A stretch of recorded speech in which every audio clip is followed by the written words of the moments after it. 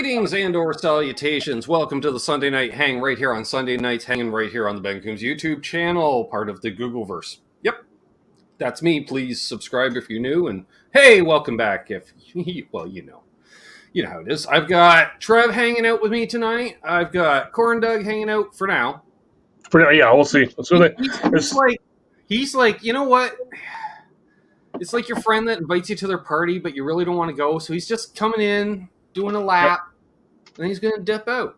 Yep. And then he might come back because he's got another party to hit that he's hosting. And then once it wraps, he's like, hey, if you guys are still going, fellow might hop on back over. Yep. I get it. So we're here celebrating the milestone of 4,000 subscribers that took me over 4 years to get, which is awesome. And hopefully, Joe, on to 100K. That's been the benchmark.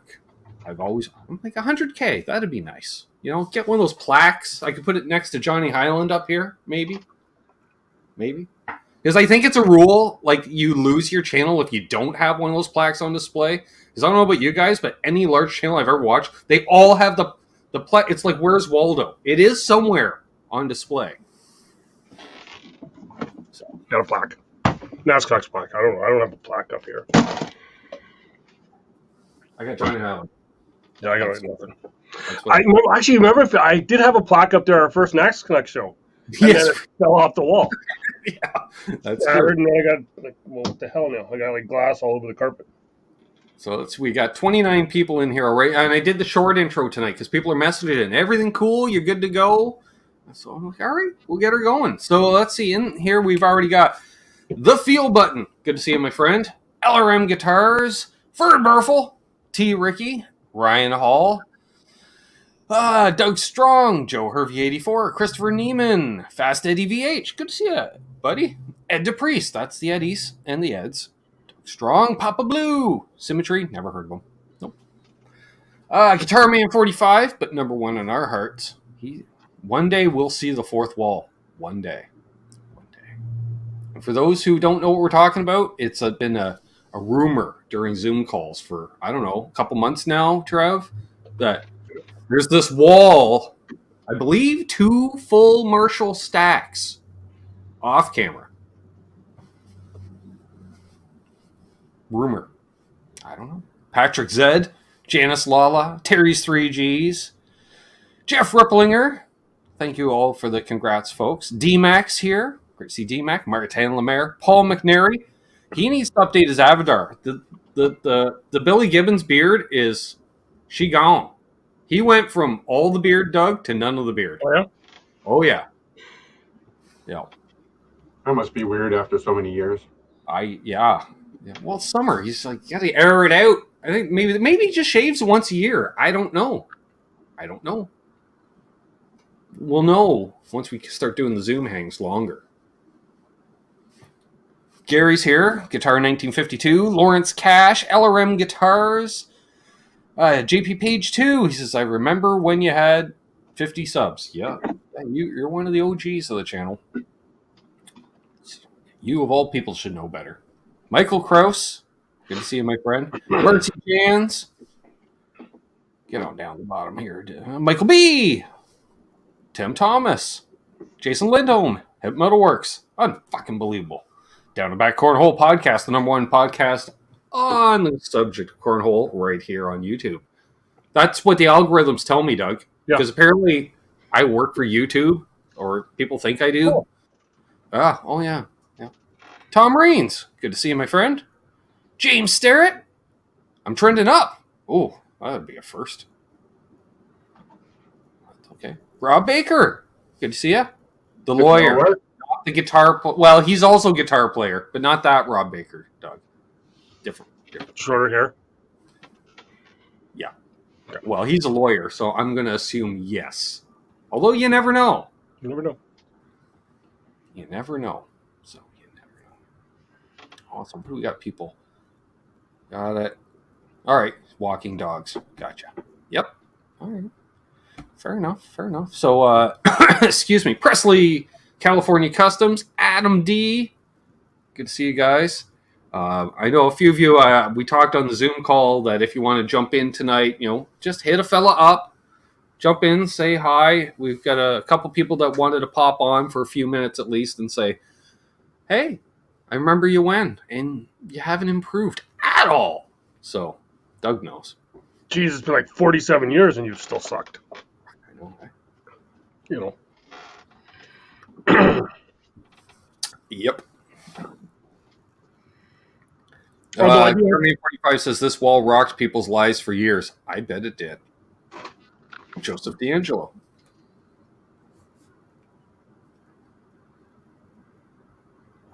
Well, like I said off air, I really like that you went and brought up your 4,000 subscribers right after I went and said, hey, I got 350. Way to go.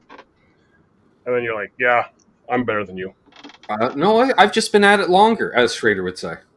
Okay. Just go with that. Presley California Customs is building a rose pink telly, mint green guard, maple neck, jumbo stainless frets. I like almost everything about that. And if you really know me, you'll know what I don't like about that, folks. You don't like jumbo things. You like everything small.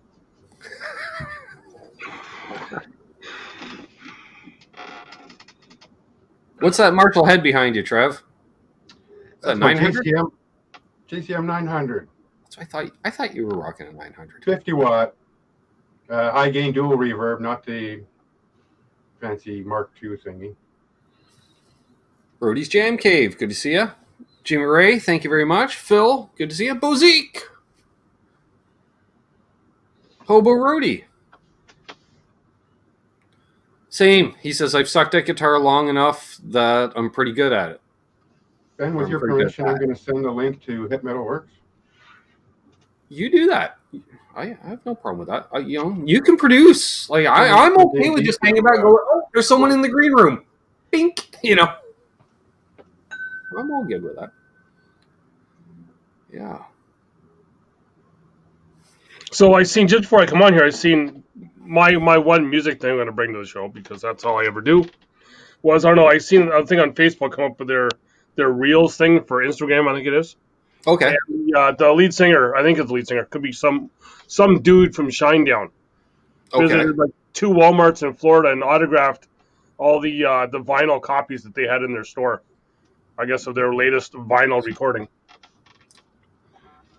But as everybody said in the comments of that video, was like, you're just signing the outside vinyl covering or wrapping.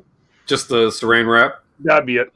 And then so it's probably just going to wear off, or someone's going to, I used to keep the saran wrap on my vinyl. You'd use the razor blade to open initially, but eventually it wouldn't last. And special shout out, lurking while healing, I'll say, our good friend Doug knows him quite well as well. Charles 75N, unfortunately, his father passed away yesterday, and I know he's lurking.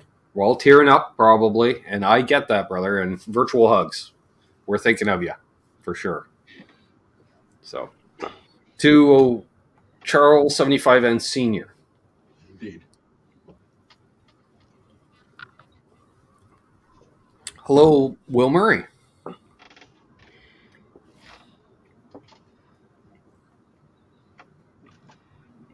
Make sure I didn't miss anybody popping in here.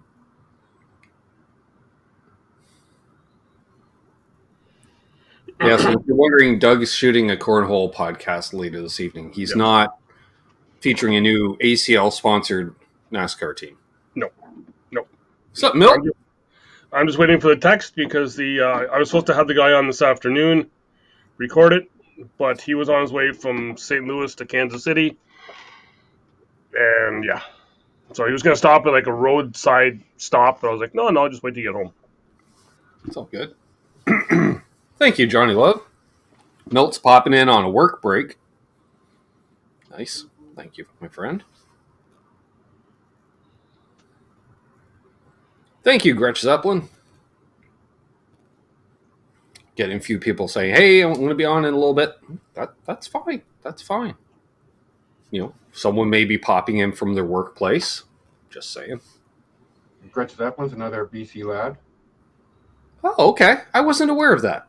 Yeah, he's on the island, Nice. north of Hip Metal Works. Nice. Well, it's funny.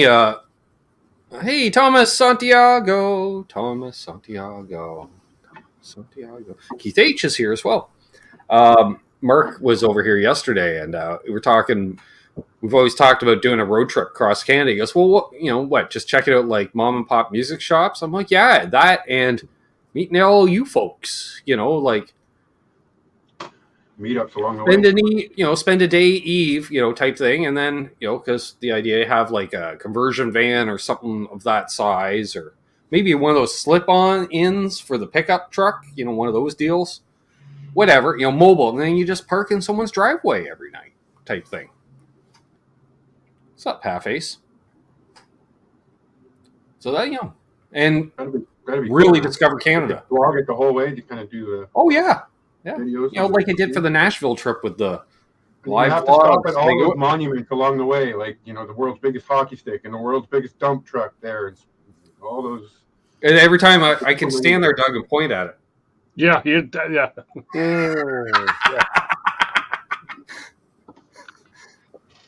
Just be a slideshow of me pointing at shit. Have Hip Metal Works in the email. Yeah, when Aaron and I were driving down to Nashville, it was literally as soon as there was a lull in conversation, it was like, want to go live? He's like, all right. And I just go live on his phone because he had unlimited data or data. I think he had both.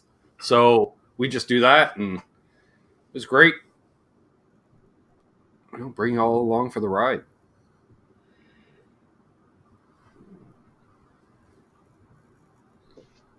When you see the community post, does a fella have a subscriber in Manitoba? Because I got a flat. AQ Music 10. My knees hurts here. What Explorer is that? He says. That is a prophecy? Yeah, the Extura Prophecy. That's 2 for 2 tonight on Noah and Trev's gear. What's up, BC Rich 581? With the Fishman pickups, and I just put some fresh strings on it Friday. I gotta say, I love these locking tuners. These are automatic. What are you running on it? 10s? 10s. Came with 10s. Should have 10s, and it likes 10s. I made the neck dead flat with the strings off. Gave the fretboard a little wipe, and we got it the action set. It's just under 2 mil for the low E, and just under 1.5 for the high E. Intonated it, and it sounds great. And the relief came like just a small hair from the ocean, just a tiny little. Yeah, nice. What's up, Boomer? We got Boomer in here. See, that's the Alberta road stop right there, because he's in the greater Calgary area, so I don't have to go too far north. Don't want to go too far north in Alberta, Doug. Might run into family. I was just thinking that. We'll just keep her to the south. Some of those family aren't all that bad. Yeah. Well, hang out with cousin Glenn. Hey, you still got that? Have a lot of fun for a couple nights. Still got that R9 custom shop, Les Paul, perhaps. He's got the nice gear. Actually, all of our cousins out there that own gear have real nice gear. Mm-hmm. Ooh, we have someone joining us. Good evening, gentlemen. That's freaking believable. Happy 4K there, Ben. Great job. Thank you very much. A lot of hard work goes into that. Not as much as what Charles did with the Kramer body, but almost. Right? Right. That So if folks haven't seen that video, right? I laughed and I cried. I cried for as much work as that he put into it, and I have to compensate him for it because I told him that I would pay for it all. I'm gonna go broke, so he put a tremendous amount of work into that. So, and thoughts with you, Charles, brother. So sorry to hear the sad news. And I can attest that Charles did a bang up job on it. Having looked at it nice up and close, but a fella's got quite a few texts from people reaching out since then saying, hey, can you fabric top this? Can you fabric wrap that? So Oh, we have another person popping in, tuning in from the real land down under. Get the real. Screw those Aussies. We got a Kiwi. Screw the Aussies. We got a Kiwi. Hey Angel. guys, how are you? How are you, brother? Thank you for sending me the link and giving me a quick opportunity. I'm at work here to jump on and share the success and the celebration with you, Ben, because a lot of people might know this, that you and I have been around sharing our experiences about our channels for years. And Ben will always have a special place in my heart because Ben was the first guest we ever had on our channel, brother. So thank you for that. And well done. Congratulations. And congratulations as well to this guy who started his channel right around the same time. Well, he probably started it a day before me because that's how it works with Andrew and me. But you hit 4,000 subscribers as well with a ton of work, my friend. Absolutely, bro. And one of the great things that you and I can agree on is that we have a lot of crossover people in our chat and in your chat as well, and that's always humbling, isn't it? You know, some of the names that we see and share, it's just fantastic. We love this community. We've learnt a lot of lessons, haven't we? And we're not saying that we're experts, Ben, but you know, there's a few things that you got to do this YouTubing well. And we've done a few world tours, Andrew. We've done a few world tours and got the battle scars to prove it. Just been there, done that. That's all it is. Voice of experience. Yeah, and a bit of humility goes a long way too. And one thing I've always liked about you, Ben, is that you've never sold out. You've never sold out. Ben is Ben, and you know, God bless you for that, brother. Thank you. And I can say the same about you. I remember you saying, "Hey, I'm thinking about doing this thing involving British blues rock." And I was like, "Well, it kind of inspired everything over here, so you might as well." And then it just grew. And then you're doing the 5150 show, and spot on. Because if nothing else, I'm seeing a perspective from a different part of the world. You know what I mean? Like, I could do it a bit as a Canadian, but I'm next door to the U.S. You give a perspective that we can't, you know, for lack of a better term. I love it.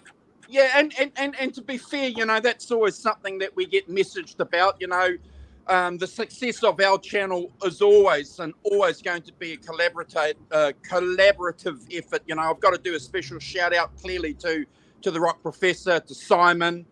To Brad and to Hoss and you know, Steve Anderson, who jumped on with us for a while there, and you know, other people who have jumped on and contributed. But Ben, you know, I'm going to sit back and watch you and celebrate your success. Thank you for allowing me, brother, to jump on and reminisce.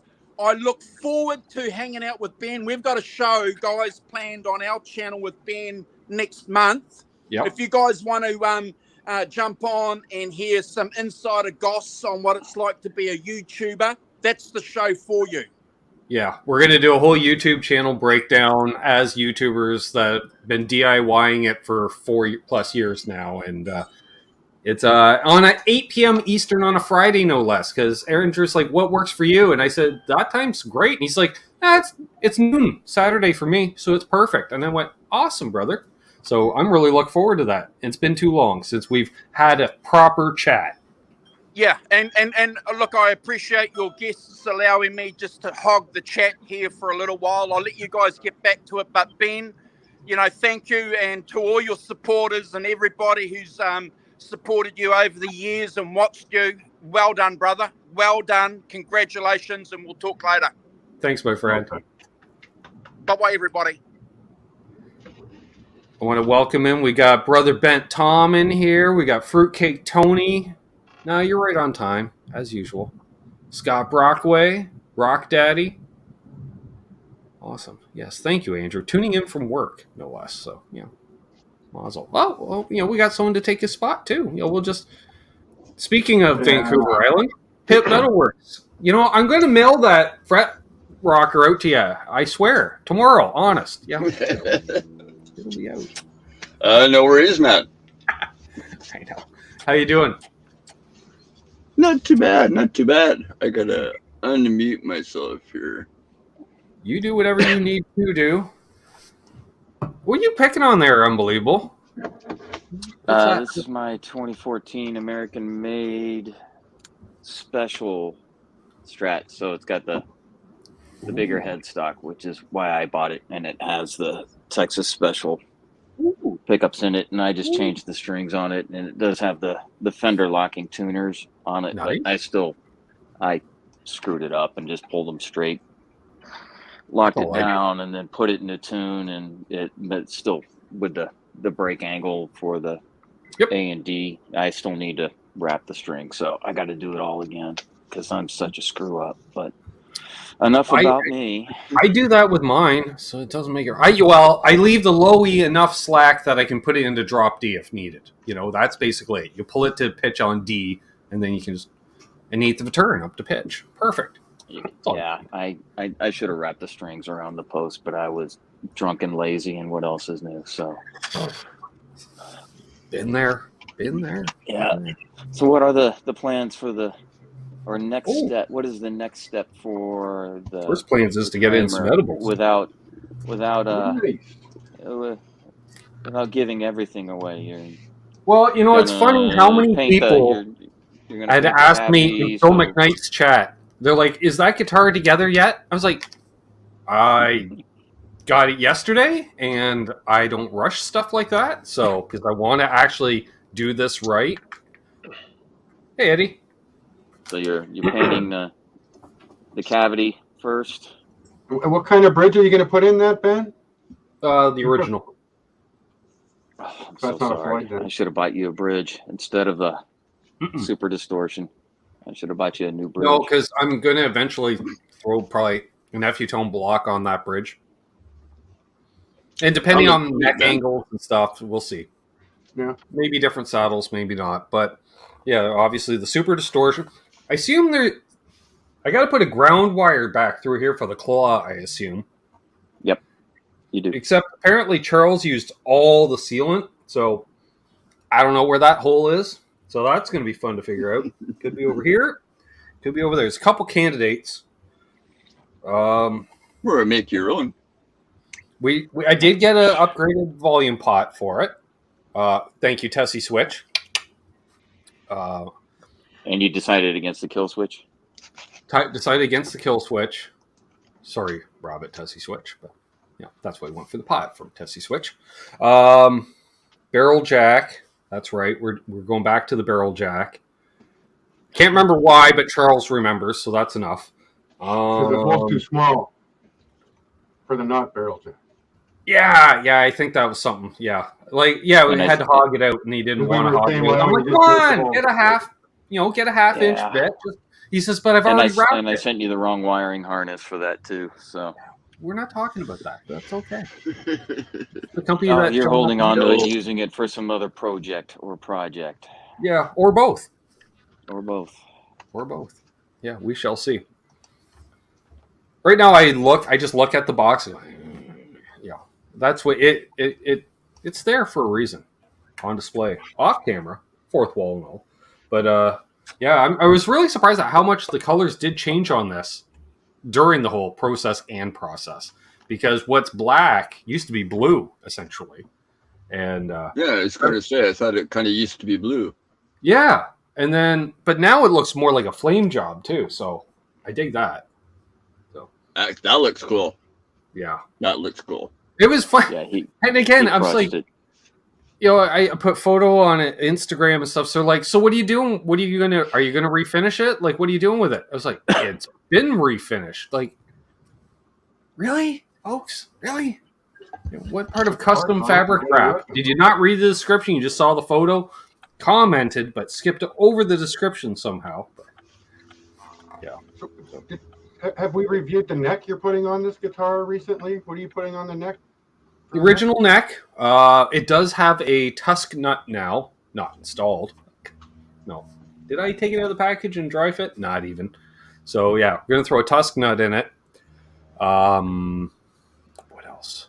White nut or black nut? I can't remember. Whatever it was originally, I got the opposite because that's how Ardens works. Every fucking nut I've ever bought from them. Going for a black one, they only have white. I need a white one, they only have black.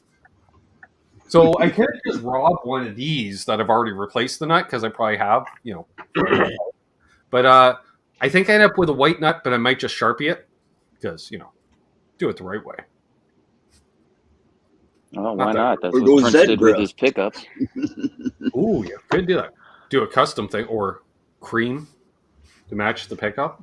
That'd be cool. And then, of course, I got to decide, do we put a pinup girl on it?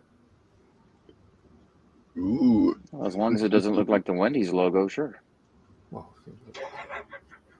sorry, that was mean. We want to forget about that one. That's funny. That's one we got to forget about. That's a spicy meatball. Yeah. What year to pinup girl though? I don't know. That might be the deciding factor. Yep. I got like 100 packs, so. Oh, well, man. An assortment. Oh, Yeah, we can go for something like that. yeah. Oh yeah, kind of 40s, 50s style. Yeah. Gotta keep Yeah, class. right on. Yeah. Something that'll stand out against that dark background of the wrap. So Need I keep a stack of them here on the desks, just in case you're playing guitar and you're like, it doesn't quite sound right. And then you just slap one of those suckers on it and it just tightens up the tone that much more. What's up, ET5150? My webcam is always low res because I have no bandwidth. Billy Baloney knows what I'm talking about. What's up, John DeShane? Keith Campbell.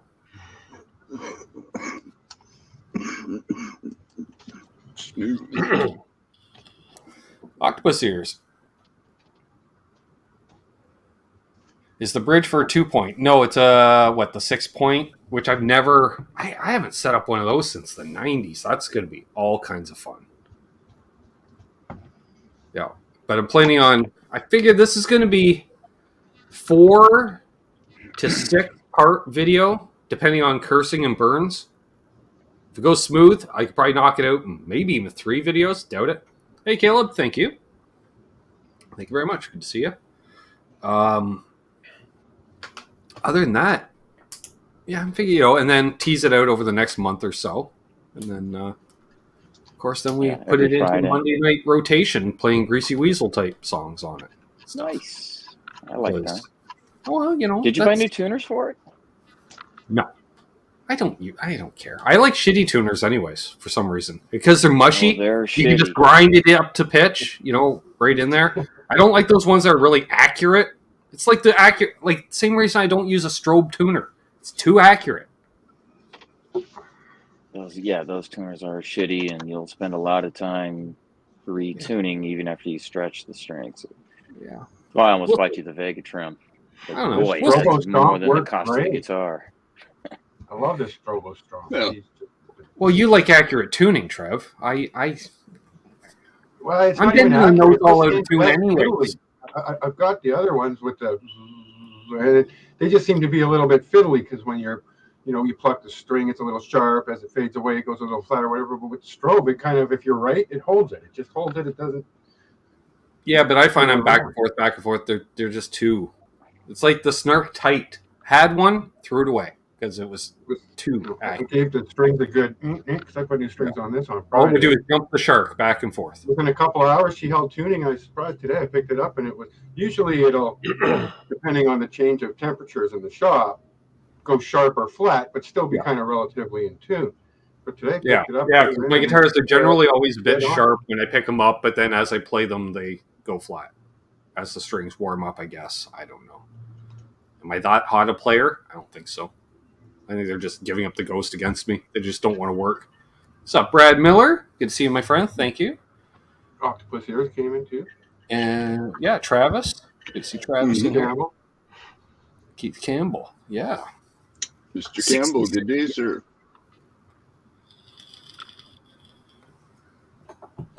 Nice. Very nice.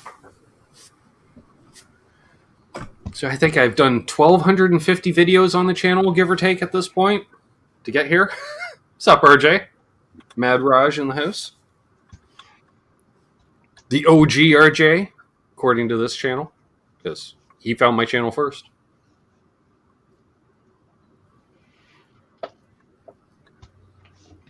Who was also into LPD Pedals. I remember when we started chatting with each other. Because he was doing like 7-string demos of all Lawrence's stuff. Oh, we're going to jump down that rabbit hole. Oh, we could. What's up, brother Aaron? Albus Band. Colossal group of internet's finest delinquents on screen today. And I'd know. Yes, you would. Yes, you would. Because you've been one of those delinquents on screen. What's up, Robert Ramford? Jeez, every week. Robert Ramford. There we are. Thank you. Guy tries to congratulate a fella, and all he does is screw up his name. Perfect. Just call me Phil McKnight. Oh, you could be waiting for Rick Ware to come in. Ooh. Or Laz's new troll account. Well, it's funny you bring that up, Brad. We were talking about that off air. Trev says, does a fella have enough money for the barbecue? And I said, I think I do. However,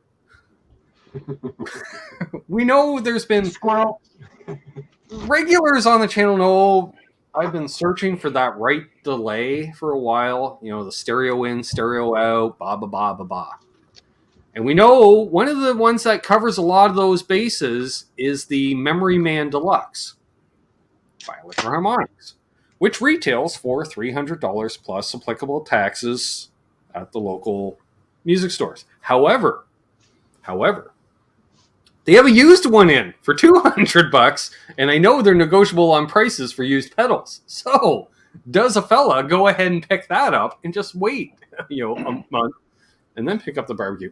Thank you very much, RJ. Which place is that? Not that I'm asking, because I may buy it out from under you, but I wouldn't do that. That would be me. But Long McQuaid, their used section is they won't put it on the website for about 3 months because that's how it's not like Guitar Center used, which would be nice. Yeah, go for it. Well, this is what I'm thinking. Yeah. Yep. Hey, you only live once, man. Barbecues aren't going to sell out. And the price is right. But that now, with my luck, they'll probably be sold already. But I'm planning literally going over there before watching the races tomorrow. Because Doug knows that's what I do on Monday. Yeah, they're only a mile over. Yeah. Plus, you never know. Every time I go in there, they have something ridiculously priced. For what? I picked up the compressor for $35. That goes for $135 on Reverb. Then that delay for $60. That goes for $160 on Reverb. I was gonna say you'll walk out with more than one pedal, and that 200 will turn into 300 because it'll be the Memory Man, 2 other DoD pedals that you run across. It's like me searching one of the for girls LPD walking pedals on Reverb. into a guitar shop. Yep, and all I went in for was strings. Mm-hmm. You walk out with aisle 5. Speaking of which, we were looking for boxes the other day for this thing. I got to get this in the mail. I have so many boxes that it'd be perfect for that. Which we figure is, in fact, number 1. Unbelievable. Oh, really? I believe this is number 1, and Tone King has number 2. I'll have to. I get a lot of parts for coffee machines. Because it doesn't even have a matching back. It's got a black back on a plain case. Oh, so yeah. I'm assuming that everybody has the Lucent, which is now my go-to for blues gigs because it's got that tone in it. No, it's the 55. I told Lawrence that even though I have a Fender Game Tweed that I spent an hour playing or a couple hours just playing Layla over and over because it just captures it in Rocky Mountain way because it captures it, and hence the Strat I was just playing. I was playing a lot of Joe Walsh through mine. Joe Walsh. And then another pedal that I cannot talk about, but I will tease. It's going to be in this enclosure, and that's all I can say because otherwise Lawrence will excommunicate me from the LPD church. Yeah, we can't have all that. I can say. Yeah, you'll be released from the inner sanctum. Communication. Like that. like that. Yeah. Ixnay But that's on an the amazing pedal, pedal eh? too. What freaked me out most about the Lucent was when I plugged it in, the way, I don't know, the way it's EQ'd, it freaked me out because I played a chord and I sounded like Richie. It was weird because we could play through each other's rigs, we always sound like ourselves. But I was like, and I started playing, I was like, I sound like Shanahan. And Mark was over here and he's like, holy crap, you do. So I played some Shanahan riffs and stuff, and I was just like, holy crap, that's weird. That's really weird. So You have the switch up or down? both. It didn't matter. I'm keeping it down. I'm keeping it down with everything at noon. It's weird that way because it depends on when I set it up for. Yeah, I found like down some real nice early AC/DC tones, and then you flip it up for the later AC/DC tones. Yeah. Even though it's not designed to be an AC/DC Marshall in a box. I love me some AC/DC tones. Yeah. Kind of stumbled into If You Want Blood the other day, just horsing around with an A and a D and a G. Oh, what a great Wait track. a minute. And I looked it up and I was like, yeah. Great track. Malcolm's so awesome. Thank Whenever you watch a live video of an AC/DC concert, Angus is out there with his going nuts and bananas in his shorts and stuff, but Malcolm's just off stage beside the drum, just like a... Yep. Thank you, Dan. Rhythm's where it's at, man. I always say, that If You Want Blood live album with Bon, that's such a tremendous set. That's such a great album. I thought they were a much better band back with Bon, in my opinion. They were a little more riff-based, a little more old school, more rockabilly, rock and roll, as opposed to rock. By the time Frank was formulated. Really... Yeah, really Chuck Berry with a little more distortion. Way more energy, too. Yeah, especially that album. And I had the vinyl as a kid and just irritated my sisters with it by playing it over and over and over. It's just that good. And you come out and your first song of the set is Riff Raff, forget about it. Yeah. It's over. You're going to destroy. You're melting faces, And we had a local band, ironically, AC/DC clone band called Riff Raff here, right? And they did the same thing. They would open with that song because they knew you put that much energy out initially. Oof. Absolutely. Scott Brockway loves that record. My knees hurt, says Bon Scott forever. That's right. Hey, Jeff P.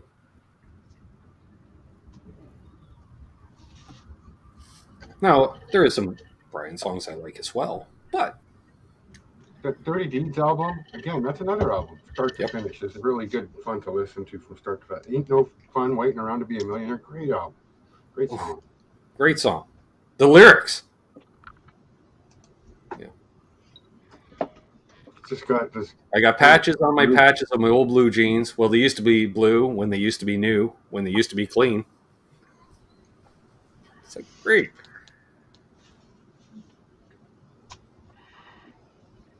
LRM says, I like the new Ozzy song with Beck. I still haven't heard that yet. And the Power Age album, yes, Keith, is a great. That's awesome album. You mean where you hear some quality bass work that isn't just 4 on the floor root notes, like What's Next to the Moon? Whew. Totally different take. I mean, I respect Back in Black, but I always thought Highway to Hell, just Cut to Cut, was a better album. Mm-hmm. I mean, for me. Yeah, well, that's why Back in Black made sense in many ways, because you could hear it in Highway to Hell. They had, they got with a producer, and it was a step forward. Yeah, Mutt Lang. It's crazy to think the first few albums, it's all mixed by family. They're managed by family, they're recorded by family. They were doing it on the cheap. Love it. The Aussie way, I guess. Sure. DIY. Tom heard the new Ozzy song and didn't like it. Well, there we are.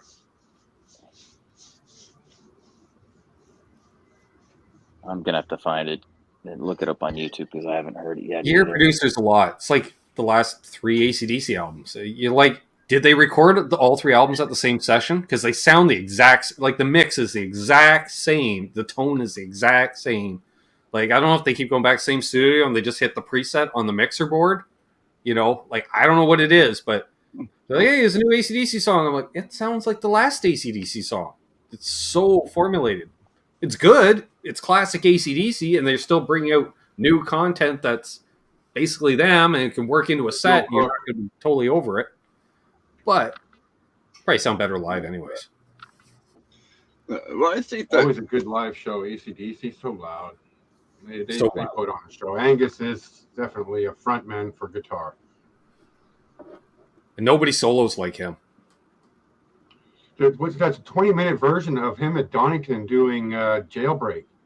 It's ridiculous. Where he flashes his ass to the crowd in the whole 9 yards. He's just, but there's 10, 12 minutes of just him. Yeah.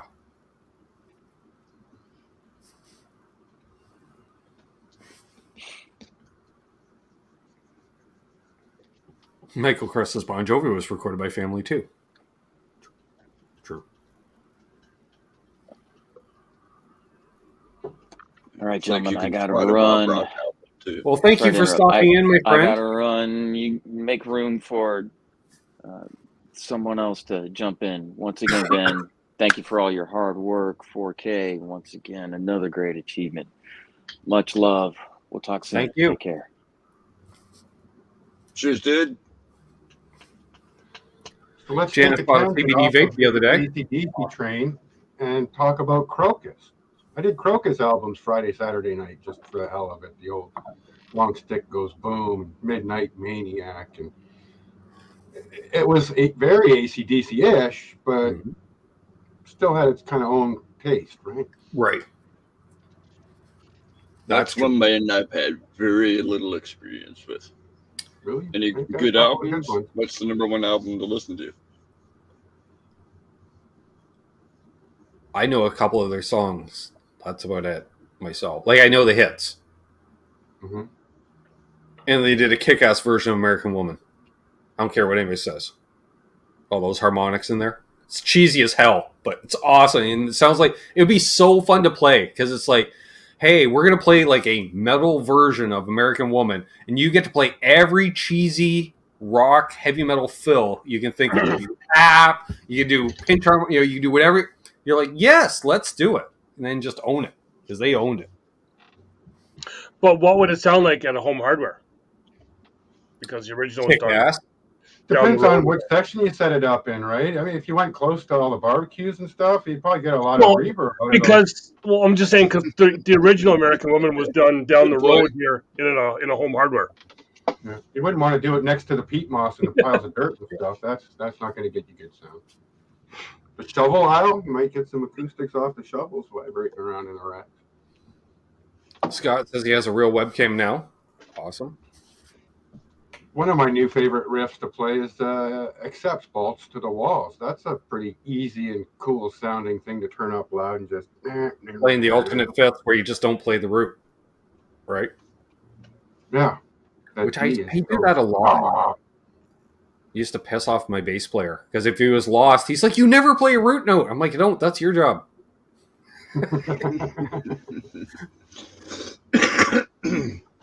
Well, I usually Well, always help do me. a root note plus a lower one if I can.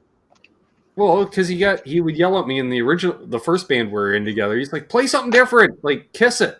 I'm like, "Kiss It." I'm like, "What do you mean Kiss It?" He goes, "As in the band Kiss, like how Paul and Ace would quite often play different parts. You know, like play an octave apart, find a different place on the fretboard to play the same chord." I'm like, "Oh, okay." So after that, I got into just playing partial chords and stuff like that, and that's how my playing developed. And then later, when he started forgetting songs, he's like, "I can't follow you anymore." I was like, "That's not my problem. You told me to move around." I used to intentionally mess with people when I knew they were following me. Oh, my dad would do that. Oh my god, my dad, because he was a rhythm player 99% of the time, right? And knew all the chords, so he could do different phrasings, even in basically first position type thing. And he was the king of the head fake for chords. You know, he's playing. You think he's going to go for G, and he'd start to reach the finger up to hit a G. Nope, we're going to a C. And you're like, oh, don't. It was so hard to play with, and he'd just snicker, possibly while singing too, singing and playing, and messing with you. You're like, damn it.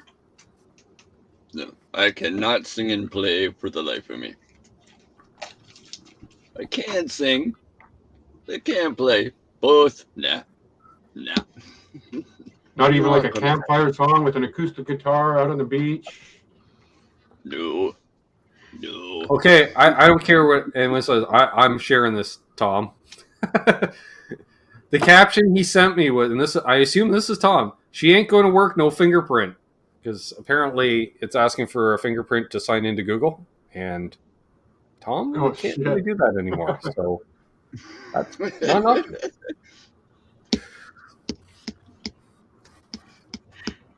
Maybe you shouldn't use your index finger of your predominant hand for your scanner. You always got to do one of each, right? Yeah, like use the finger you never tap with. That's what I would do. So now you got to go through all the reset BS. I got to say, back the stream before last when we had the Zoom session, Tom had muted himself and he picked up his guitar and he was playing. I was pretty impressed with how he was still able to play, missing that section of his pointing finger. Right. I don't think the desire ever goes away, really. Looking forward to him getting some kind of prosthetic and seeing what kind of Tony Iommi-ish kind of stuff he can pull out of his hat. Yeah. How far back did you lose it? Pardon? Hip, would you say? How far back did he lose? I think the first knuckle. Well, but it's done really well, and he's got a nice, clean finger on it. You should jump in here, Tom. But he doesn't want to use it as a finger and get it all calloused and gnarly, right? So he got to get a prosthetic. Boner Jams, thank you for the super chat. Is this the new 4 Dudes 1 Cup video? I'm so turned on right now. You would be. Cheers, Boner. It's because I'm showing a little, I'm showing the sweater vest, Doug. Evening, everyone. Congrats on 4 million subs. Thank you. We can officially say Boner Jams is the first person to congratulate me on 4 million subs. Guaranteed. You'll have to save that so you can come back to it. Feel button. He's out of Oregon. I wonder if he's near Portland Speedway. International Raceway. That's what it is. It's not a speedway. It's an international raceway. I think they called that because it probably was an airport at one time. Probably. Yeah. Hey, how you doing, Ben Tom? Just saw you in the chat there. Hey, Sean Zimmerman, thank you. I think we were trying. Somebody was going to get Tom in touch with the same guy that does Tony Iommi's prosthetics, because he actually has some connection with either the company or Tony's people. I don't know what it is. That'd be awesome. Yeah. I don't know. I thought just taking a racer and just cut her down, but he's like, no, it won't work. If you know someone with a 3D printer, maybe you could try and come up with something. Hey, I know somebody with a 3D printer. Well, if Tom wants a metal one, I can make him one out of aluminum or stainless steel. That would be cool. Built-in slide. Yeah. It's like a little T-bar. Tom has the best sustain. Wonder why. Yeah. There we go. Metal. Yeah, that could work. And as Bobby Hull would say, it's Canadian made. So it's got to be quality. Saskatchewan sealskin bindings. Well, yeah, I've got to hold it on somehow. Let's see here. Lawrence Cash says, I loved weekends, night drags at Portland Raceway. I lived in Salem. Nice. Well, exactly, Doug. Then we got to decide on which metal, right? Well, the aluminum has certain qualities, but, the brass adds sustain. So you'd probably want a big brass block somehow sequestered within the fingertip. You got to think of the hardness of the metal in comparison to the string, so it doesn't wear out, too, right? You'd want something probably nickel if you're using nickel strings, so they have an equal hardness factor. If you made your finger out of stainless, it's going to wear the strings out. This is true. If you make your finger out of brass, it's going to wear a pretty deep groove. Well, Tom might use stainless strings because Tom has the acidity level of like a bottle of vinegar. So, you know, you give him your nice new guitar, let it on like a July day outside, and he'll Rory Gallagher that sucker in under an hour. There's also the hygiene aspect where I guess surgical stainless steel would probably be the right choice for something like that. Okay, now the field button says I could float to Salem. So my question is, how high is the field button?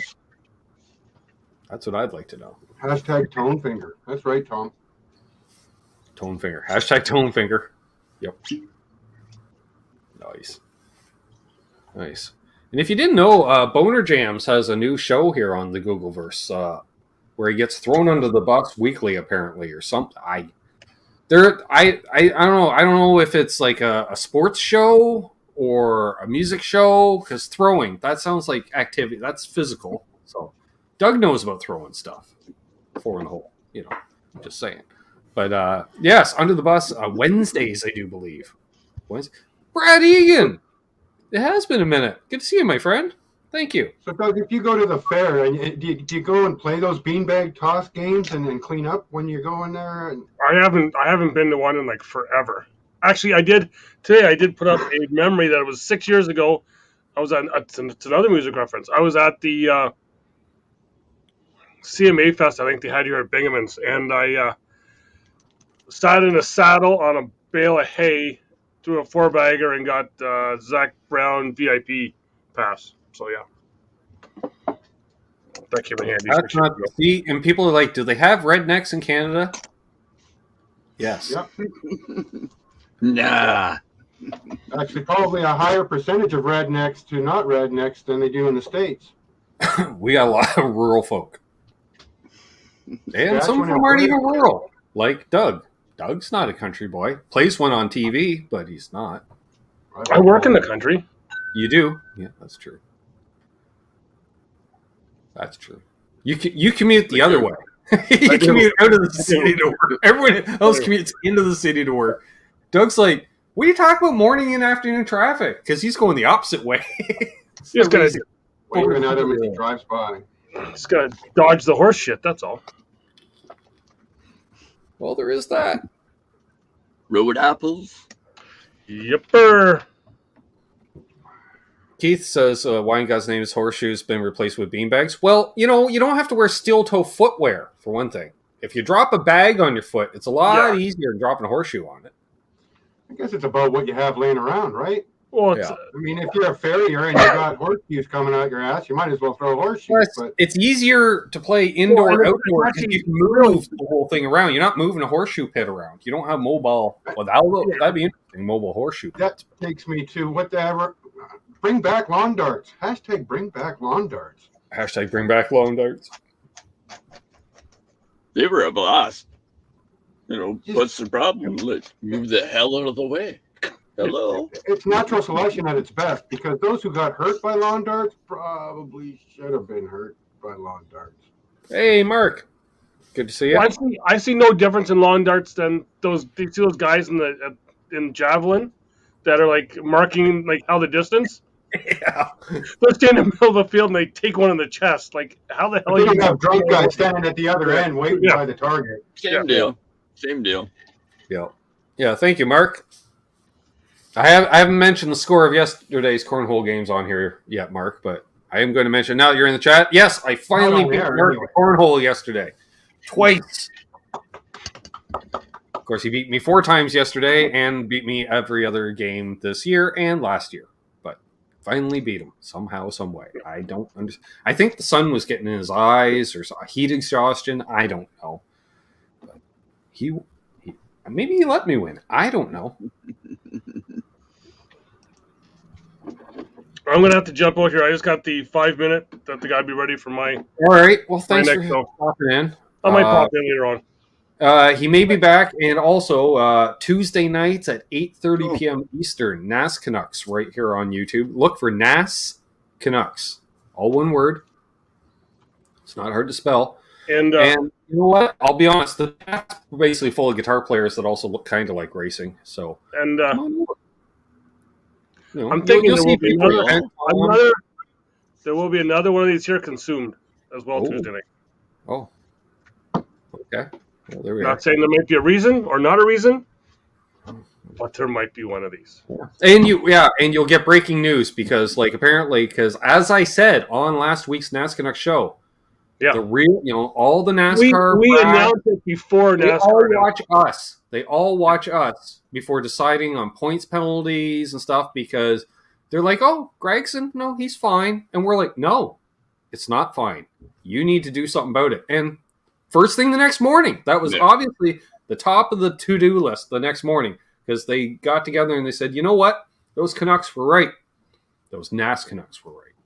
Yeah. Let's do this." Yeah, you did have a 9-point end, Mark, you dick. And I had one on the board too. Not a good place to wipe someone out. Yeah.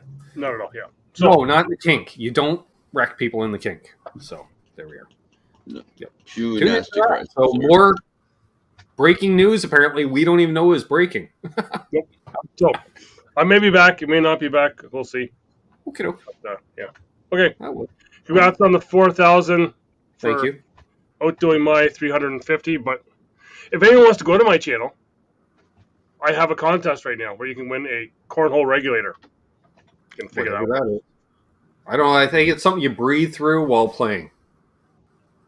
It's something. I wish I had one here with me. If you read the instructions, because it's a thing you put underneath the board to measure the distance, and you got like a string that you pull out. Oh, well, that'd be handy. Well, yeah, but on the instructions is you're not supposed to let go of the string because you could wreck your knob. Well, yeah. And there we are. Cousin Doug, folks. Cousin Doug.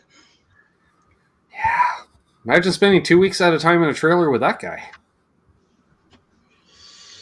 Well, we drink a lot in Canada, so it's, we do. Okay. Right? And I did at that time. I did a lot.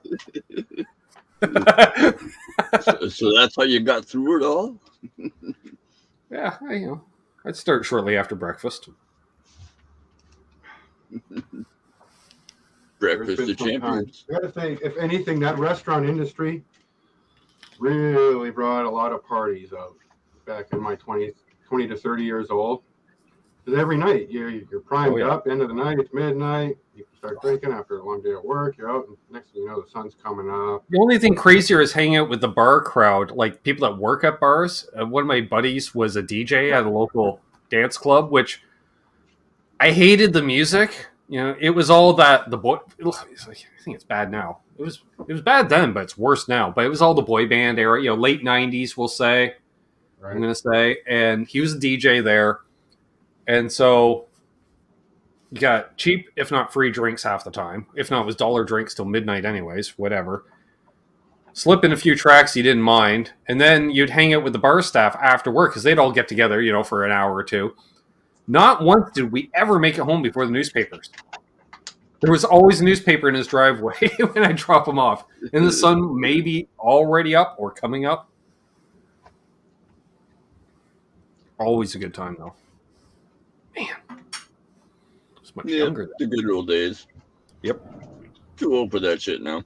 Fuck right? I'm asleep by the time I usually used to go out at. If you get pulled over now and you've had too much to drink, it's not likely the cop's going to say, "Oh, you only live another mile down the road?" Or whatever. I mean, yeah. There's a lot more at risk for going out and traveling, and it's a lot more expensive. Are you kidding me? $8 a drink. That's crazy. Yeah. Plus, half the places don't even have parking anymore. Two drinks on the outside or 12 drinks on the inside?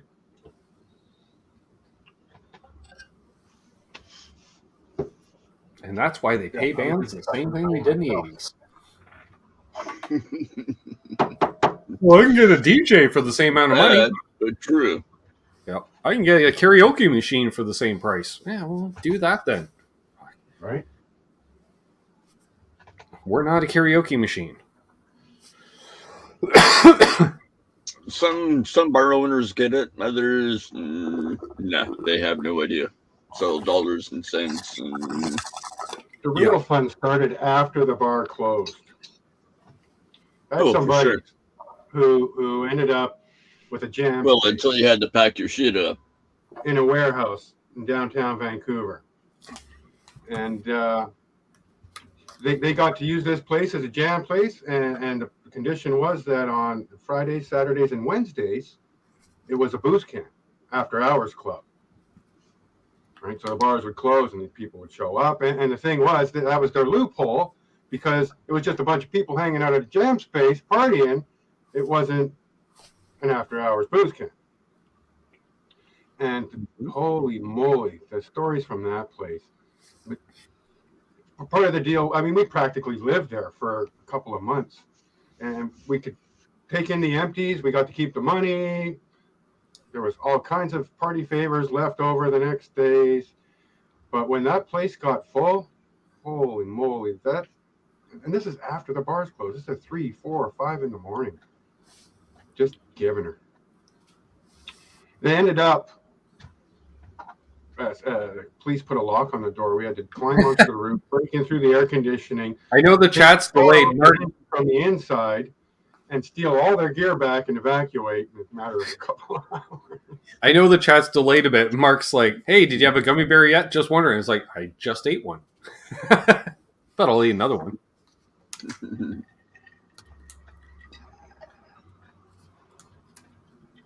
Oh, Blue Fuse. Go fix that, Guitar Man. He's got such. I see now. I'm gonna dip into the U.S. for part of that road trip because I want to check out his place.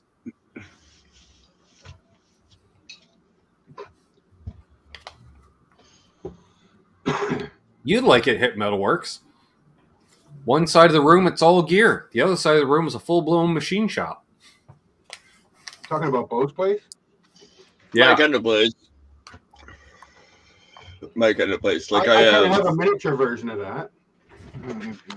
Actually, here, let's do it this way. You got a jig machine? I don't have a jig machine. Jig machine, high frequency. You're rocking. Yeah, Bo's got like some CNC machines even and stuff like. He's got all the toys.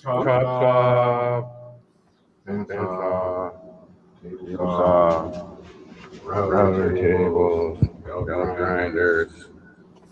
It's all in here. It's organized chaos. This is not an ideal shop where you can just pull up. We're going to put the strings on the Ibanez. I was tuning it the other day, and the G string went pulled out of the crappy toy. So. Yeah, they are too good, Mark. Now I might as well have like a fourth or fifth. I don't know how many.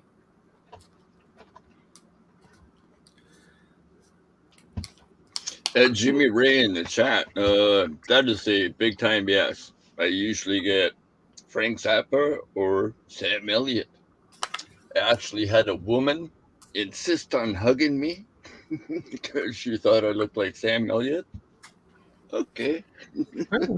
Worst things can happen. 3 or 4 years ago. Driving a nice 69 GMC C10. Okay, I'm pulling these things out 2 or 3 at a time. What are these? Oh, they're 15 apiece. Well, this should be fun. No problem. Yeah, I think that was about 75 or so. I'll be fine. Yeah, that's right. How is it still daylight out? We're north of you, Tom. Daylight for 3.5 more hours. I love this time of year. 10 o'clock, it's still dusk. Yeah, I think it's now just starting to get dark around 9:30 now here. Where are we at here? Sunrise is at 5:16. Sunset's at 9:50. Starting to get shorter already. Christmas is coming. Yeah. Yeah, it's the 8 hours a day of daylight. Yeah. Has summer happened yet? Has here. We're getting there. We're getting there. Days like this, the pool. It's been an awesome summer here.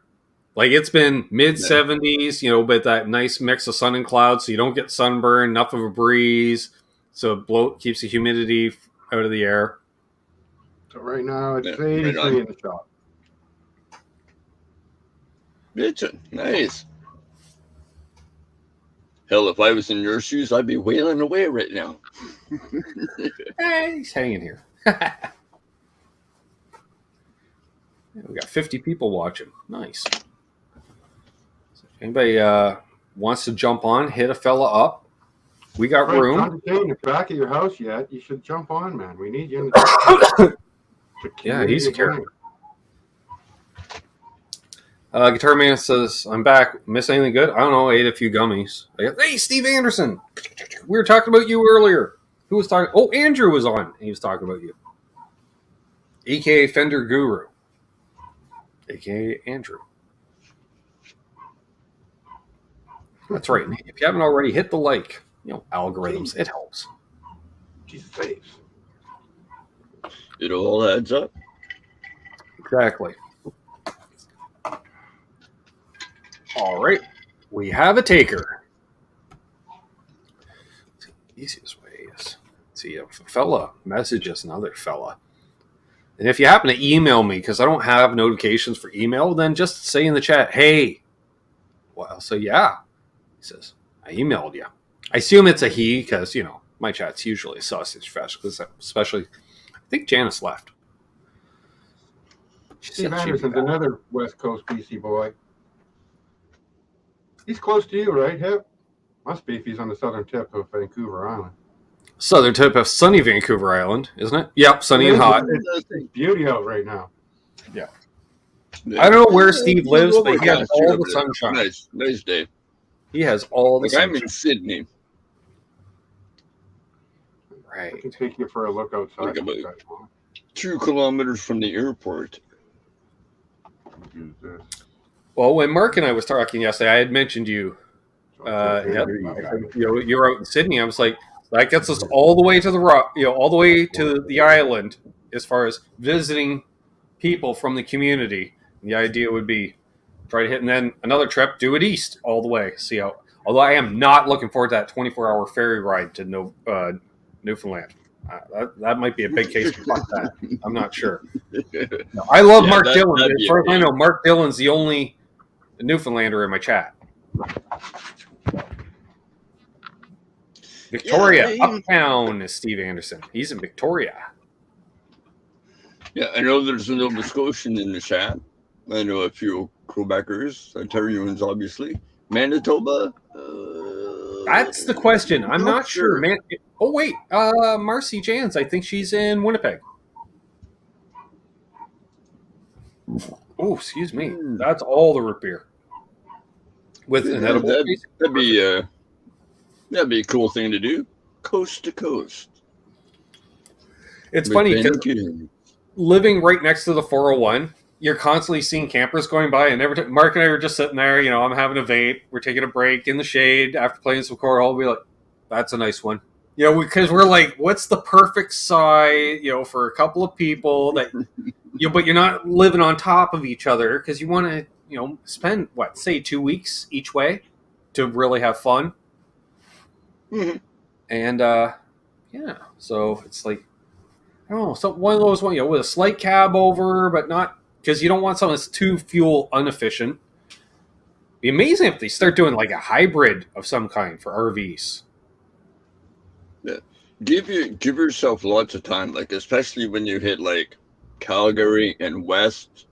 I mean, every 5 minutes you'll be thinking, "Wow, gotta stop, take a picture, drive 5 minutes."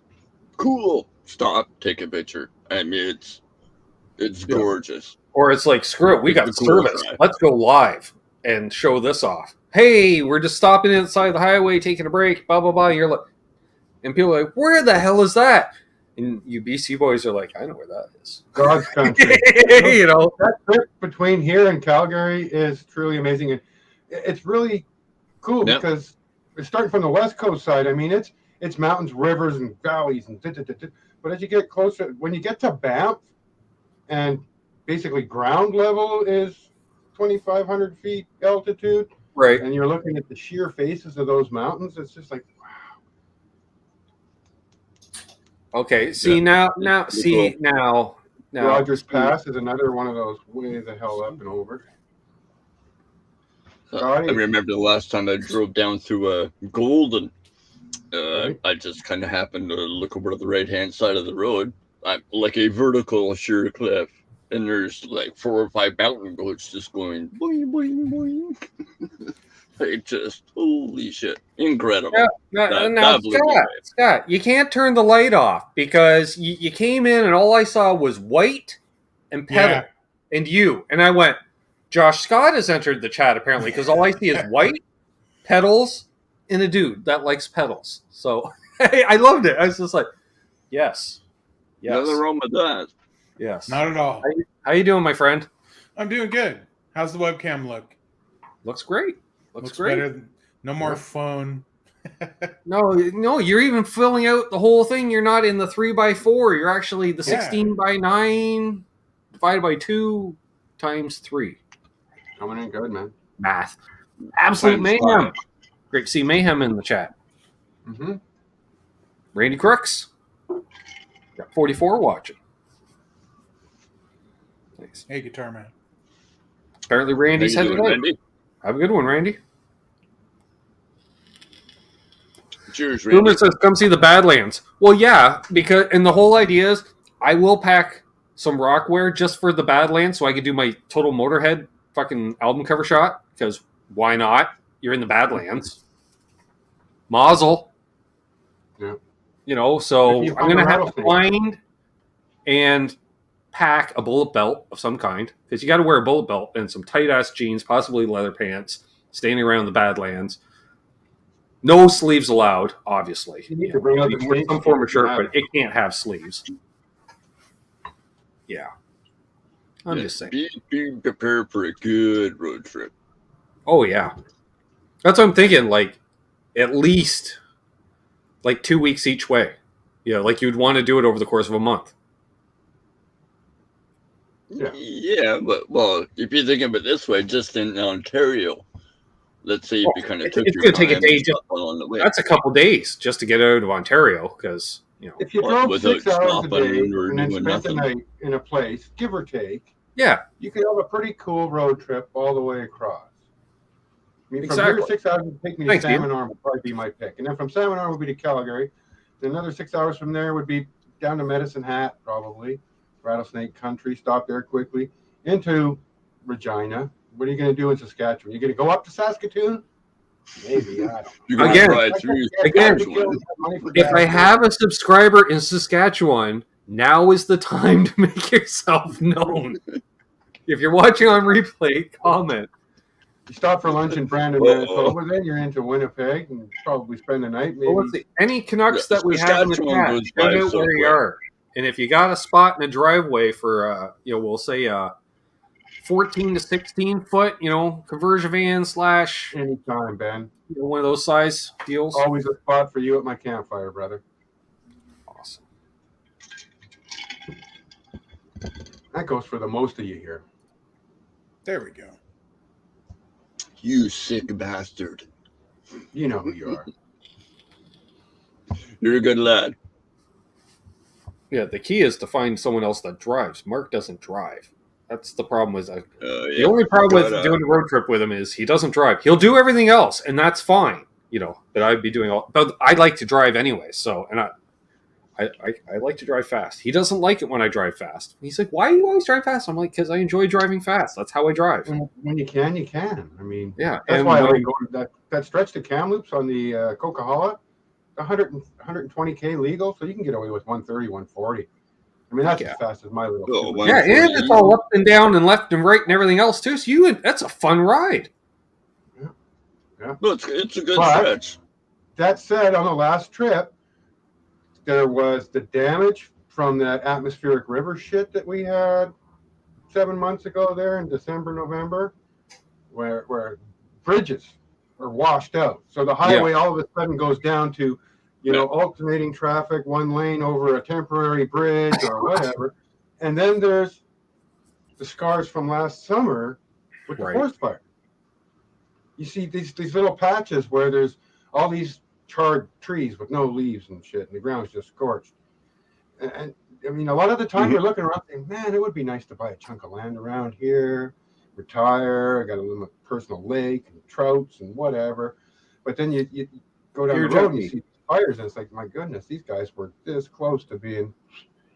That was There like was one spot what was it where, after the ice storm here in the late 80s, early 90s, like in eastern Ontario. It was really bad. You know, it was like ridiculous amount of freezing rain. And like I remember, like they had hydro crews coming up from the U.S. to help. And the next time I went to the border at Thousand Islands, for the last 15, 20 minutes getting up to that Thousand Island Bridge, there isn't any trees. Like, you know, what used to be all forest is now just open fields because every tree obliterated. had every limb break on it. And it's just, wow.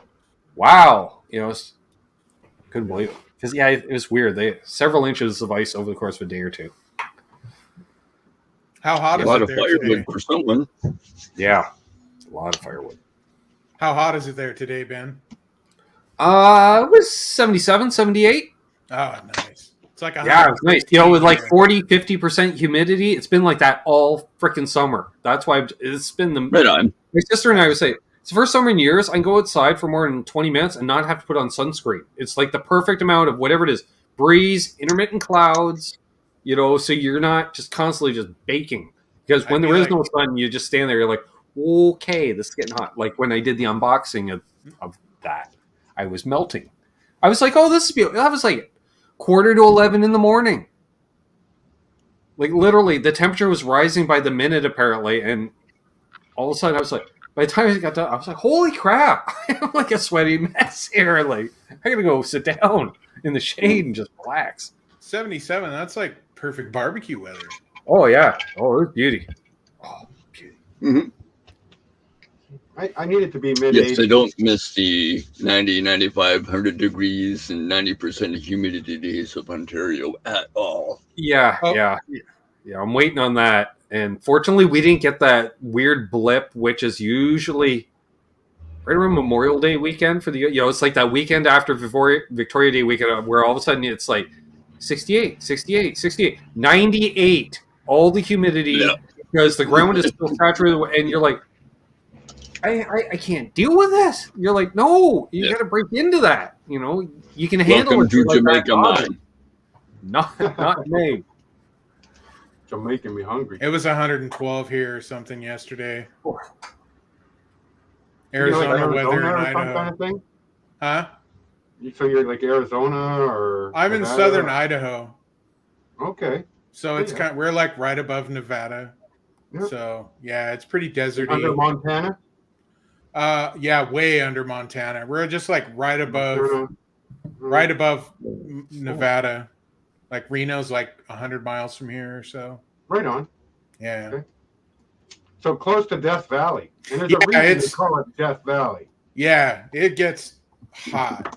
So that's like That's where they our put the version videos of of a snow getting day eggs where and you just plan on staying inside all day. It's like Yeah. might as well be 3 feet of snow outside, as far as I'm Well, concerned. we get that in the winter too. I got to go out there and shovel snow, and it sucks.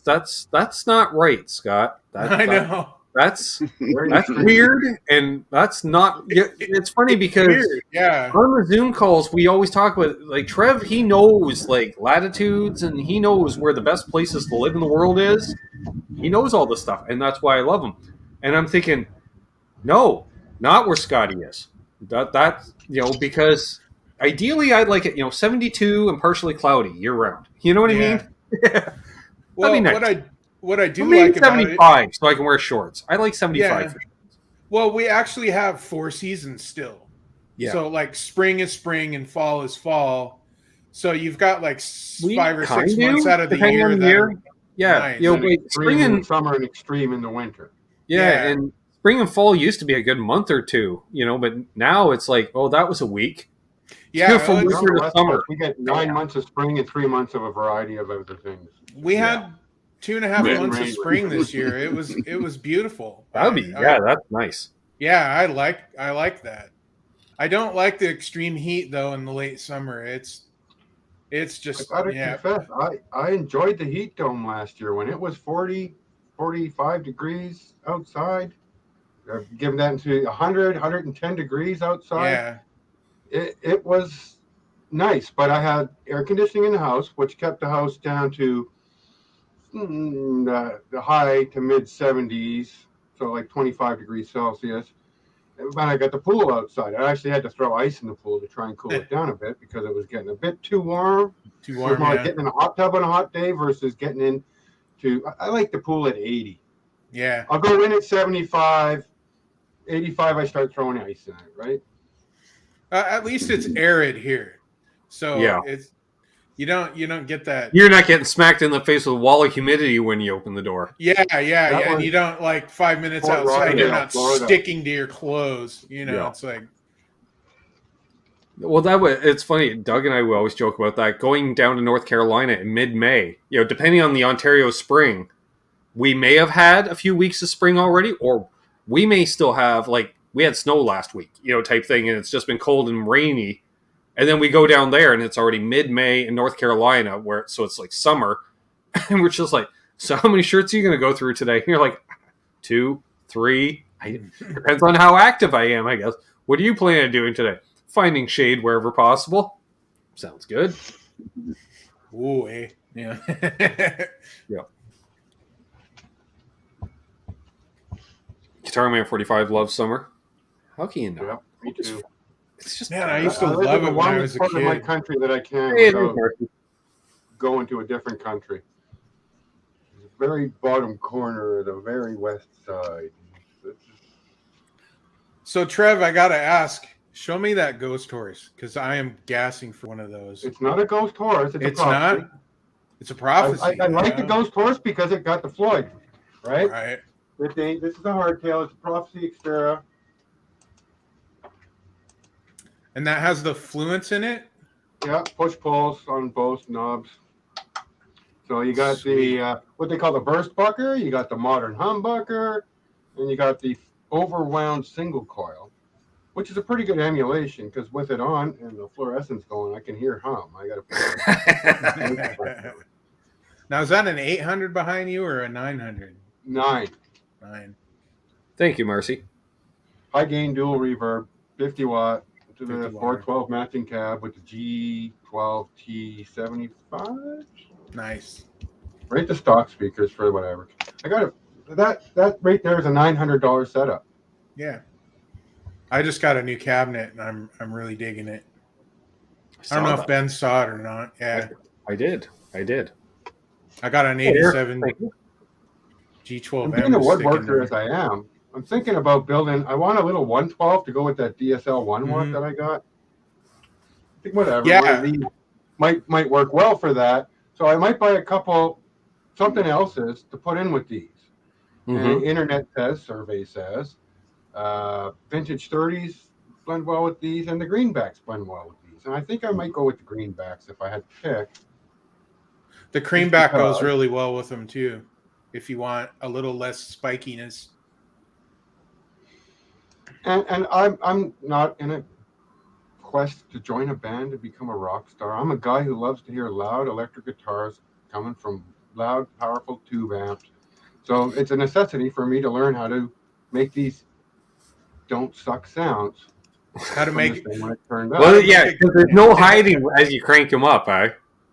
Well, and one of my favorite things to do is turn it up loud and spin this chair around and face the amp and just shake it in front of there. And that feedback, I'll let it ring out for a minute or two. Poor neighbors. But they're very forgiving. That's how I know when I'm on the verge of like too much gain, because I'll be playing here like this, and I'll turn it like, whoop, because I'm not even playing that loud. I'm like, oh, okay, like I got all the gain going apparently. Because I'm getting when you're using that much gain, it's like that similar fuzz thing where all of a sudden certain harmonic, like you hit a note and you're looking for something, but it's almost like having an octave on. It's hitting a harmonic instead because the stuff you're just mashing it with so much signal. It's just trying to grab anything it can find. It's like, I think that's an A. I don't know which A it is. Let's try this, and you get all this weird stuff. And yeah, see, when I get to that point, I say, let's play all the A's and see which one sounds the closest. Right. That's right. That's how you make a guitar player smile too. Now the question is, Hogrotten says, I just lost my bridge while restringing. Anyone see it? Now, was it a floating bridge guitar, or was it as in the dental? Could have been leaning over. It dropped inside. Check the sound hole. Either way, check the sound hole. Nashville Bridge fell on the floor. Hey, PJ in the Beard. Thank you very much, my friend.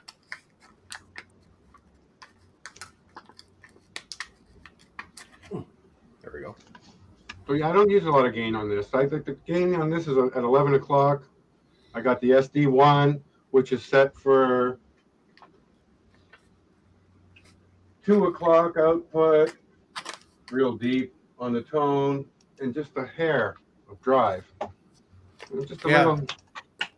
That's how I use overdrives. I just in front of a Marshall, right? I mean, turn the volume knob all the way up and the gain all the way down. That's just how overdrives I use them. By the way, Scott, did you see my latest Dodd acquisition? I did not. Do show me. Because it is the year of. It's the year of the Dodd, and I might have one or two more for you if you want them. So I managed to snag on this. Oh, you got the Echo. Nice. That's a great little pedal. 65 I haven't seen one of those for a long time. With the box. It's got all the box candy and everything. 65 Canadian. I look it up on Reverb. They're going for 165. I'm like, holy crap. I'm like, you got a steal. I know. That's the thing, though. In Canada, DoD pedals are like nothing. And then like Boss pedals are like 3 times what they are here. Yeah. It's weird. How many times have we'll be messaging each other? You're like, because it's like, hey, if I send you a box of 8 of these, or like, we can rule the world. We can take over the world financially. And I'll send you a box of these. Yeah. Like I keep seeing like MXR pedals in Canada for like nothing.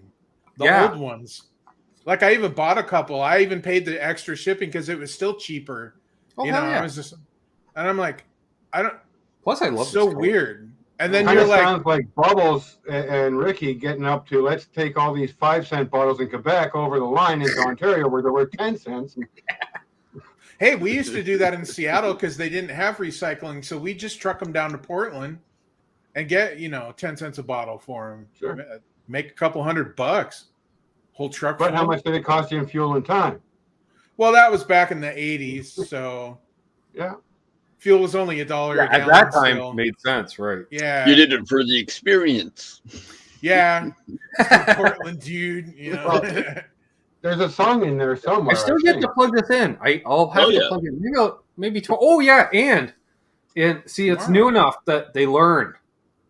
They got the memo, so. They got rid of that 1/8-inch stupid mini jack. I hate those. Although I do have one now for the stereo phaser. That came in. See, the problem is, Scott, I went in to pick this up. Right. But this was there at the same time. That was there. So I've got a couple more. What do you got? I've got, well, let's see. Well, you probably don't. You don't want the classic fuzz, I don't think, because you don't like fuzz pedals. No, once I have 20 Dodds, then yes. You know what I mean? Like I would get the classic fuzz as my 21st Dodd, but not as my. I've got an Overdrive Plus. Do I have one of them? Nope. It's yellow. Yeah, I don't have one of them. And how many pedals have they made in total? A lot. As a company. I don't know, because they have it says FX 96 on that one. They may have 96. Well, including several variants of those numbers. Just a second. Know. Let me grab a couple of these. They did a lot, though, because they did like 50 different overdrives. Yeah, they put out a whack of stuff back in the day. Yeah. And that's the thing. Like, they're so funny because they're hit and miss, and some of them sound like absolute abominations of tone. And I was like, I want that in my life. For whatever reason. I don't know. I'll figure out a riff based on that shitty sound. I don't know. They just have a special place in my heart. Because they have these too. They had this series. Oh, yeah. Which are the ones that I like. And they run on 18 volts. I even have the battery door. So you what? 2 batteries in it? Yeah, 2 batteries, and they came with a special 20-volt power supply. Oh, Christ. Yeah, because the batteries probably last, 18 minutes? No, they last longer than that. Yeah. No. And then this is the series after that. Ooh. Okay. But this is more. You wouldn't want this because it's a fuzz, but no, but it looks cool. Thank you, Dan. And then before that, Basement Guitar Superstar, another YouTuber that's doing his own thing, interviewing artists, spotlighting them, if you will.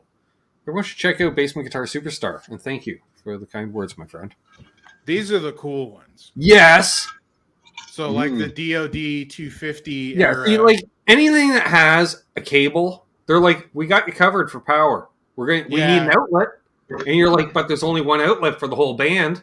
They're like, well, can the whole band run through one? I'm looking at that. So you can have a flanger? It's old and it's big. It looks cool. It looks cool, but it's not pedal board friendly. No, no, but it's studio board friendly. Yes, it is. That's why I like those particular ones, because it's like that's for recording. I mean, I had an Ibanez EQ about that size for with it, and I ended up selling it for whatever in the night. But I thought it was so cool because it was so freaking big and it had its own power. I was like, that's cool. It's the only time I ever used an EQ. I already sold you a flanger, right?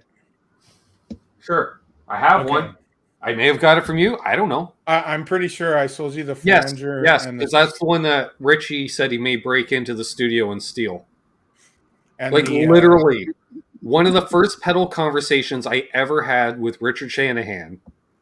He's like, the Dodd stereo flanger, because he had one when he first started playing. And he's always like, oh, I so regret that's the one that got away. And so... It's a fantastic flanger. He wasn't aware of the year of the Dodd, you see. And so once we worked out our deal and it arrived, I just simply sent a photo of the two pedals. And I said, this came in the mail today. And he's like, I love you. I'm breaking into your studio. He's like, I need that in my life. I'm like, I bet you do. I said, talk to me next year. It might be available, but not this year. This is the year of the Dodd. He says, indeed it is. How many do you have? Like, at that time, 4. Four. And I was like, do you still have that envelope filter I sold you? He's like, no. I wish I sold that. It's the worst envelope filter ever. I was like, I know. They are. They're so bad. Green one. Yeah. Yeah. You have to get the old one in the DoD 250 style. I don't know what it is about that DoD Octave, though. It tracks enough that it works as a blend underneath. And that was not perfect. And that was the thing. You run it, what? Because it's a straight, a tone, and the octave down. I ran the octave down like 10-30%, 2/3 volume of my straight tone. I did that for years playing metal, and everyone's like, how are you getting such a thick tone? And it was literally just like going from a 12-inch to a 15-inch speaker. It was that kind of a thing. It was just like adding a little resonance. It was just, just run it into your rainbow machine and for fun. Yeah, 15 is a wee bit different. Yeah. Plug that into your rainbow machine. Has a DoD envelope filter here. Not my favorite, but it has its own thing. Exactly. Tinkerbell. The DoD envelope filter, the one that's in that series that you have, it's too sensitive. It's either closed or wide open. Really, yeah. And yeah. See you, Bozique. Thank you. See you, Doug. The optical ones are better. They sound well, and that was I remember I could only use it with my Strat. You could not use it with a humbucker. But then again, why would you? Yeah, it'd be slammed wide open all the time, even with the control all the way down. Yeah, I fixed one. If you had one of those envelope filters and you hit it with, I don't know, my Wolfgang, with super high output pickup, you'd be like, is it on? I can't tell. Is it on? Is it on? Yeah. Oh, dude, that Wolfgang really sounds good. I've been noticing when you've been playing that, I'm like, man, that guitar just sounds good. That and the Music Man too. Yeah, the Music Man. Oh, that's such a killer sounding guitar. Yeah, it's really agreeable with Lawrence's pedals. I noticed. Yeah, but it's almost like he uses Ibanez's with DiMarzio pickups when designing his pedals. I am not knowing. I'm sure. No, and I saw what our buddy has down there, and I'm hoping I'm hoping that's what I think it is, because I've been waiting for it. Sorry, what was that again? What Unfucking Believable was not showing. I'm hoping that's what I think it is because I've been waiting for it, and Lawrence You know told me what? to wait for it. Just because I have no idea. I legit have no idea, but I'm thinking it's a vibe. Oh, is it a vibe? Okay. I think. Because he dropped that I should wait for the 74 Deluxe, and I've been waiting for that. Can I say that'll be out next year? I don't know if I can. He told me this summer, and I was like, oh, man, I really want that. Well, maybe. I know it's on the charts. That much I will confirm. It's on the charts, because I think Lawrence has said that publicly. If not, I did. But he said that to me here. There is, yeah, and I'm curious on that because I had an original 74 and it was one channel. Like, I understand, the 87 and 87 Deluxe because the 87 has two channels. Right. That made sense. Same as like when he went from the Dutchman to the Dutch when he added the extra actual button as opposed to a toggle. Mm-hmm. I'm like, I don't care. I never use that thing anyways. Although I probably would because I started messing around with that other circuit a bit and it was fun. Because it's like he's like, it's a dime plexi. I'm like, isn't that the option on half these pedals? And it's all sweet. So I'm like, I don't know. Although it does allow you to just set up multiple different Marshall settings in a chain, I guess. Right. I really want that because that Bassman. I'm gonna save up and buy a power station so that I can crank that thing without ripping. But I would think that thing has got to be an amazing pedal platform when you're not touching it, right? Yeah. Well, it was my first amp, and I know, like, if you crank them up, they do have that sound. I mean, they do have that thing. Yeah. It's kind of like between a 5150 and a Marshall. It's a little darker, but it's got that 6L6, and when you push those 6L6s, oh, they sound so good. Yeah. But you got to keep that bass control down. I like them. Yeah, you got to lean on them. Yeah, you got to keep that bass control down, or they're just, but if you do, they love tellies. They love tellies. Well, see, I want to use it. They tame a telly a bit. You know what I mean? Yeah. You can really dig in and make your telly sound like a Les Paul. Like how do you make a Telecast sound like play through a basement? Yeah. Or a concert or one of those, like the Fender, like their single 15 combo amp. Put a telly through that. It'd be amazing. Isn't that the case with every amplifier? I mean, did anybody else see Marty 5150's video today when he took his BE 100 out to the deck with a 412 cab and took a Marshall MG 100 solid state and dimed him? Had a friend half a mile away. See how loud it is. And the BE came on life, and it was beautiful, brilliant. And then it just stopped like that. No pop, no fuzz, no tick, no nothing. It just off. So that was the end of that little run. And then they plugged into that MG 100 Marshall. That's a $600 brand new solid state head, and dimed it, and it was louder than the Friedman at half a mile away. And it sounded great. Just cranked. Usually the other way around. I can believe that. I mainly play through little 30-watt Blackstar ID TVP 30 modeling amp. Holy freaking loud. Unbelievably loud. I cannot believe it. It keeps up with the 412, no problem. The precious tone that we're all looking for lies within the volume. It's in the volume. It's pushing the limits of what you got and just fiddling with the knobs. So you find. For those who don't know, Tom. All right, cool, Tom. No need for a reply, but Tom picked this up. I'm waiting for you. Beautiful amplifier. The Nensgall EF, which apparently the EF stands for Evil Fender, and that started life as a Bassman, and that was modified by either James or Jake at Rock and Roll Amps. Which anybody that watched Dave over the last few years. He's always been working with rock and roll amps for ever and a day. And that's something that they built years ago together for fun, because apparently that's what they do, hang out and build amps together. Who knew? Cool. Absolutely amazing that Tom computer fan, don't be making all the noise. So Tom bought that, and so he now has that. And how's it sound? That's what I want to hear it. I don't know if he actually has it in possession. Last I heard, it was at a Guitar Center in Delaware because he had it shipped down. He was going to pick it up a couple days ago. Or was that last night? I don't know. That was last night. He was going to go pick it up. Well, there you go. I got too much sun last night, so I didn't get a chance to tune into Fruitcake Tony because I pretty much went to bed after Steve from Boston's show. What's up, Terry? I was on it.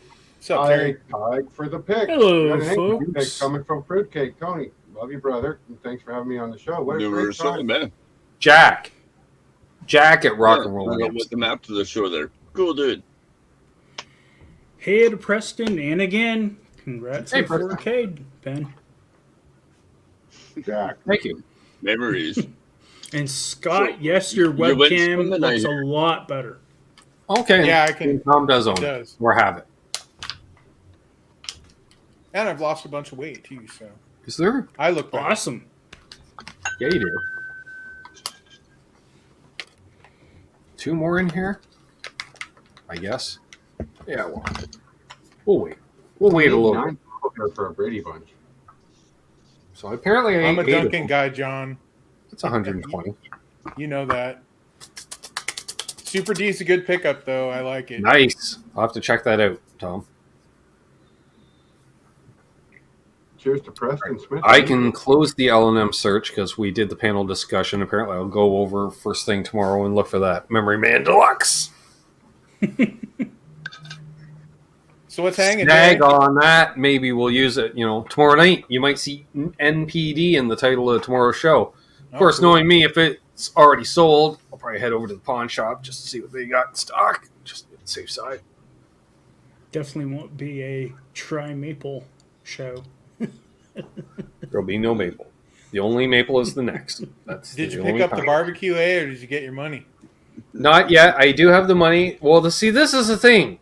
I have the money for the barbecue, Scott. However, there's a Memory Man Deluxe used over, a mile. No. So, and a fella's been looking for a delay that has the stereo in and the stereo out and stuff, and it has that apparently. And It does. Aaron from Elvis Band just keeps telling me, "Okay, get yourself a deluxe memory. Just get it." And I'm like, "Yeah." Yep. And see, he's right. And yeah. Man, I had to turn away stuff because I was like, I want that cabinet. I want that cabinet. I want that cabinet. Well, yeah, it's even worse. They got that bloody 12-string Gretsch just sitting on a fucking stand on top of the pedal display because they know. Yeah. I said, whose idea was that? All your other Gretches are over there in the back corner of the store. Why? Because why? Because I've never bought a guitar in this place, and you know that. Every time I try to save my money. knees hurt. See, yeah, and Michael Krause, it sounds like, yeah, that's true, Like 3 of my bucket list pedals came up on eBay while I was saving up for that cabinet. Oh, Scott, you're into speakers, aren't you? Yeah. Right, I love that G12 that I bought. What's that? Ooh, creamback. It's blurry though. I can't see it. There we go. Celestin. Which model? Those are it's a early roll-up. 70s graybacks. Oh boy. Man, a friend of mine had a pair of blackbacks and he didn't sell them to me. I'm so angry at him. I'm not going to tell you, Ben Tom picked them up last week too, or this week too. Yeah, and probably for nothing. Because Tom's got all the hookups. Oh, he's scouring all the ads. He sees Marshall JCM 800 cab for sale, and he's like, "Does a fella just want to sell the speakers?" And he says, "A fella might." He's got 8 blackbacks. Yeah, see, and he's probably got some basket weave cabinets to put them in too. Well, I think that's what. Yeah, because he's trying to do two complete 71 stacks or something to that effect. Tom. Wow. You know what? Jelly. God love them. God love them. I get it. I'm so jelly. Now, let's be honest. Yes, beyond two I don't want to move stacks, them, though. Beyond 2 full stacks, you're hoarding. Yeah. Although you might want to have one set of 4, let's say a spares, because you do have 4 cabs on the go. You might. Okay, so Tom's allowed to have 20 vintage Celestians before we get super jealous. We'll give him 20. Beyond 20, Tom, now you're starting to hoard a little. Now, it's going to be Bent Joe Bonamassa Tom. No, it's going to be Bent Tom Siegeborn. With his 5 plexi heads and 50 Celestian speakers and 20 cabinets. On this next episode of Hoarders, we visit Bent Tom, who has a weird, strange affinity for collecting 12-inch guitar speakers. Well, yeah. And use tissue. Yeah. There's some old stuff I still wish I had. My old Ampeg, my old Super Twin. Ooh, Super Twin was killer. I miss my 800. I regret getting rid of my 63 Fender 212 cab in blonde with the original Jensens in it. Yeah. Let that go for a couple $100. 82 vertical jack, 800. That's the one that I should have never sold.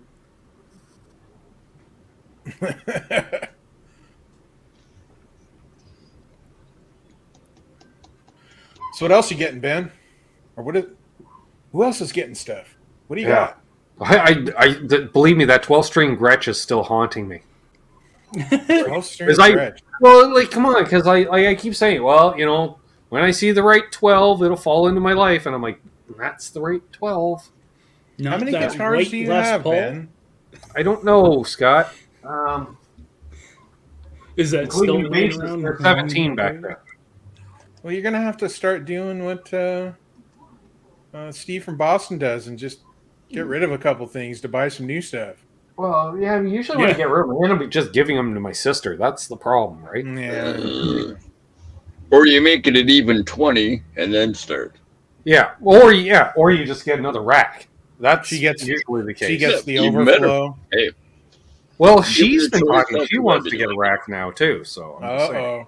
How's she doing? I haven't seen her play. Doing well. That's good. Let's see, because if we see, they continue. Yeah. They continue.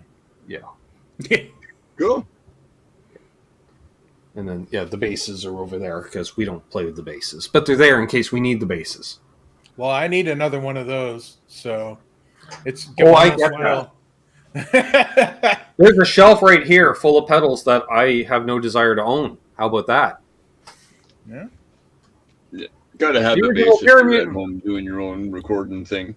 Those are the ones that I want to keep. I sold a bunch on eBay last month. So nice. Yeah. That's how I got the cabinet. I still have one. Do you realize or do a 4,000 sub guitar giveaway? Ooh.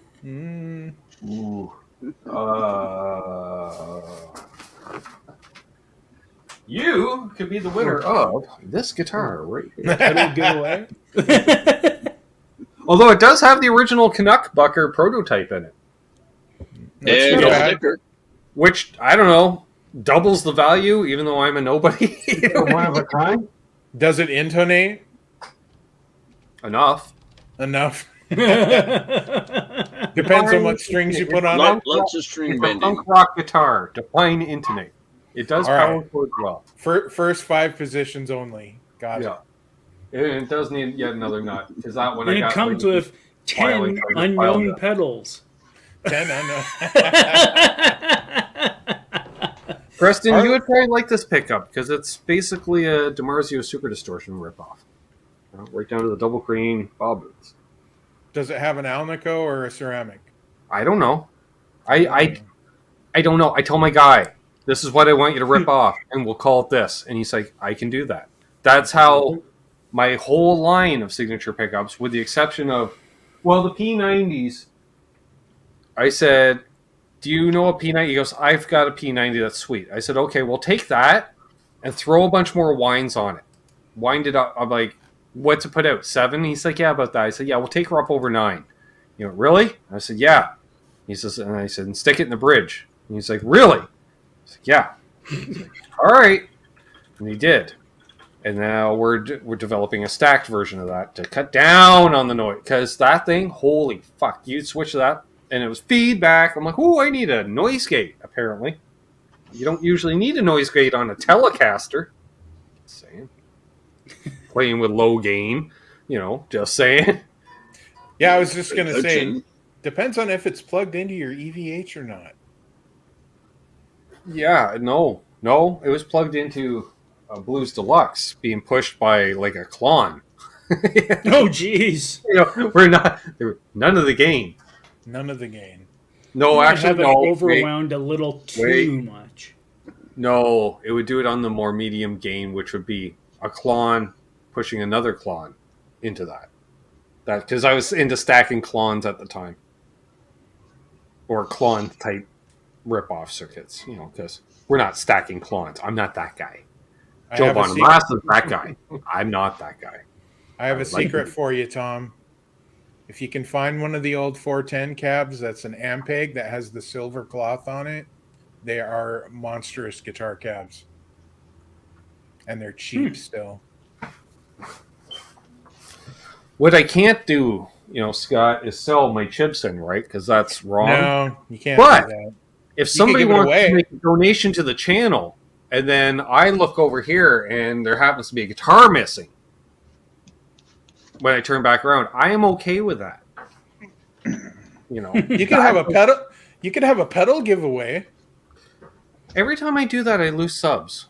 Really? And the person that wins the pedal usually doesn't stick around. That sucks. That's why I stopped doing giveaways years ago. I was like, all my winners usually, for the most part, leave. Except for Preston Smith. He won a hat. I wouldn't leave.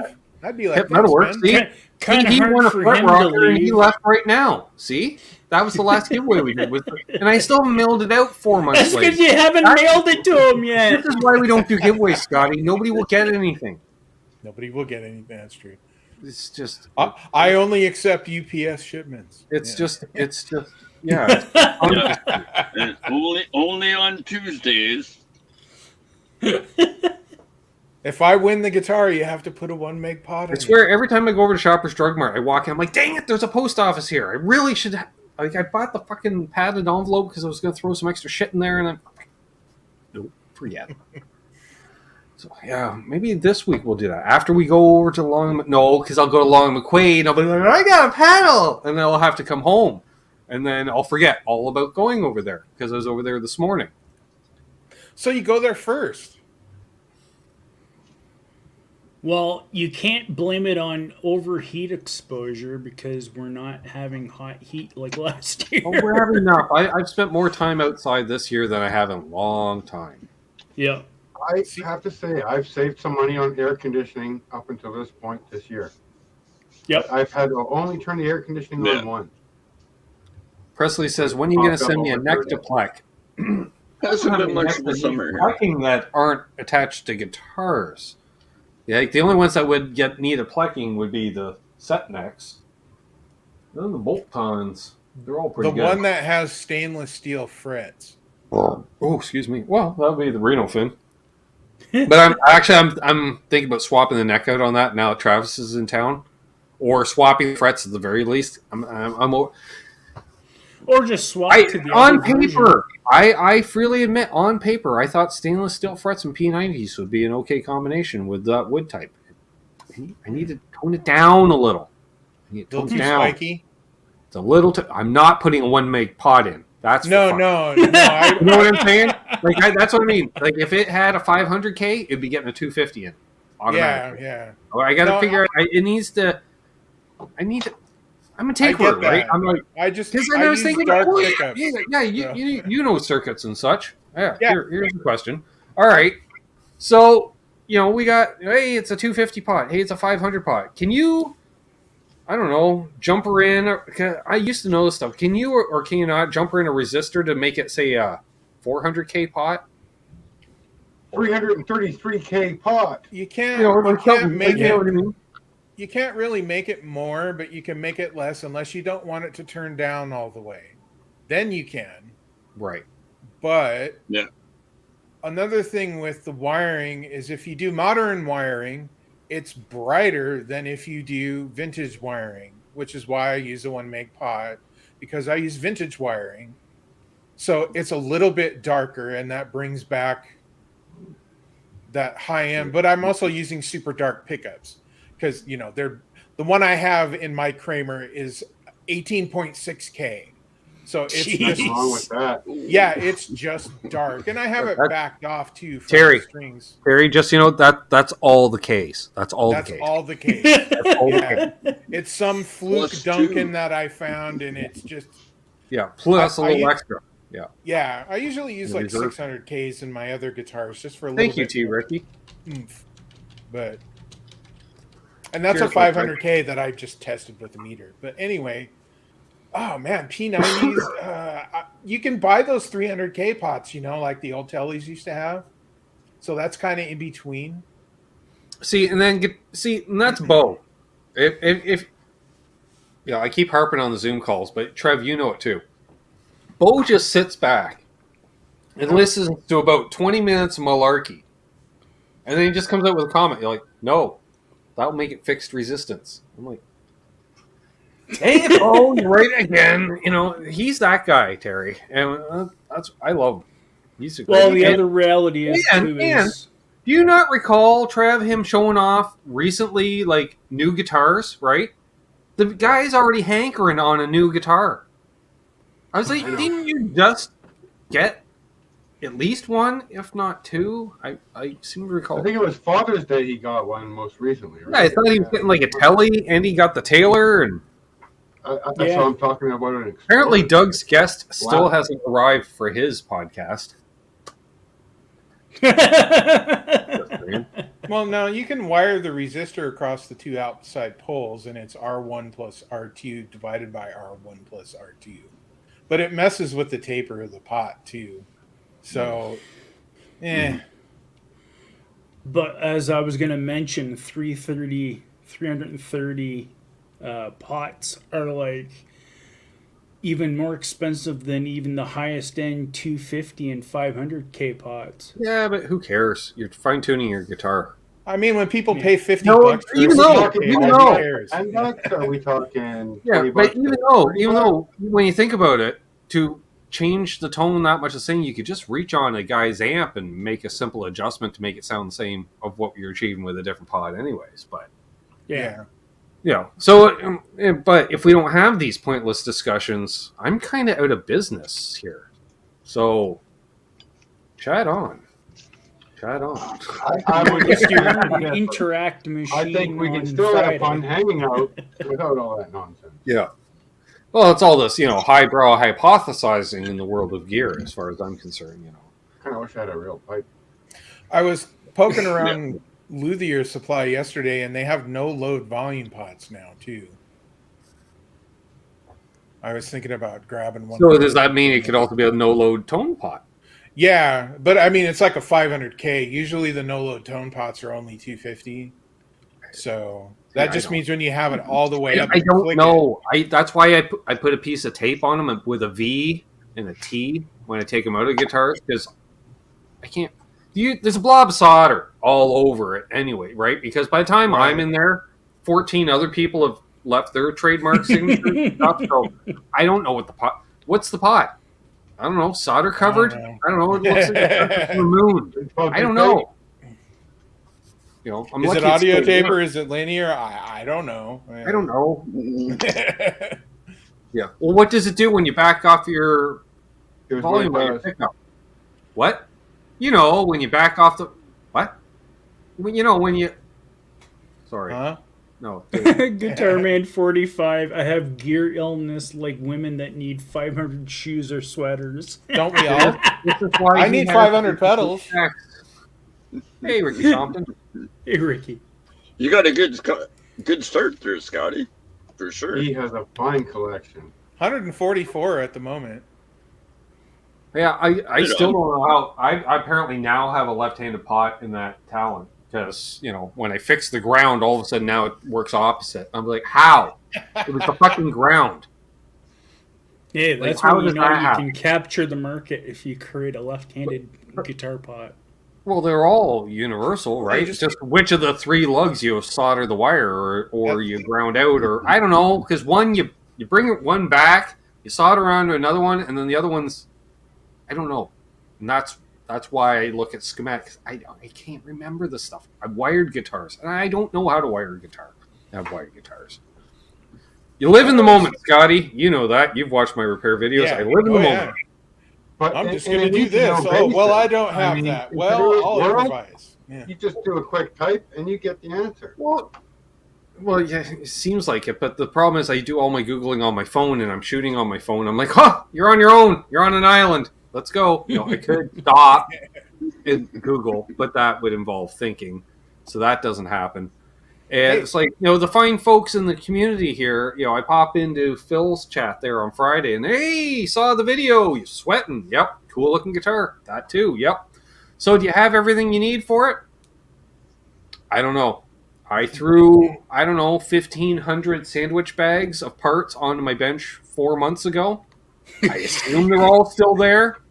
I don't know. They're probably under a pile of other stuff that's accumulated since then. I assume they're in that. It's sort of like archaeology. I'll just dig through the layers. Oh, that was March. Okay, yeah.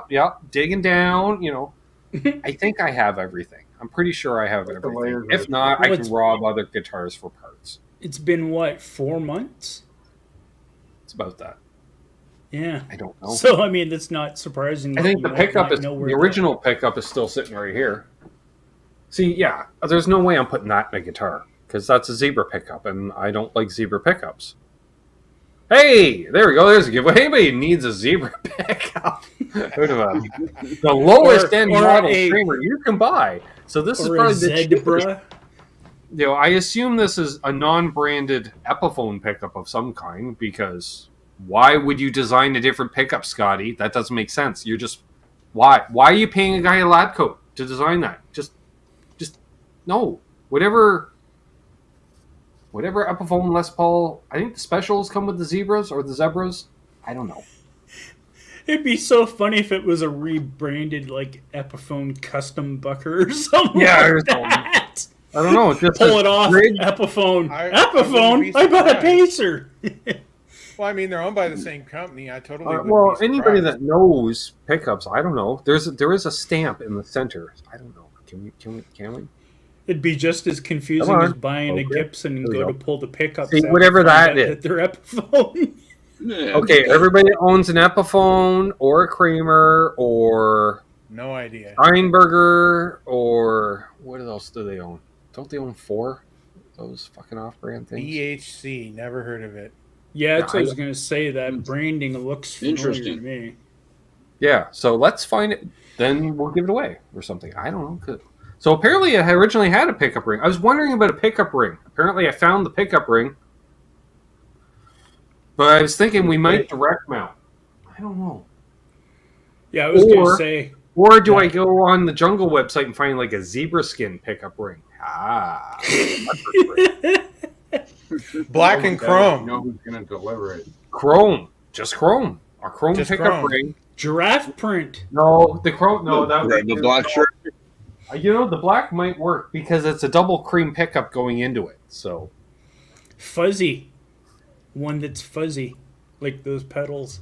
Well, that's easy enough. You just use a bunch of steel wool. Flocking, yeah, flocking. Be amazing. Covered in felt. Yeah. Felt. Oh my god. Hey Ben, what trim are you gonna put in it? I don't know why, but the original one, at least for now. Are you going to try the offset spring thing where you tighten up the bass side more to see if that actually works? No. I'm just going to put 3 springs in straight. I don't even do a diagonal spring. I don't believe in that malarkey. Well, not diagonal spring, but... And I can say malarkey because Adam Reefer is not in the chat. I let him... He does that on guitars and he knows all that stuff, but I don't agree. I'm with Dave from Dave's World of Fun Stuff. He lives that way. Physics. If one spring is doing more work, the other 2 are doing less. It's a weird balance thing. Yep. And I like to keep it even. Because I don't use the wiggle stick anyways. It's going to be just down. So, when do I ever use a wiggle stick? When have I don't. You don't even use the wiggle stick on your. No, I even bought a B bender that I don't even install on a guitar. So, I was just gonna say that. Yeah, you haven't put that on yet. Well, I'm waiting for Travis to set up because this is going to be a. I need a little help here. Maybe we install it on the Purple Rain guitar. Uh-huh. That's what I was just gonna say. Are you waiting for it to put it on that one or the original? Well, actually, no. It really should be a top loader telly. I think it'll work better with a top loader bridge because then I could just feed the string right through. Yeah. Otherwise, you got to mod. They're like, hey, oh yeah, hey, no modification. Yeah, except you got to grind down the back of your thing, and then also you got to run the strings through like straws. They supply these little straws for the string condoms, I guess, to keep from the binding. I guess. So I'm like, that's going to slice through over time because I am not going to smooth that edge out at all. I think they're Teflon. It could be. I don't know. I'm like, what are these string condoms? I don't know. It's alright. I just seen the craziest thing earlier. It's a Tom Anderson special telly that somebody actually pulled the bridge pickup out of, put a little 59 dual rail single coil into it.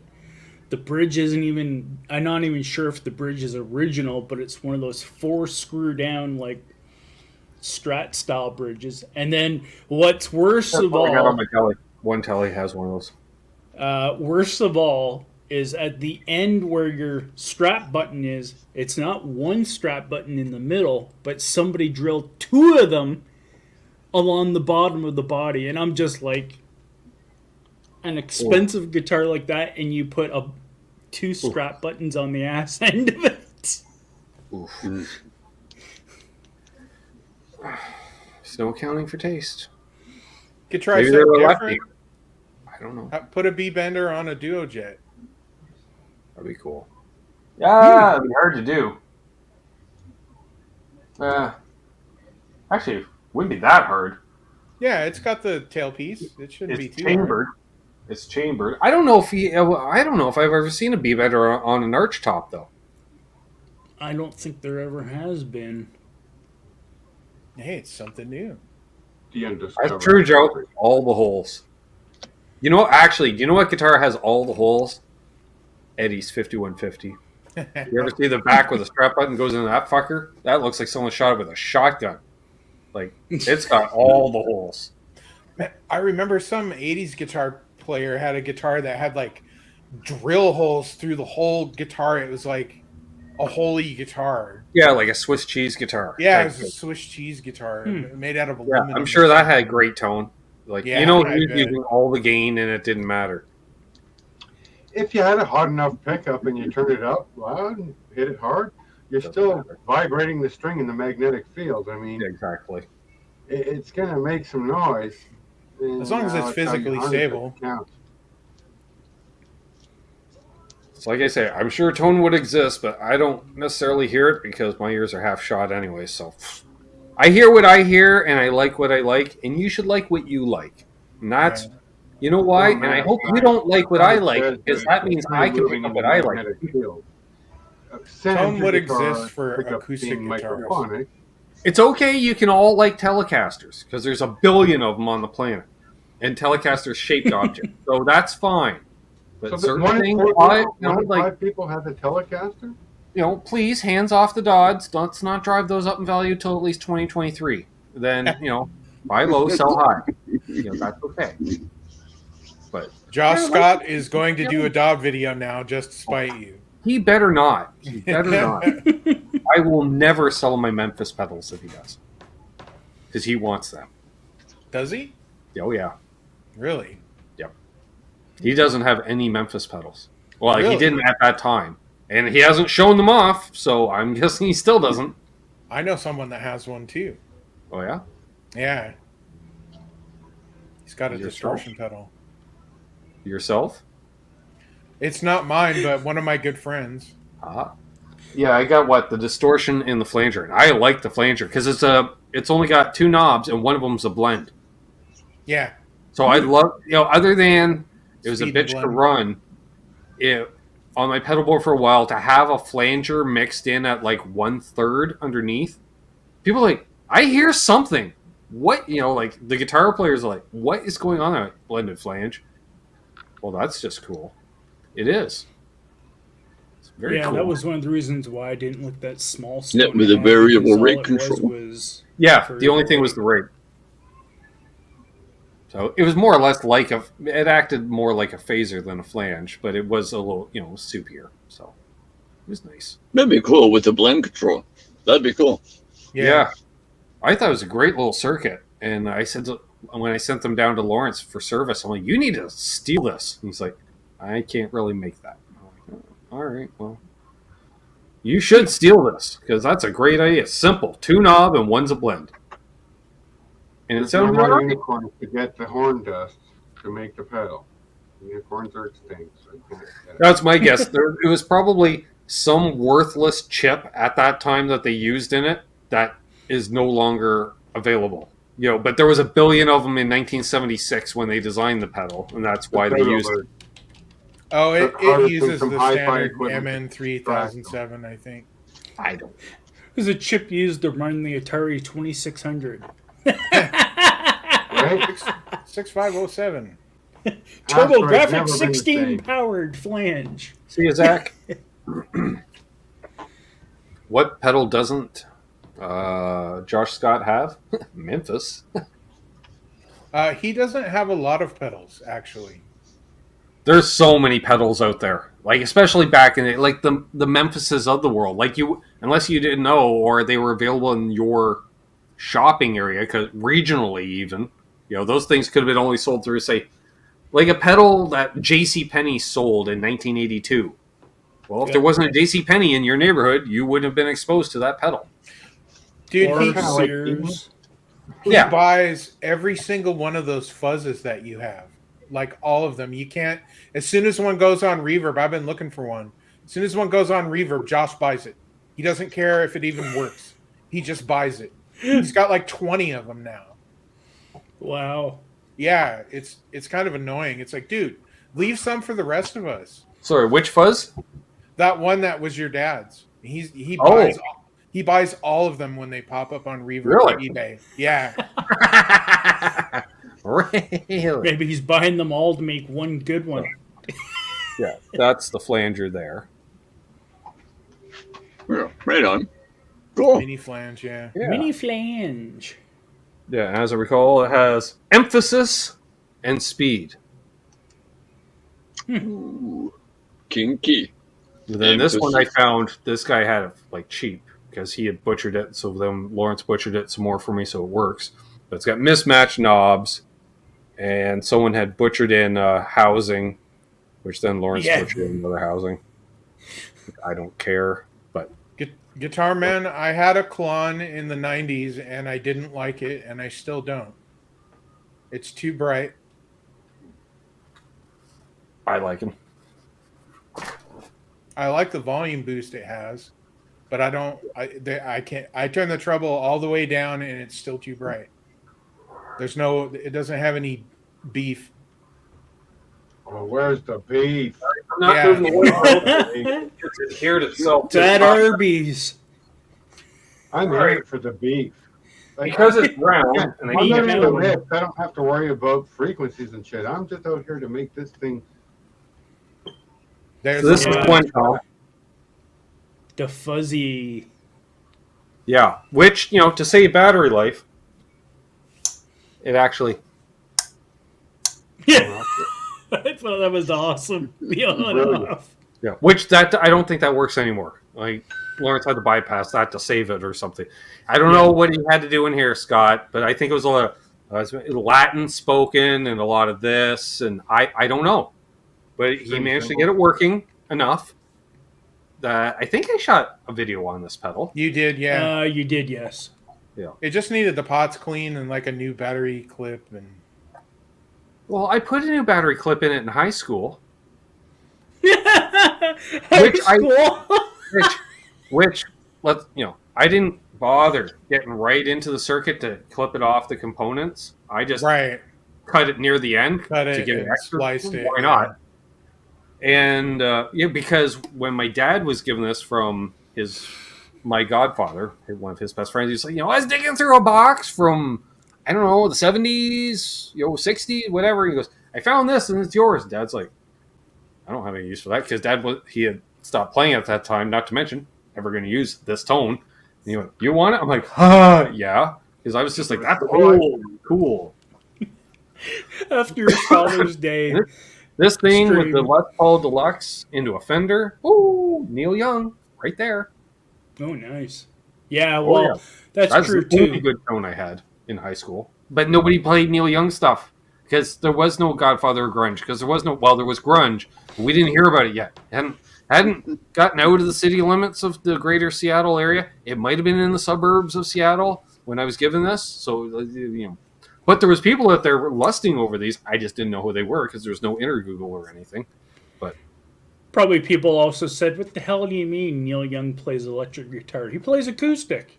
Fun Canadian fact, folks. Sold through Eaton stores. Wow. So probably available in Eaton's catalog. Who knew? There's a Sears version too. Yes. Yeah. Try finding information on that thing.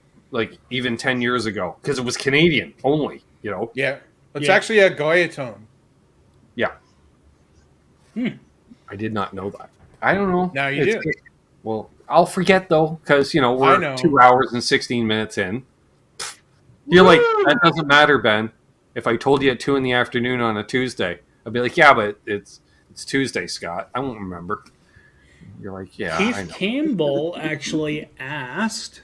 Oh, a question? Okay, boys, go around and name your favorite pedal of all time. Oh, jeez. You guys go first. I have to think about it. I don't know. Okay, I thought about it. Script Phase 90, definitely. Me, unfortunately, I have to put it into a category. It would be fuzz, and if not fuzz, wah. Yeah, but specific pedal? Specific pedal? Oh, God. That's like, I like phasers. No, you can't. No. You gotta be specific. Dang it. It would be, that is hard for me because you know what?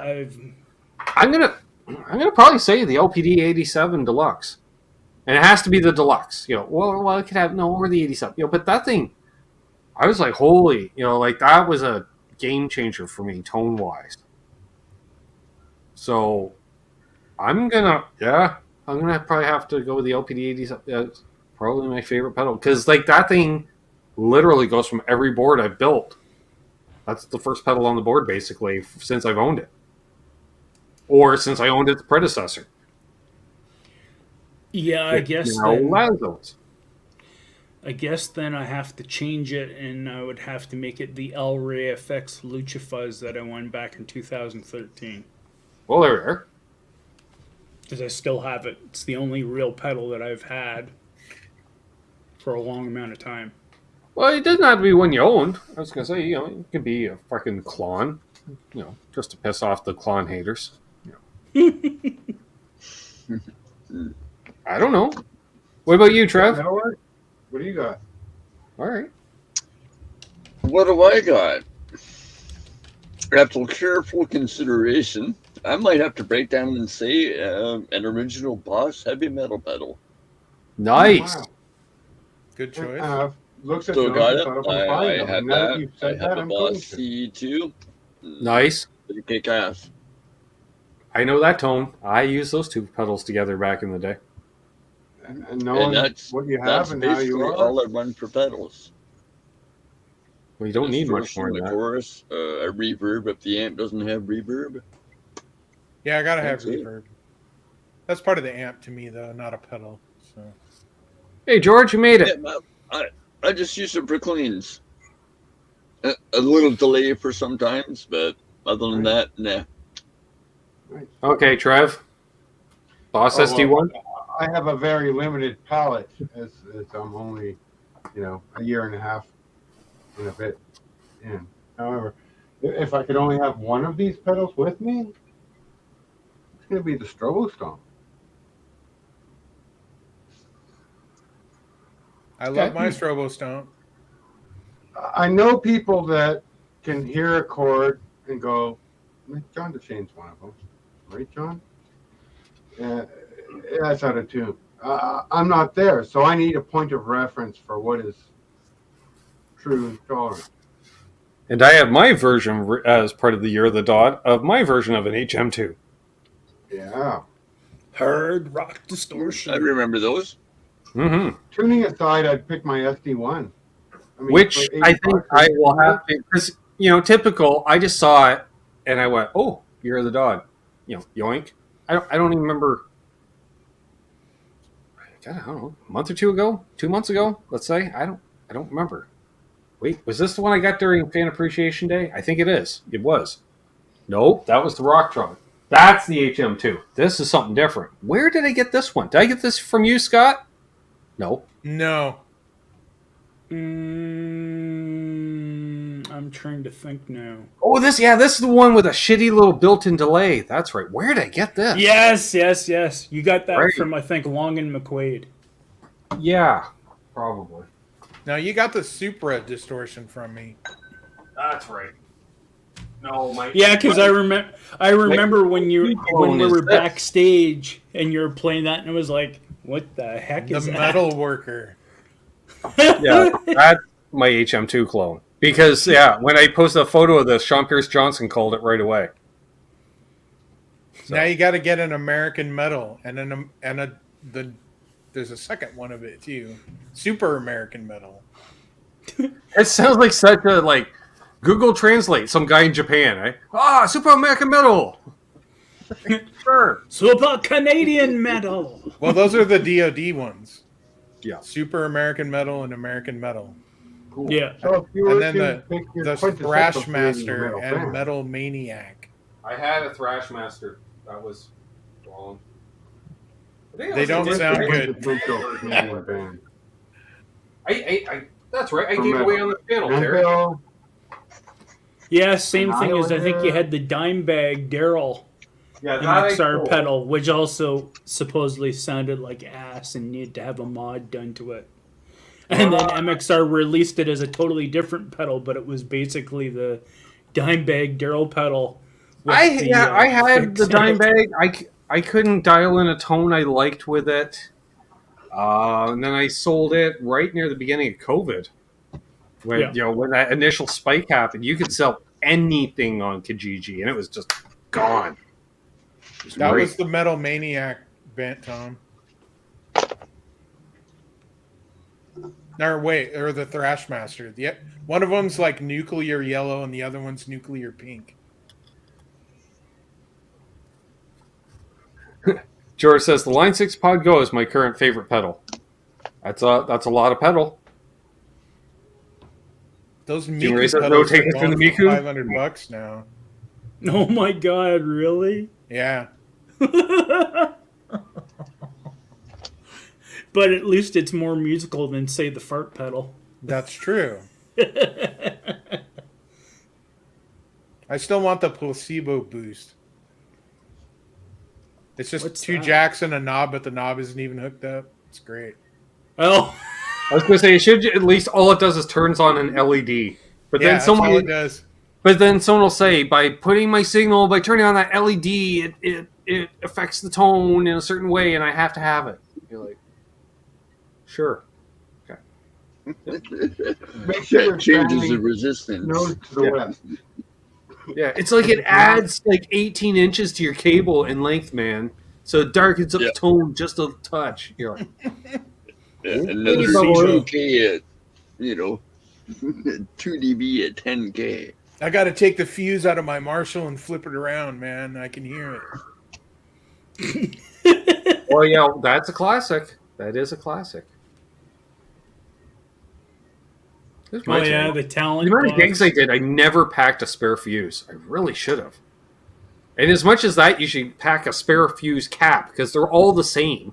Yep. And that's what you lose. Because you're like, why isn't my amp working? And you see that fucking hole. You're like, something's supposed to be there. And they're like, yeah, that's where your fuse is supposed to be, Bubbaloo. Dang it. Hey, Michael Cross. Another BC resident. Makes sense as the night goes on. Shifting to the West Coast. Right. From Sook. Cheers from Sydney, dude. Right. Alesis, worst reverbs ever. I have Alesis Quadriverb, like everybody else that you can't sell. That you can't sell, yeah. Yeah, who doesn't have a Alesis Quadriverb rack gear? If anybody has one piece of rack gear, it's that. I don't. I don't even know. I I don't. think I got it for, like, I traded it for a pedal I had $30 into. That's fair. You know, As long as you didn't like the pedal. Yeah, they go for like $60, $80. Well, I wanted just because it did have a detune setting and I wanted to try it out, but then I was having some phasing issues and I just, fuck it. I went back full analog. I'm like, this is why I don't go digital. Digital. Yeah. I don't like my digital processor, eh? Yeah. Don't need. I stay away from the digitals. Not enough bacon. Yeah. It's a jelly. Yeah. It's like, why don't you run a noise gate? Because I like 60 cycle hum. Clearly, it's a prominent feature of your tone. Actually, in a tube amp, it is. If you do like a tritone bend, you can hear the beat tones. It goes down. It's kind of a neat thing that only tube amps do. Yeah. Plus, you can't gate a telly into a Fender. There's something magical about that. It's just because it does affect your tone. I used it to my advantage when I ran a noise gate because I find it compresses your tone a bit. Guess what? I'm playing metal. You can compress that shit. You know, compressors are good for both ends of the spectrum. Check picking in your metal. You don't really need them in the middle. Yep. Well, funk. Gotta have the funk with a Strat though, not a telly. Yeah, that's the only time you use the middle pickup in a Strat is for funk. Is for funk. Funking Eric Clapton. That's it. That's it. Nothing else. It's 70s Eric Clapton. Yeah. He's like, oh, that one works nice. Yeah, because you've never used it in 10 years. It's just been sitting there waiting. Michael Gross's question to me.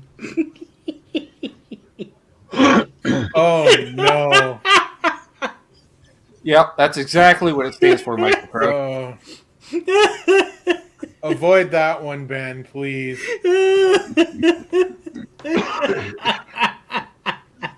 So bad. Actually, it stands for gear, because that's just random. Guacamole. And Google for some reason, because I think he works for Google. Gear, guacamole, and Google. Oh my god. I need a bag of chips for I'm that. liking girls, gas, and grass. I think that works better. Yeah, that. I think we got the license plate girl as one of the emojis for the members. I think. I never got around guitar to gadget. or maybe I got rid of it because nobody was using it. I don't know. Well, now Terry's got to tell us. Again, first part of the G, or the first G, is guitar and bass related. Second one is gaming related in regards to PC hardware, gaming online, and so forth. And of course, the last G is, of course, general interest in regards to talking about social issues, cooking, beer, you name it. Hell, grass. Cool. And now that you mentioned that, I remember that. But Terry has never appeared on this channel under the influence of an edible in his life, or that's a shame. Kind of mind-altering beverage, ever, never. I don't remember ever seeing Terry drink. And also, fun fact for you people that like to peruse the libraries on the YouTube, there is an episode of, I believe it was still titled Nez Says at the time, where 3 people are on screen the entire show. Okay? All 3 of us were well under the influence of a certain substance. Now, one of us may have been playing a glass saxophone before going on air, and the other 2 may have been eating, a considerable amount of edibles. I'm not going to tell you which episode it was. Good luck figuring it out. Because he pulled it off masterfully, but my friend Dave was high as fuck. He was just like, so I forget what it was. Let's say he hurt his back or something, right? So his friend that does edibles gave him some. So I ate like 1 yesterday and I felt okay. So I ate like 3 of them a couple hours ago, and my mom was here. She's like, "Are you okay to do the show?" I couldn't tell her I was high. I'm like, this is gonna be awesome. I'm like, who do we have on? And he tells me, I'm like, oh fuck, this is gonna be doubly awesome because this is someone that's known in the world of stuff. And he got up, but of course it was somebody that Dave also knew, and he's like, hey, I'm high too. I'm like, sweet, let's go live. And that's not true, Ben. I did actually appear on this show once and had a drinkable. I was not throwing you under the bus, Terry. That's why I was using negatives. I was speaking. Never. Either way. Not Larry. I only drink coffee online. No, because Larry doesn't do stuff. Larry's sober, so. No, Larry's only thing is chocolate. Larry's only vice is chocolate. Yeah. I heard you quit drinking, Ben. I learned something new. Someone said you quit drinking. I haven't had a drink since last November. Oh, awesome, dude. I only drank on air. Other than, well, no, that's not true. I did have the one shot of Shine during Mike's tribute show on Nas Canucks because he passed away, and yeah, it was my connection for the moonshine. So in his honor, I did have a sip of the good stuff. So yeah, I found I was only drinking on the show, and with the price of booze, I was like, case of beer, I can buy a pedal for that. Yeah, pretty much, yeah. That's Hence true. more pedal. Same thing as smoking. A case of Labatt's. Same thing, a package of cigarettes. That's pretty much half of a pedal. Who smokes anymore besides Amanda? Damn near, actually, my sister quit smoking too. Expensive. Did she? Awesome. Nice. A couple weeks ago. Like, I'll say basically because I think she may have 1 or 2 cigarettes in a day. Oh. So she's at that point, and she got a vape, so she's been vaping. I can't do that. It's tough. It's tough. fucking Last time I tried to because quit, I lasted about 3 it or was 4 a gift. days, and okay, Oh yeah, it is tough. something's got to give. No, unbelievable. We do not need to be sending me EQ pedals. I can't anyway. The one I got was a gift, so can't give away those. Wait, it went in the box. There it is. Yeah, the one he sent me is back in the box. But Let's did a demo on this, and yes, I am planning on shooting a good 7 to 10 minute demo on a 6-band EQ. Okay, so a 6-minute demo on a 6-band EQ, and that's only because, and I wish I could find it. I've never been able to find it. Early days of gear demos, I watched I want to say 5.5 to 6 minute video demo, which was just a picture or just like a floor shot of the pedal, like Gearman Dude style, but it wasn't Gearman Dude. No talking, but with just like written over. I don't know what you call that, but teleprompt. Yeah, subtitles. Thank you. Of a Phase 90. And it's like literally 2 minutes is like, I really can't believe you're still watching this video. Like, seriously, I'm just turning a single knob. And so the commentary just got better. I'm like, this is the best demo ever. So I'm literally so moving on to the 4th slider.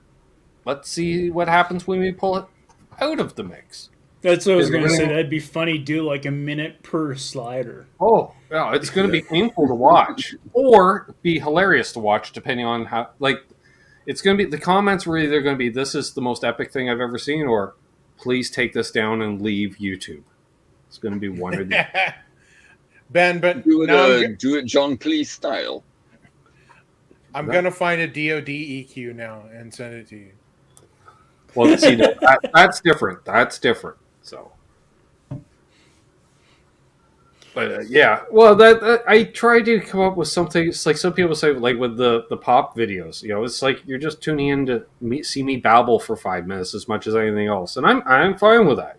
That's the idea, and that's why I tried to come up with something with the Unbrew. I had to come up with something on that. Hey, D Gamer, what's up, buddy? Hey, D Gamer. Yeah. I was gonna say that'd be funny. Actually, do an EQ pedal and say this is for jazz players, and we're going to explore the tones that a jazz player can get out of it. I don't even talk about jazz players in videos like that. No. You're right. Have you tried putting it in front of your overdrive? I was going to run it right at the front of my chain, I think. Yeah. I don't know why. It's because somebody told me to. Like, same reason. We were talking about compressors in the chat the other day, and was like, "Yo, you run them up front."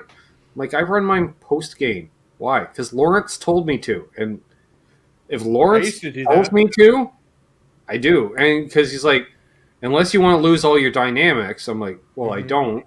He's like, you run it post. I'm like, well, that makes sense.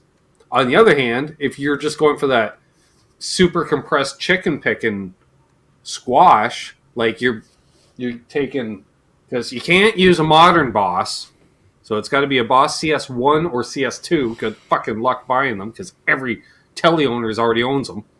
You need one of those, and apparently you just dime everything. I'm like, because that's a setting. It's a good place to start. Yeah, just like the HM2, you just dime everything.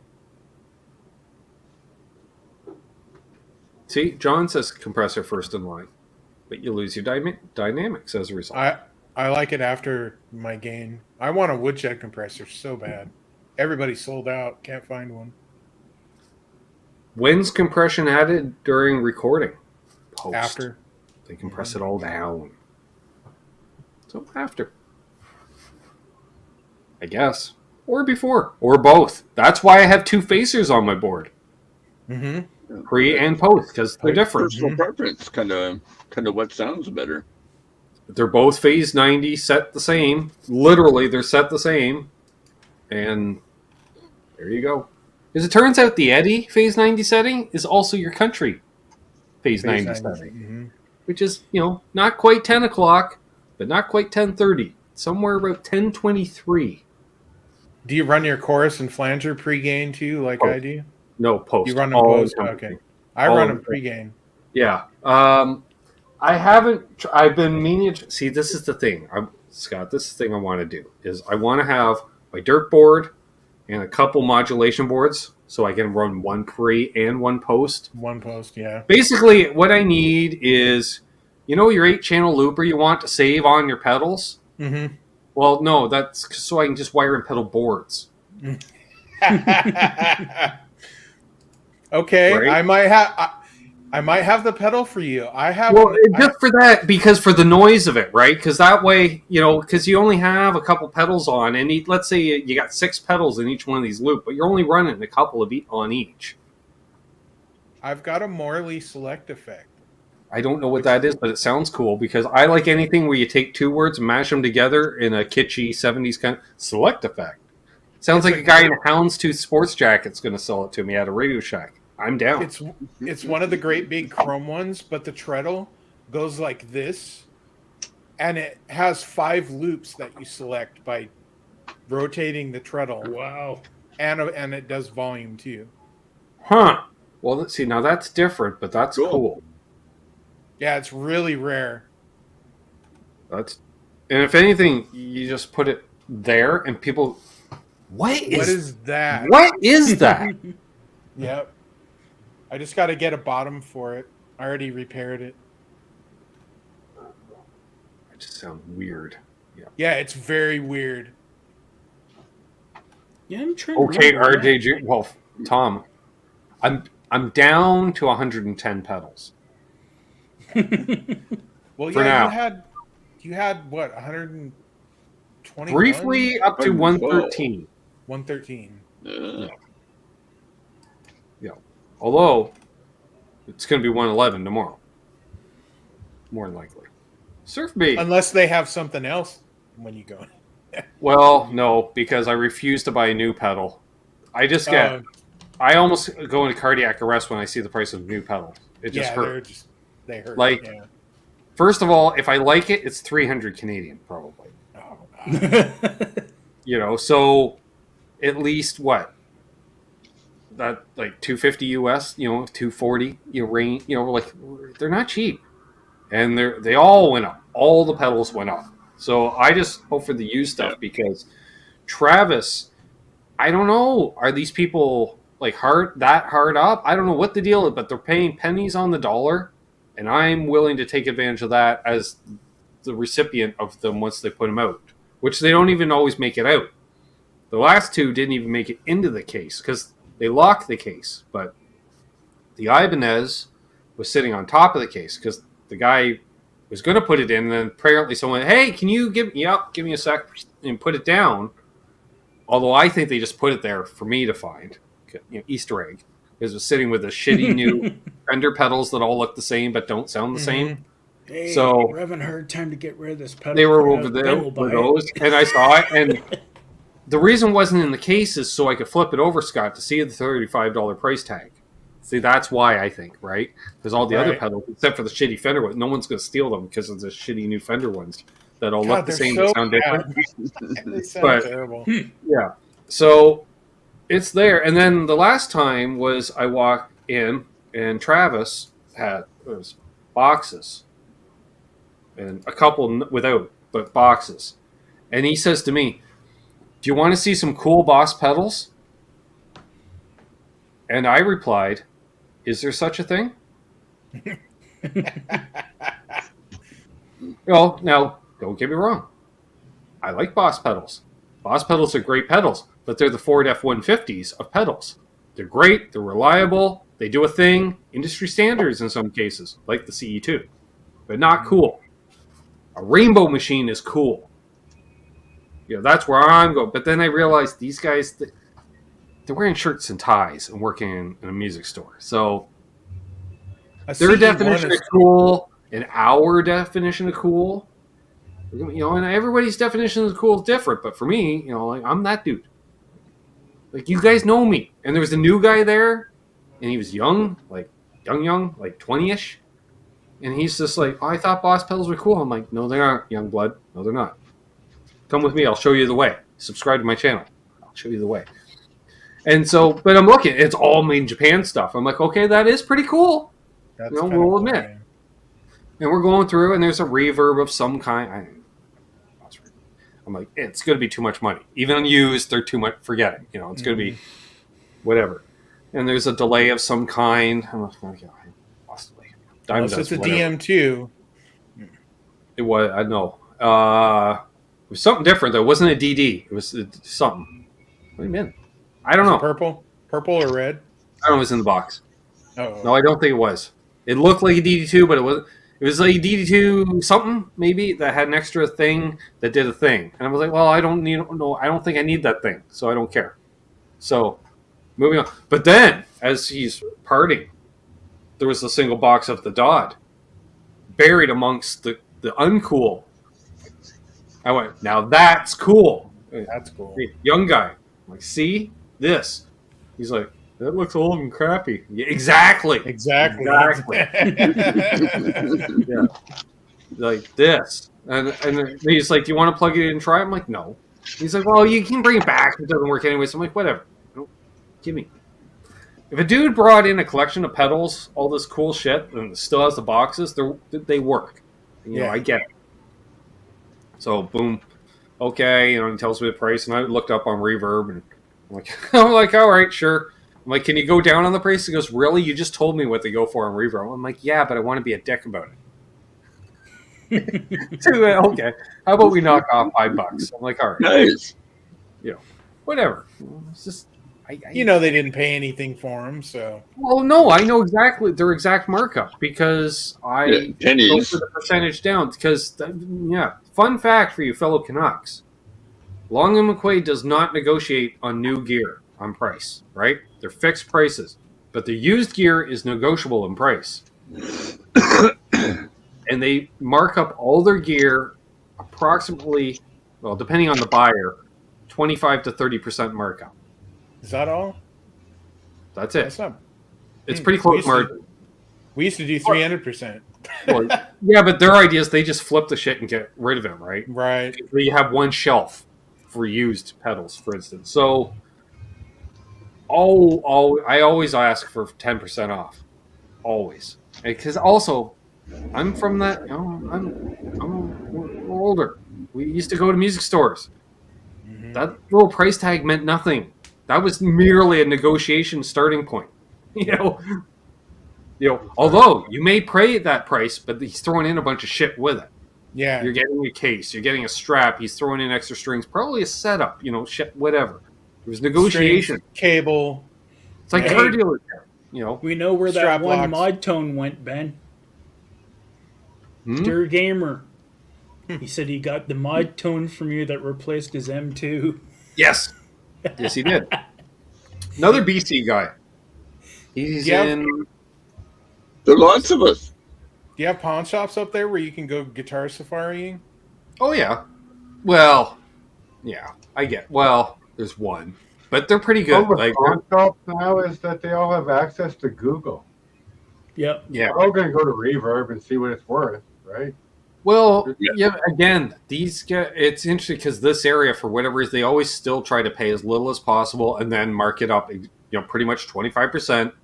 And then flip it because they're all about volume because their idea is, hey, every time you pop in here, it's all different stuff than the last time, right? Because it's nothing worse. You're like, it's the same 7 guitars that you've had here for 3 years.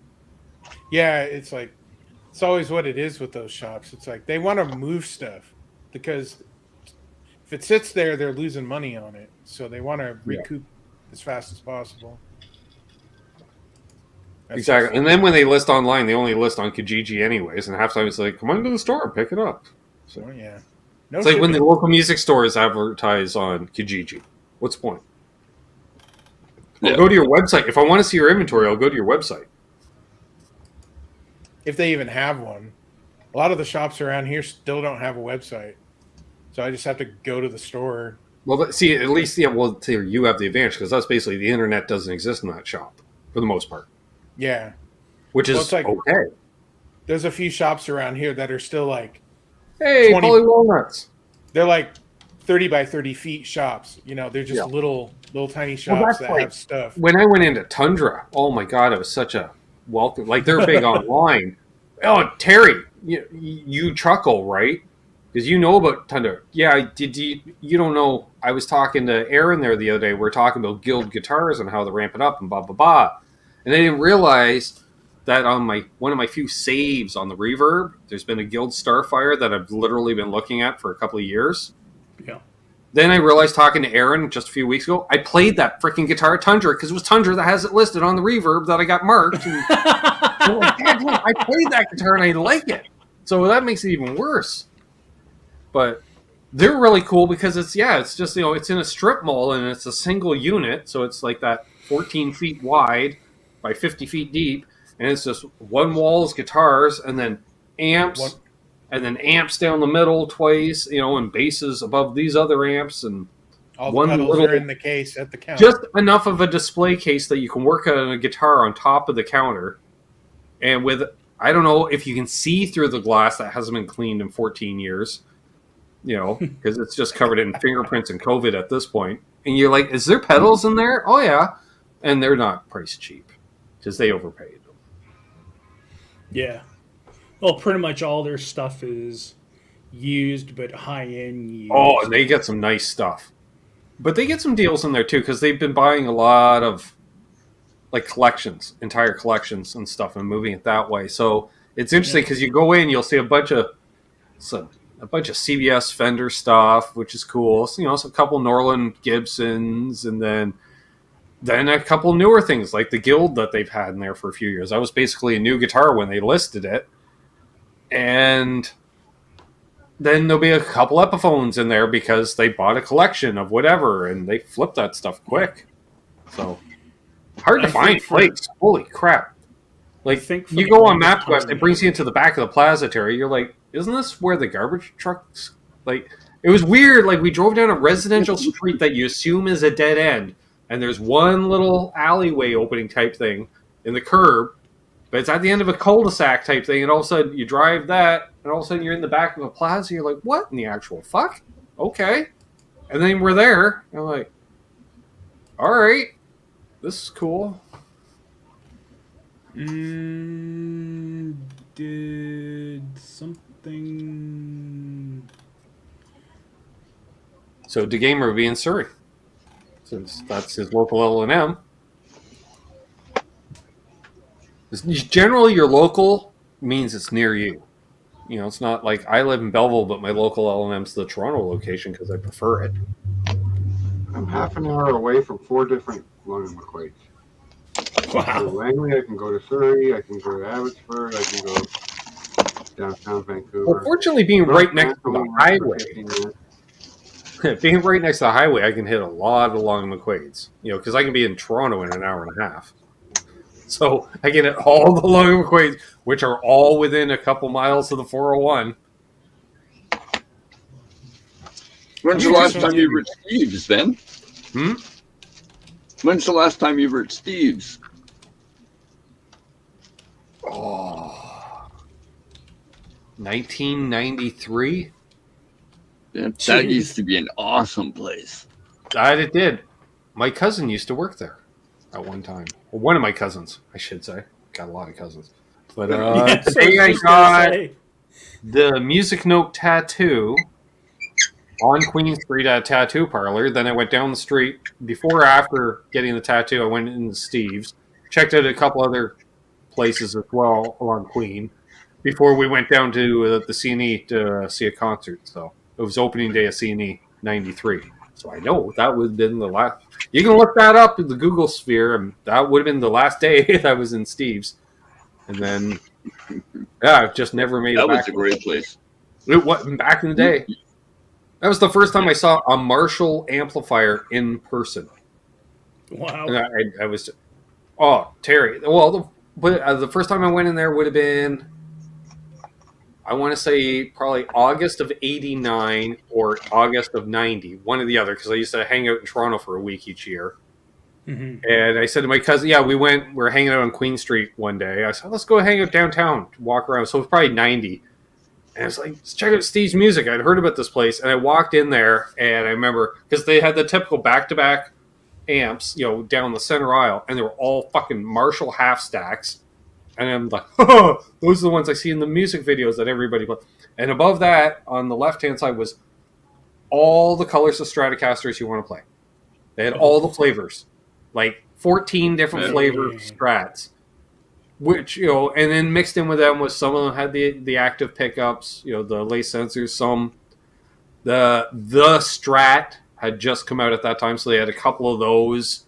They also had a gem, which were very hard. It was the first year of the gem because it was the 7.7, the 7.77, the two gems, and I remember they had one of those, and I looked at that, and what did I pick up? I picked up a Strat because I played a Strat at the time, and I went over, plugged into a Marshall, and they were like, "Yeah, that's cool, go for it." I'm like, "Fuck yeah, I like this store," because I'd heard about them. Like, they would let it teach. They're like, clearly you're some hick that's never plugged into a Marshall GCM 800 into a 412 cab. I'm like, nope. And they're like, what are you playing through? I'm like, a Silverface Vibrolux. They're like, oh, you poor boy. Okay. And here, I'm like, we're going to make your day. Oh, yeah. And, I tried going for my best, Keith Scott tone. And, it's awesome. And my cousin, after 3 minutes, was like, can we go? Like, I really don't need to hear you playing Smoke on the Water on a fucking shitty Stratocaster through whatever amp. You seem to be happy about it. I'm like, yes, I am. Oh, yes, I am. Must have been. Then I took him down the street to the big-ass comic book shop down the street anyways. And then he was happy. Yeah. Queen Street was pretty cool. Steve's was a great place. I used to know the manager there, Jerry Masterson. Excellent guitar player. Pretty sure my cousin Glenn worked there, and he worked at A&A Records on Young as well for a period of time. Because he grew up in Edmonton, moved there. I don't know what the deal was, because we didn't talk to that part of the family too much. I don't think I ever have met my cousin Glenn in person, and if I did, I was too young to remember. But he moved there, I don't know, to get into music, I guess, and it never panned out. So he went back to Edmonton. But then when Facebook started, you become, because when Facebook started, we all became friends with our high school friends and or classmates and relatives. And then he posted a picture of him playing fucking R9 through a Soldano half stack and SL. I'm like, oh, you were the one that back in the early '90s lived in Toronto for a bit. That's right. Jesus. I'm like, what else you got? And he had a triple rack, and he's got a Marshall. I think he had a Friedman as well. I'm like, shit, goddamn. I'm like, you playing? Nope. He's just like literally like you, Trev, just in his room. Just likes to play a good guitar loud, and that's it. Wow. I'm like, I really need to play that gear at some point in my life. Absolutely. And he wasn't even the cousin that played much. The only cousin that played other than me, and my other cousin played, and he would have been 10, 15 years older, 10, 12 years older than me, and he lived with us briefly in the 70s. Then he went out to Edmonton. But he fell in love with Telecasters, spending some brief time with my father in the 70s. He's like, I like them. So he formed a band out there. And my dad came into a whole bunch of gear. Like, I remember my dad's music room, Trev. All of a sudden, you'd open the door, and all of a sudden the door's this thick, and you don't know why. Because there's PA speakers on either side against the wall. And all of a sudden, I'm like, well, those are huge, and they look like refrigerators, and they had trainer on them. And I was like, fuck yeah. Like, holy fuck. Like, I'm 6. I'm just like, these things are twice as tall as I am. I'm like, these are amazing, because Dad. And he bought all this shit at, like, some estate auction, whatever. Pennies on the dollar. And so, apparently, a couple milk crates of pedals, and this is like 1981, 1982. No idea, because he wasn't into pedals. So what we ended up doing was we carted up all this gear because my cousin formed a band and he needed a PA system, Trev. So we filled a '63 Pontiac station wagon up, right? And because he was a bass brat, we drove over to the air base. You'll love this, security in the time. Where should we unload it, right? The quartermaster's like, fuck that. We don't want to load a PA system. Just drive out to the end of the runway. We'll back up the Herc to that.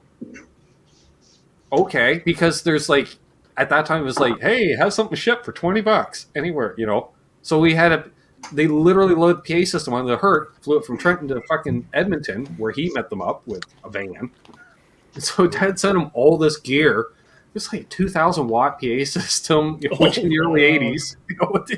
Oh, yeah. Full trainer PA system, box of pedals, couple amps. Wow. Sent it all at well, and then they turned it around. So then they ended up having a school bus for all their shit. They had a complete light rig by 1982, into 82. 15,000 watt PA system. Oh. And they ended up opening for Loverboy on a leg or two. Whenever Loverboy would do Central Canada, apparently they'd pick up my cousin's band.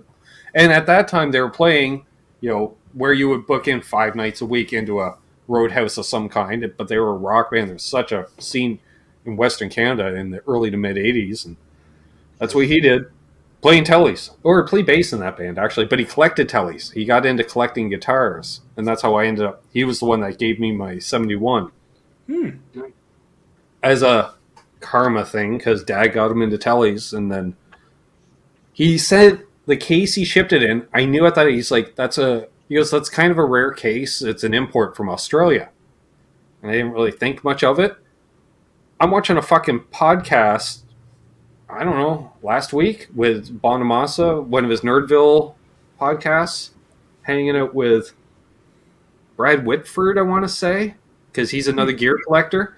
And he starts talking about these import cases that are super rare. And I was like, yeah, I've heard about them. Like the ones that he talks about that are all, oh. Well, then he starts actually describing it. I'm like, fucking thing sounds like my case. Same case. I'm like, the Oh, case wow. is worth probably as much as the fucking guitar. Wow. Oh, it's ridiculous. Oh, Yeah, nice. like it was because it's supposed to be a flight case, but it's just molded plastic, and the plastic would get brittle or whatever. They didn't last. And believe me, you open it up, it's just a big box. It doesn't. There's no neck support, I don't think, and It's almost like the Gibson chainsaw cases. almost, yeah. It's just open space. So Wow. yeah, but I like the case because it's the only one my Reno Fin fits in because of the big headstock. So I don't mind it. The Reno Fin fits perfectly snug in there, so I like it for that. But yeah, and my cousin had just sent that not too long, Terry, after I started the channel, or did I start the channel yet? No, I think you got the guitar once you had started the channel. That's what I thought. It was the being following, on. like right before Christmas time. By the time it got here, or something like that. Yeah. And yeah, I was blown away by it. And that was just because he had posted a photo of a telly or something like that on Facebook, and I commented on it, and he's like, "You still got your old man?" So like, yeah, but I don't gig with it, or anything, because I was still gigging at the time. So I don't gig with it because it's Dad's guitar. I don't want it to get stolen. It's not the fact that it's a vintage guitar. It's like, I can't replace because it's Dad's guitar. And then he's just like, "What's your address?" Here's another. He's like, "It's going to need some work," and it did. It needed all the work, basically. It still does, but thanks. Yeah, that's the one you're fighting with the neck on. Yeah, I'm still fighting with the neck on it. I think I'm just going to replace the neck. Yeah, like I said, if you can side. if you can afford the money to get the Fender Authentic necks, Oh no, screw that! I got a nice flame maple neck sitting in the workshop there. Oh, well, that too. That thing's got all the flame too. Trevor's like, "What neck? Did you want to see the neck, Trev?" Yeah. Oh, absolutely. Yeah, show it off. You forgot it handy for sure. You said flame like fire. It's been sitting there for a couple of years. Just let me stand next to your fire. Good tune.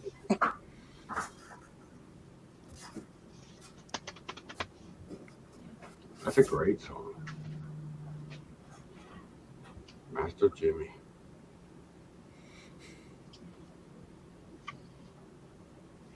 Yeah, gonna have to do some in the next band to get going.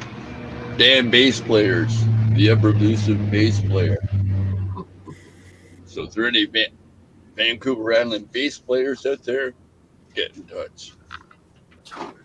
I need to learn about 1,000 songs. I forgot them all. I've been pretty good like that. I stopped playing for about 4 or 5 years. Smacked on my hand a couple times, bent a few fingers, a whack of stitches, but I still play.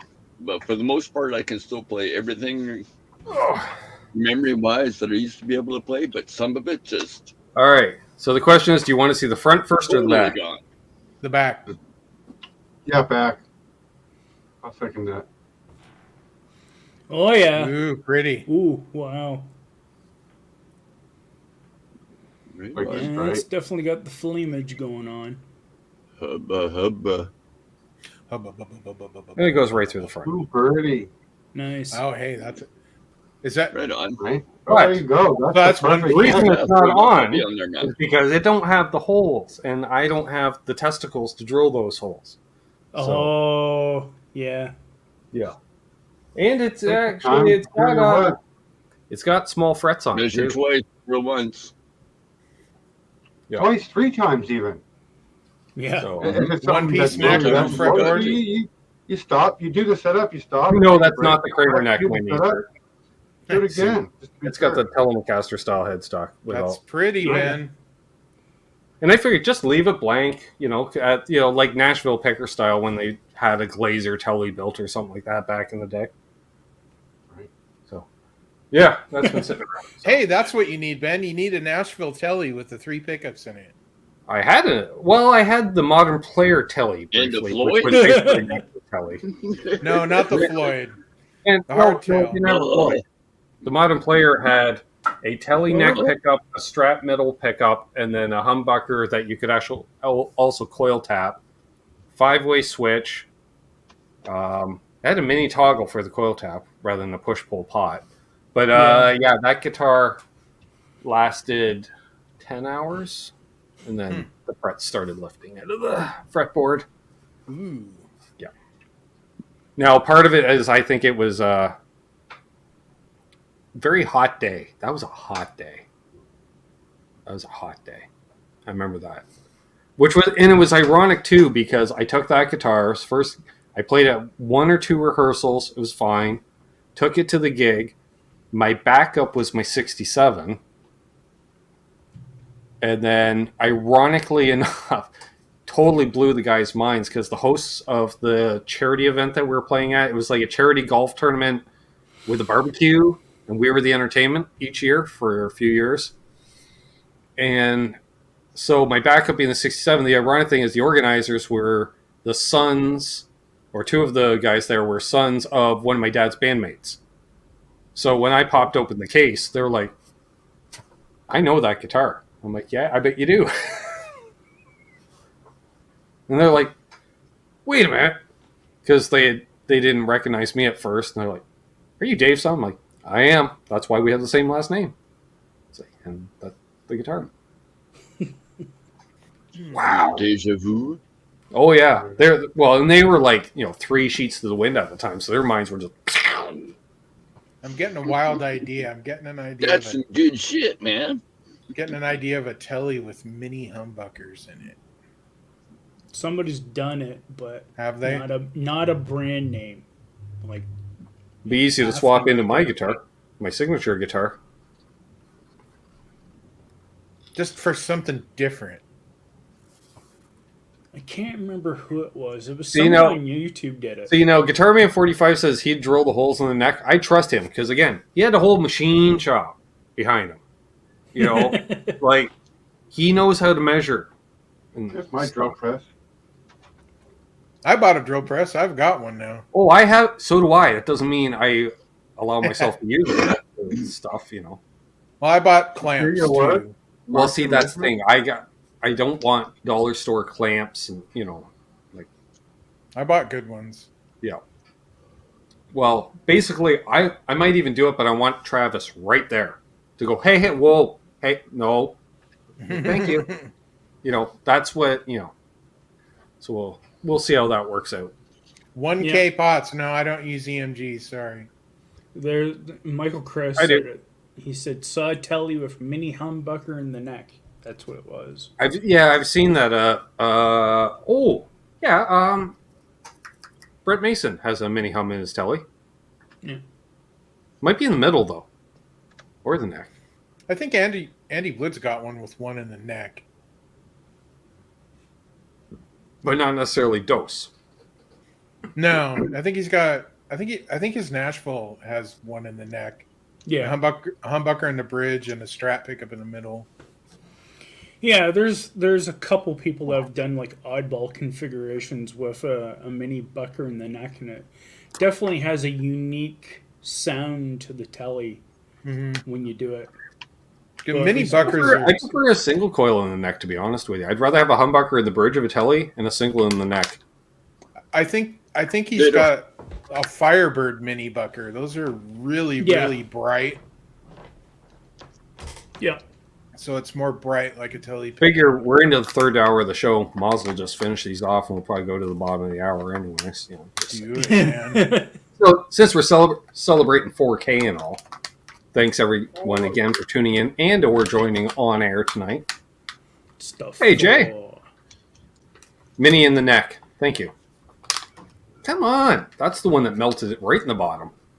Thanks, Matt Tom. I'll check that out. Well, that's the bag. You're making me hungry. I get it.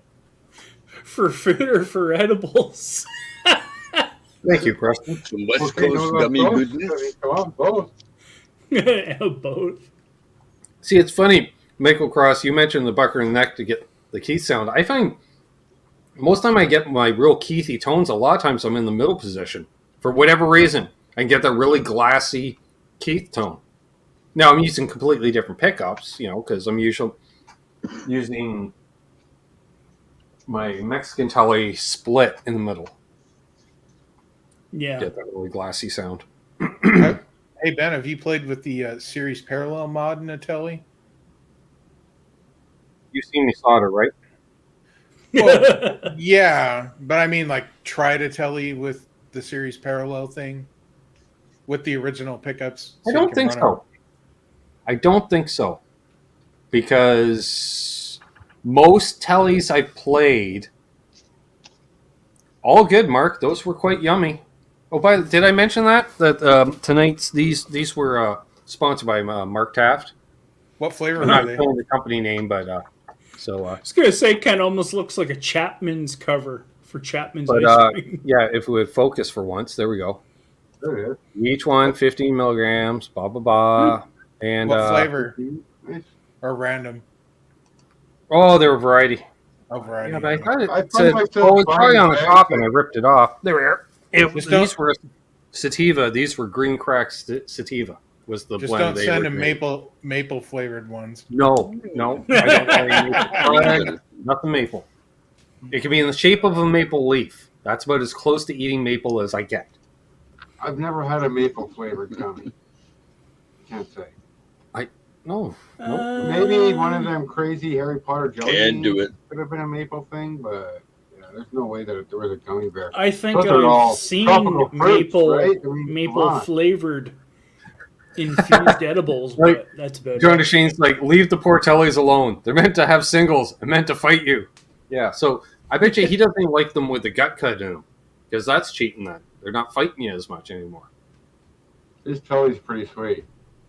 I've had it on my lap. I don't care about the gut cut. I prefer them without, but I like them flat. If I go based This one has it, on and my it's- Telly Deluxe, I found it with the gut cut was. Yeah, let's hold really up the white. comfortable. Oh, that actually turned out. There we go. See, like, it's Does it got have a the- big gut cut. Does it have the arm cut too? No, and I would much prefer an arm relief. Like my signature one has just a slight to it. Yeah. Yeah, I just said a- I don't want a yeah. strat. Like I don't want that. I said just take a bit off. Like I just don't like that big crease right here. You Yeah. know, it's like it's like my biggest problem playing Les Pauls is I just burn my arm on the binding. Yeah. Needs to be a curved surface. Yeah, So and it it's does a over flat time. plane. it's Yeah, like like okay I- on I- an Explorer. Multiple Les but- Pauls, I've sanded down that edge. It just Yeah. rounded. I'm like, fuck the binding. I don't care. I'm rounding it off. I'm sick of burning my forearm every fucking night. Yeah, it gets painful. It does. Yeah. No gut cut. Flat as a board. Exactly. So It's Yeah. fun. I didn't really have a flat choice, as but a this thing- board, I- but if I you have a didn't even gut, plug this you thing need in the and I- gut. that was the thing. I played this thing in the music store for months before getting it, and I never even plugged it in. And then I plugged it in. I'm like, oh, I gotta have this. And then I couldn't afford it, so I got the modern player instead because this was $819 and the modern player was like $479. And then I had the problems with that modern player, and then we sent it off to the factory repair guy who was also going to set it up, Trev. And I thought, ooh, I'm going to have like a real professional setup for the first time in my life. And then the guy dropped the guitar during the repair. And wouldn't commit to it. I'm like, really? There's still bits of gravel embedded into the back of the finish. So, like, clearly this has been dropped on a carpet that somebody wore outdoor shoes on. Like, it's obvious what Near the happened. back door. So, and I will admit, because Fender's like, well, they don't make that model anymore. And I'm like, I know. That's why I bought it. For when and they're like, well, it had the two finish. They had the honey burst finish, which is what I had, and I liked. Or you can get the trans black, which was that transparent black finish, which I thought, well, that just looks like cheap paint. Mm-hmm. Yeah, You know, like, if I can see wood on a solid paint job, that looks cheap to me. Unless it's a red. Some trans reds are okay, but that's about it. The And wine not burst worked out. one looks good. I've seen the wine burst ones; those look Yeah. good. Well, a burst is different. A burst is different, but just like when they do even the white, where I can kind of see the grain through, I don't like it. I was like, yeah, I don't like the whitewash. You stopped halfway through. It needs another coat. Clearly, that's and the same with the black. I'm like, no, I don't want that one. So Fender did step up, and they said, well, give him whatever Mexican telly he wants, because that was the next tier. Because the modern players were better than any of the other Chinese stuff, which is cool. Yeah. Well, when they said any, because Mexican tellies were around, I think they started at 689. No, 709. It was something like that. 7 to 9. Yeah, but it was like 7 and a quarter, because the Player Series hadn't come out yet or anything. So they were on like 7 Canadian, but they said any. And I got the text, and ironically, I was over at Long McQuaid with Richie, and I got the text. It's like, you can have any Mexican fare. Fuck it. We got to go now. And we go over to because it was like near closing time. Well, he said any. And this is made in Mexico. And this is the one I originally wanted. But it was more. But they said any. And so I run into the Belleville Ardens like half an hour before closing, where this has been hanging for, I don't know, 8 months at that point. Because I don't think it just arrived when I fell in love with it. And then it was gone. And I went, oh no. Oh, no. I thought karma was giving me a good thing here. I'm like, what? It was right there. And where'd it go? And they go, oh, well, we don't have that. I went, I know. Thanks again, Ryan. See you tonight. See you, man. And they're like, no, we moved it to the Trenton store. I was like, well, that works even better because that's closer to home. And Richie's place in Brighton, where we're headed anyway. So I was like, all right, can they stick around? Because I might not be able to get there by closing time. But I got this text, and it was the owner of the company, blah, blah, blah. They're like, oh, we're well aware. I'm like, okay, well, tell them to stick around. And so we hightailed to the Trenton store. I went, this, now, mine. And I'm like, I need a tweed case to go along with this because I don't like black Tolex. And it's like, yep, no problem. I think I'm supposed to get the guy says, I think I'm supposed to give you a deal on the case. I'm like, okay. He's like, $100. I'm like, sweet. Because I think the tweed cases are like 160 Canadian. Because a black one's 150. You got to pay $10 more to not have black. And so $100. I'm like, you know what? That's good because I know your store cost is $125 on them, you dumb bastard. I already asked because I was already trying to get one on the cheap, and the owner told me I pay $125 for them. So he actually cost Sean $25, which I'm sure he just went Defender and made them pay for it. So I got this with the case. So really, I paid $100. Yeah, because I don't think I had a case for. I didn't have a case for the Modern Player yet. I just threw it in my Strat case. So I didn't have a case for it, and then. So, yeah, I got this with a tweed case, and then we went to Richie's house and made a lot of music that night. And as I had my guitar. And it's been my number one ever since. Yeah. Cool. And the madness began. Yep. And the weird stickers thing, there's a weird piece of wood right along here. All these screws, they're all fucking stripped out. And I'd never removed them before. Took them out once, went to put them again. There's like no resistance. It's like a soft piece of wood right in there. But I don't care. You just don't ding it there. That's all. This is not load-bearing wood. There's a soft piece of wood in there. I could fix it, but I don't know. It works. It stays there. So yeah, you just put toothbrush. Exactly. Yeah, right on. Yeah. It's got that mojo thing, man. It does. It's like my Explorer. Same kind of deal. It's old, it's beat up, it's been through hell, but man, it plays beautifully, and it ironically enough, though, it's scratched all up in here. Well, the complete pickup, and a bunch of scratching here because I used to wear bracelets. I was looking at it the other day. There is not one bit of buckle rash, however, on it. I do not understand that because I always wear a belt buckle. But apparently, I never wore a tucked-in shirt while playing this guitar. So. Yeah, figure that out. Like, not even a single, like, discoloration in the paint. It was just like, although right along the belly curve, that sharp edge, that's starting to wear through at this point. Weird. Well, maybe your belt buckle hit up around there instead of. Well, no, I do wear it low, but it's just material just rubbing that edge, which probably had the least amount of paint because that's a sharp edge, and during sanding, that's the lowest spot. So, and is it backward? I don't know what I don't know what everyone making Mexican telly's bodies out of. That would have been alder. That's it'd be alder. Yeah. The modern player that you had previously, it could have been possibly a basswood body, but it was not. I know that line used a lot pine of body. alder too. That's one of the things that intrigued me. It was a pine body, but pine is so soft because when the guy dropped it, it dropped right on the output jack area, and it just shattered the paint and dented the wood in. Yeah, because it was soft. Well, yeah, it obviously fell off the bench, and that's how it landed.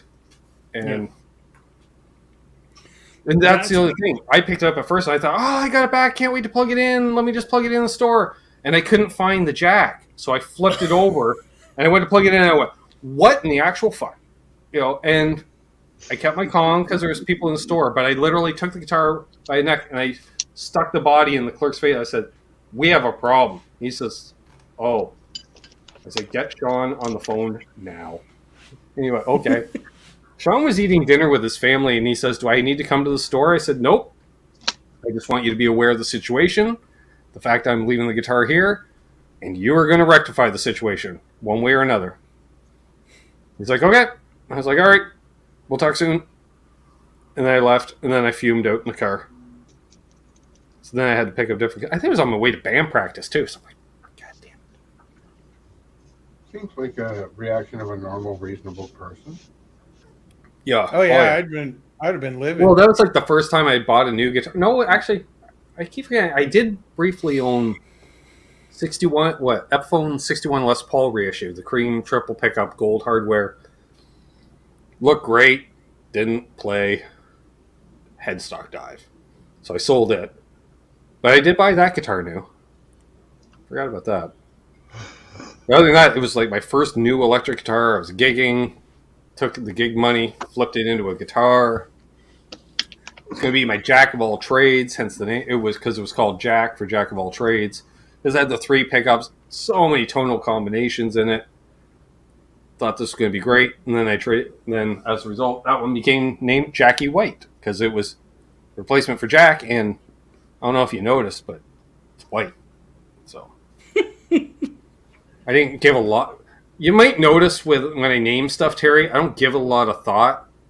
Like, hey, we're starting a NASCAR channel. What should we call it?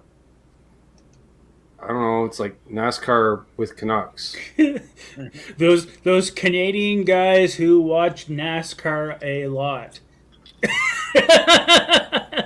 Yeah. Or NASCAR. Yeah, that sounds a little long. NASCAR Canucks. Yeah, that sounds good. To sponsor our show like they do the Canadian NASCAR series. I'm just saying, if they want to be consistent. The trailer. Whenever I hear the name Jackie. What's that? Whenever I hear the name Jackie, I always think back to the Little River Band with their ooh, ooh, ooh, ooh, Jackie Blue. Oh, yeah. I hear Jackie, all I think of is that's Jackie AM Chan. radio with the parents in the car when you're just a little thing, right? I mean, yeah, they're going to play that right after they play April Wine's Just Between You and Me. April Wine has so many good songs, and they play them a lot in our radio. And Seasons in the Sun. Yep. It's one of the more, and they have such a good variety.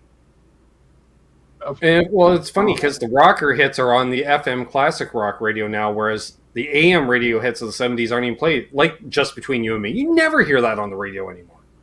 Hear a lot of Harlequin. Heard some Toronto. Heard some Headpins. There's a lot of CanCon. Love Harlequin. And it has a. Even though a lot of Harlequin songs all sound the same.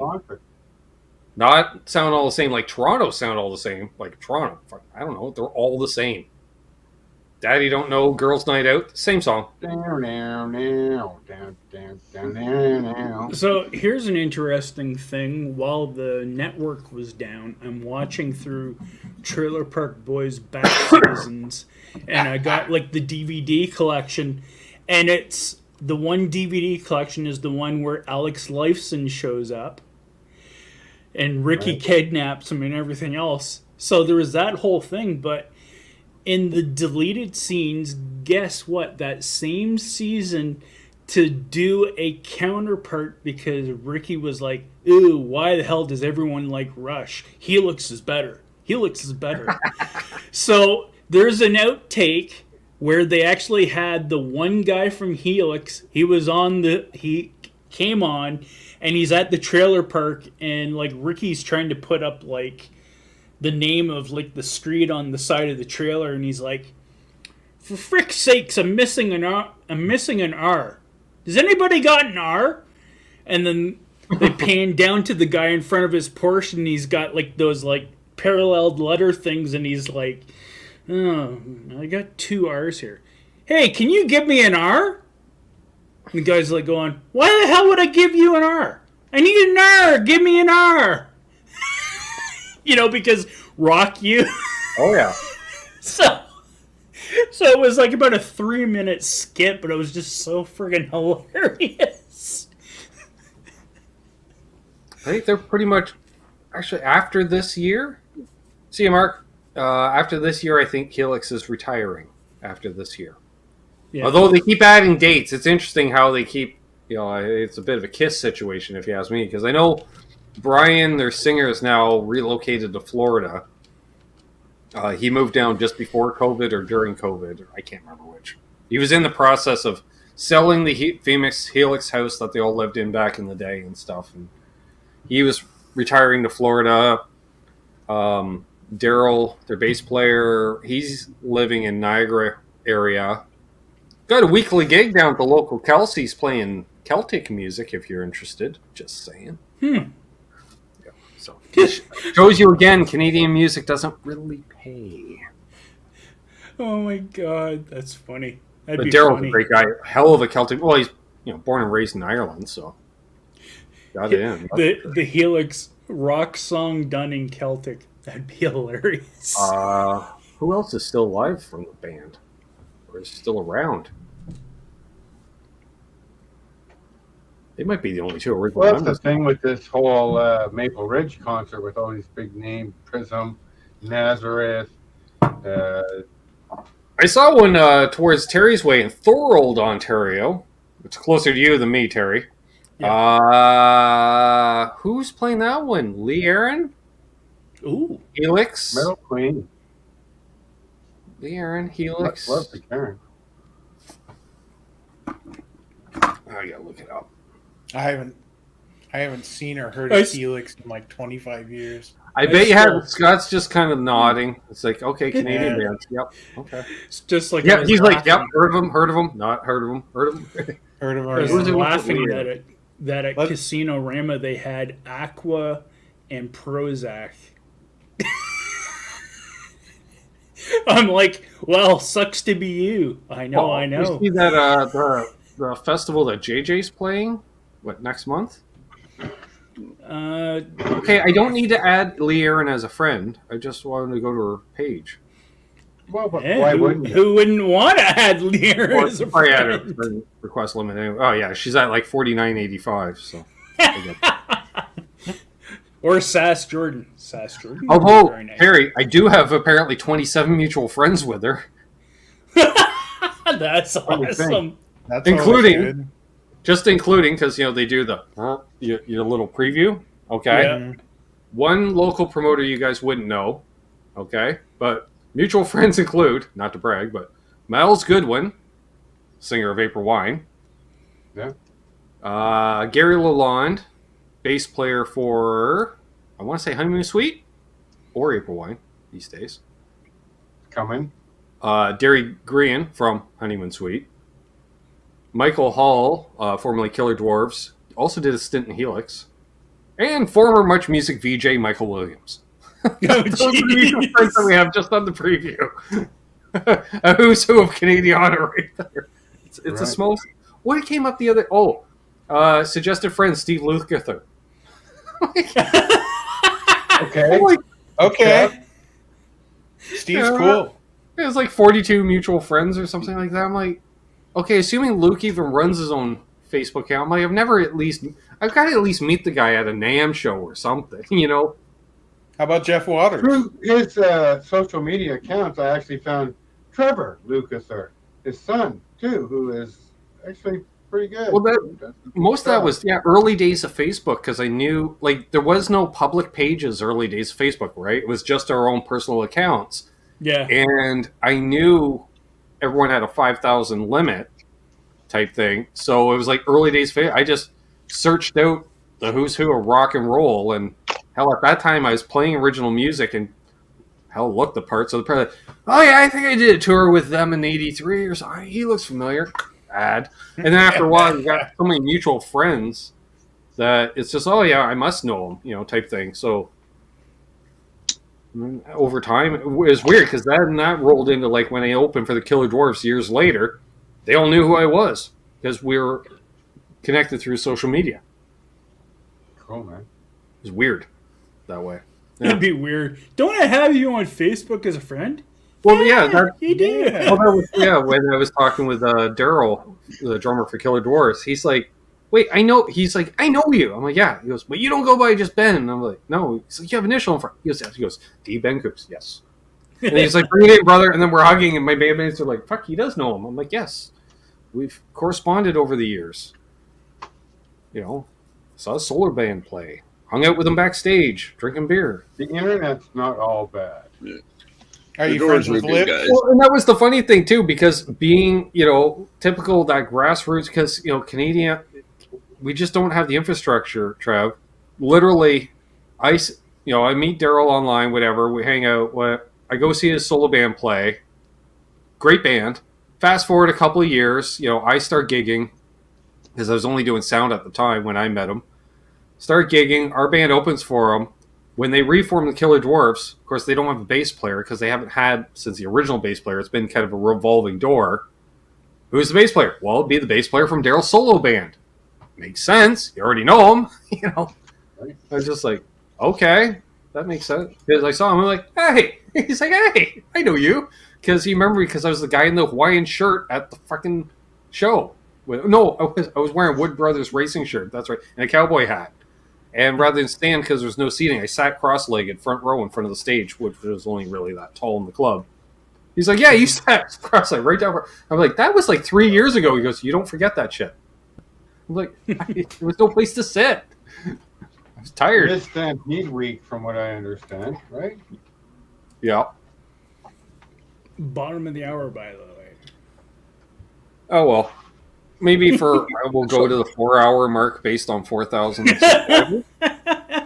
Sure, why not? Actually. What do you think, folks? We're up to 29 watching. Should we continue on, folks? All right. So I got nowhere to go. Show. I'm going to make a pizza when we're done, but there's no rush.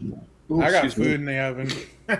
I'll probably duck out before it ends, but that's not it. No, I just put on my cowboy hat. Kidding me?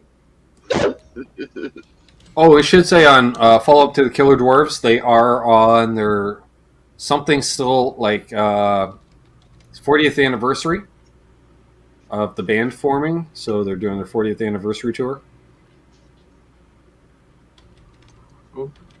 Ben, how much do you know about Streetheart? Like who are they without Kenny Shields? Are the guys still there? Streetheart, was that Darby Mills was Streetheart? No, Darby Mills was Headpins.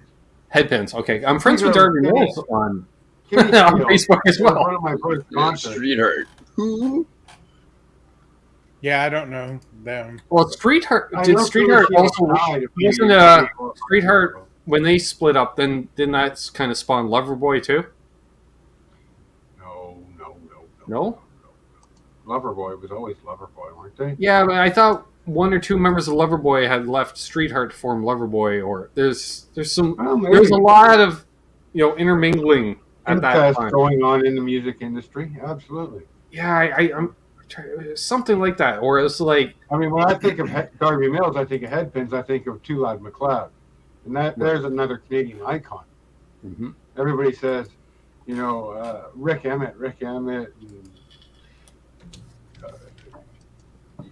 Too Loud McLeod. I would say Rick Emmett, probably because Rick Emmett, with the neoclassical influences in there, he was kind of our Ingwe without because he was Canadian, he wasn't all like, "Hey, I'm Ingwe." Rick was just like, "Well, that's what the song needed for a solo." Yeah. Well, no, it didn't, Rick. You didn't have to be an amazing impresario. You could have done an Ace Frehley solo, but you didn't. But if you can, you do. Yeah. Why wouldn't you? Why wouldn't you? Share it with everybody. Exactly. Give us the love. Well, Ben knows me. I'm an Annihilator fan, so. Okay. Reanimation. I found kind of like what you're talking about, Ben. Okay. The Roxodus Music Festival. Sure, that's it. Could be it. Oh, no, wrong. No. But that one was in Barrie. It's weird. It's Yeah. listed as a 2002. Something in Thorold, Ontario. And I know Thorold because Thorold used to have a track there, short track. Yeah. Mm-hmm. Which I don't know if that would have been Barrie Speedway. Was actually in Thorold? No, there was another one up there. Sunset. Was it Sunset? You've been thinking Sunset out in Innisfil? Yeah, that's Innisfil. Yeah, it's like there's a little hotbed of short tracks in Ontario in that region. It's weird. It's like kind of north of Toronto into like basically stretches to London, Ontario, and down. It's weird because the only thing they have here is saying the Swedish Rock Festival 2022, June 9th. And it was Nightwish, Volbeat, Dropkick Murphys, Accept, Lee Aaron, Alien Storm, and 10 Years After. I'm down to try anything Swedish. I mean, once you put the adjective of Swedish in there, I'm down. That's the only thing that was saying. It's actually saying for Lee Aaron concerts. No, I don't think it was Lee Aaron then. But I know it's Thorold, Ontario. So let's see. Well, maybe it's... There we go, Helix. There we go. Rock and Rumble Music Festival. So there's motorcycles and flame drive. We got Helix, Circus of Power. Never heard of them. Darby Mills Project. Sweet. Zed Head, which I assume is some Canadian Led Zeppelin tribute act because they got a maple leaf in their logo. The Jailbirds, which have the same font as The Last Waltz. That's on Friday. And then Saturday, we got Anvil. Of course. Yay. Rods. Metal. Rebel Fuel. That's Canadian heritage right there. Fist. Resist and Bite. And Redcoat. Well, I've heard of Anvil. All right, Sunday. Sunday. Oh, we got 3 bands I've heard of. We got the Pat Travers Band. Assume they're headlining. Killer Dwarfs. That's probably how I heard about this. Tease. La Chinga. Whoever he is. Sounds like a Cheech and Chong band. Irish guys. Then it says Rock and Tumble Music Festival in Thorold, Ontario. Helix, Darby Mills Project. Anvil, Pratt Travers, and many more Canadian acts will be part of the party. Get your tickets at Ticket Scene /Rose City. All right, well, let's click on that. Politics, though. I mean, weekend pass for $90. Really? I guess that means that Holly Woods is the full-time singer of the Headpins now. Wait a minute. What do we got here? You know Holly Woods. Oh, that's Coney. Apparently, Coney Hatch is playing together again too. Oh wow! I'll be dead. That's some Canadian. Crank it up for hope. An evening with Coney Hatch. Well, there we are then. All right. Well, what are we looking? Well, oh no, that event's canceled. What's that? Country jamboree of some kind. Oh, as long as they play Monkey Bars, all will be good. Yeah, Devil's Deck. What this doesn't show. We don't want Crank It Up for hope. We want Rock and Tumble. This is not a very good ticket scene. Apparently, I think this might be a sham. What's going on? I can't buy tickets. Here's that Anvil concert I went to in Aurelia. It was Anvil with... I think Helix is producing this because this is at the head of PlanetHelix.com. So was Reek Dog and Social Rage were the 2 bands that played before them. Just because I'm curious. Apparently, Helix is playing everywhere. July 23rd, the Wayback Festival in downtown Kitchener. I'm not surprised because you're fucking from Kitchener. Also with Trooper and Lee Aaron. Well, there's some Canadian right there. Trooper. There's another name. Trooper's another great band. They got a lot of good hits. Oh, what's this one? The Fields of Minnedosa, Manitoba. All right, the Fields of Minnedosa, Manitoba will rock again, 2022. I'm just looking at the poster and I see Never heard of it. Our Lady Keys, Loverboy, Nazareth, Big Rack, Foghat. Wow. Finger 11. Big Rack, really? Yep. Honeymoon Suite, Mark Farner's American Band. Oh, that'll Jack be good. Russell's Great White, Streetheart. There's your Streetheart. Harlequin, Took's playing. All right. So who's left that's original in these bands, though? Oh, fuck. It's the bass player in one band and the drummer in another. So I was going to say there couldn't be too many original members left, let alone able to actually play. I was going to say, how was playing musical chairs behind the scenes and sorting themselves out? And all right. Well, here's a question, my BC friends. How close are you to Prince George, BC? Ooh. Oh, fuck. Yeah, that's quite the tour for me. An hour drive for me, and it'd be another 3 hours. Felix is playing on August 6th. Just saying. Then for our Saskatchewan viewers, they're playing at the Rock the River in Saskatoon on the 21st. And then apparently this Rock and Tumble Festival that I don't know if it's going to pull off because you can't buy fucking tickets. Someplace, Labor Day weekend must be September 3rd. Helix Live at the Wider Station. Where's that? Bedford, Ontario. Never heard of the place. Bedford? No. Driven through it, but never. And then the Rock Island Fest in Key West 2023. Book your dream vacation. 5 days of rock, which is ROK. In one of the most beautiful places on earth. Well, Key West is nice. I will not doubt that. I watched a whole fucking documentary on Key West the other day. I would like. That's a nice little piece of paradise right there, without actually having to fly. You can kind of drive there. That's what I'm saying. Mm-hmm. So, I'd rather go on the Jericho cruise. Heavy metal plus wrestling. That's a lot of testosterone, Terry. That's a lot of testosterone. That's all the flavors of testosterone there. That's a meat market. Oh, there's female wrestlers there. You could call it the sausage cruise as well, probably. Yeah, the sausage cruise. Yeah, it would mostly be the sausage fest, though, yeah. Yeah, as at least with these, Monsters of Rock cruises, you get the mix of couples, but a lot of it is the guys like, yeah, we get to see the Killer Dwarves, and then the wives go, you said Poison, where's Brett Michaels? Well, I don't, what? You said he would be here. I did not. I said that was beers and bears.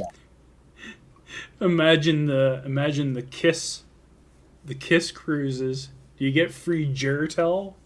Everything's working correctly. Life on a cruise ship, it doesn't suck. No, you get free extends.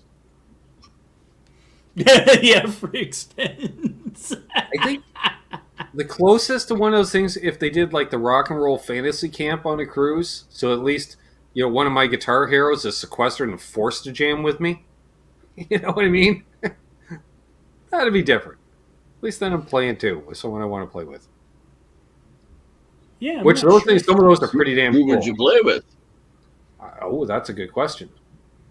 Well, yeah, the question is because you can't pick someone too good, right? Because they wouldn't do the deal. You got to figure it's someone that's broke enough to fucking do it. You know what I'm saying? No. Perfect world scenario. All right. Oh, it'd be the Stones then, for sure.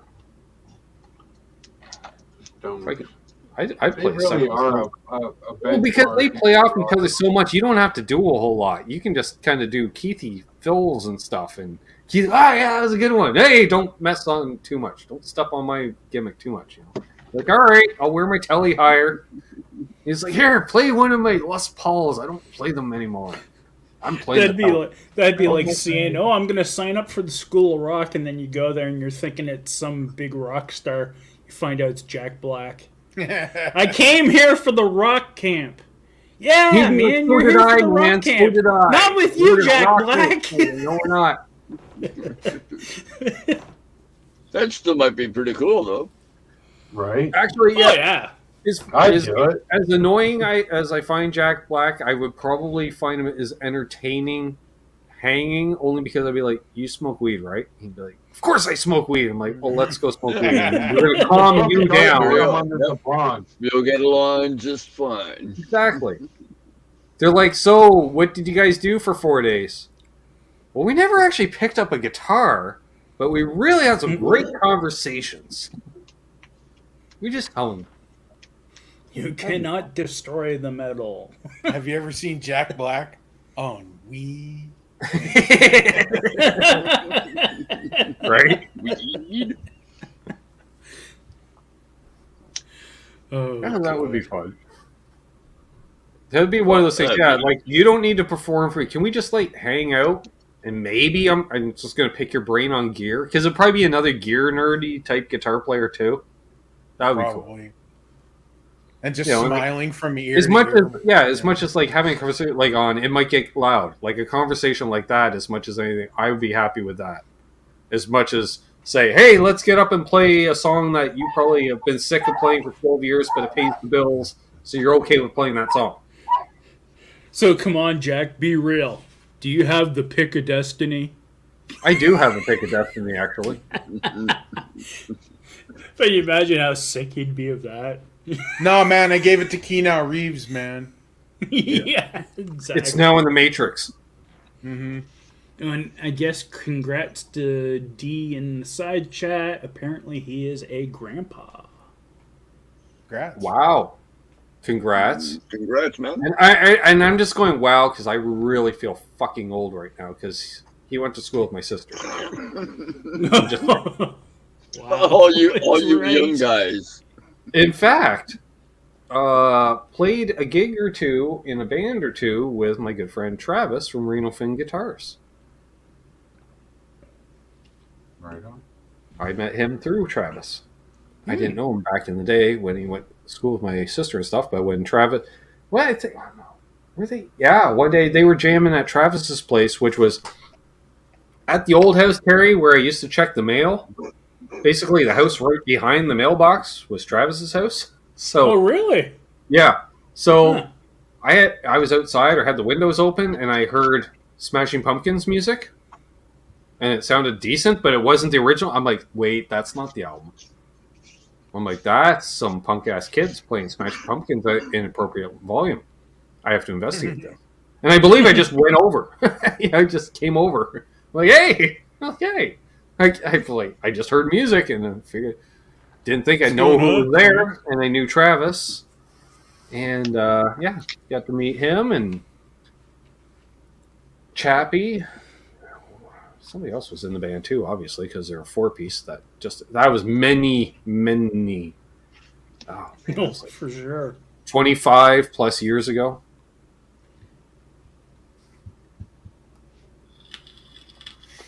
Some of us haven't shown from the habit yet.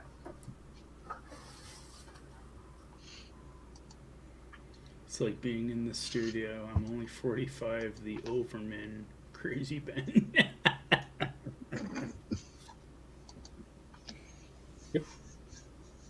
Yep. He remembers that day. Well, at least someone does. Hey, man, do you remember the due to 80s? certain lifestyle choices? Well, I remember, yeah, because I remember Travis and Chappie were the two guitar players, and Travis was playing his Gibson Les Paul, and Chappie was playing an Epiphone Les Paul. Would have been made in Korea, because it was the 90s. Yep. A Cherry Burst, and I thought that's a nice, ugly headstock, but that's kind of cool. And then Travis playing the Gibby, his dad had given him, so, which I believe was his prior to that, so was really cool. Nice guitar, black Les Paul, just like a Norland era black Les Paul. It was nice. It was a nice guitar. Still has it. Yeah, good time back in the day. Young. I think it was just in my early 20s. I'm thinking at that time, because they may have still been in high school at that time. That was back when I had teeth. Well, that was the funny thing, because I didn't really know that group of folks too much, because they all like basically like my sister started high school the fall after I graduated, so I didn't.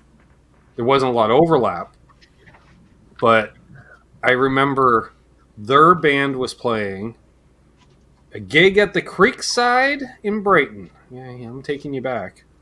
Wow. Very few people are going to know that. But yeah, they were playing, and turned out there was people in like 3 bands playing there that I knew. Jeez. And it was like, like younger siblings of my friends type thing. I didn't even know they played, stuff like that. And actually, maybe one of my friends was playing too, that I hadn't seen in a couple of years. And so we went, checked it out. And everyone's like, "Oh, you're Ben Coombs." And I'm like, "Yeah?" Ben Coombs. But, well, it's funny because, with the butterfly effect, like, not like I walked in with some rock star situation or anything. But it was like people were coming up, like, "You're Ben Coombs?" I'm like, "Yeah."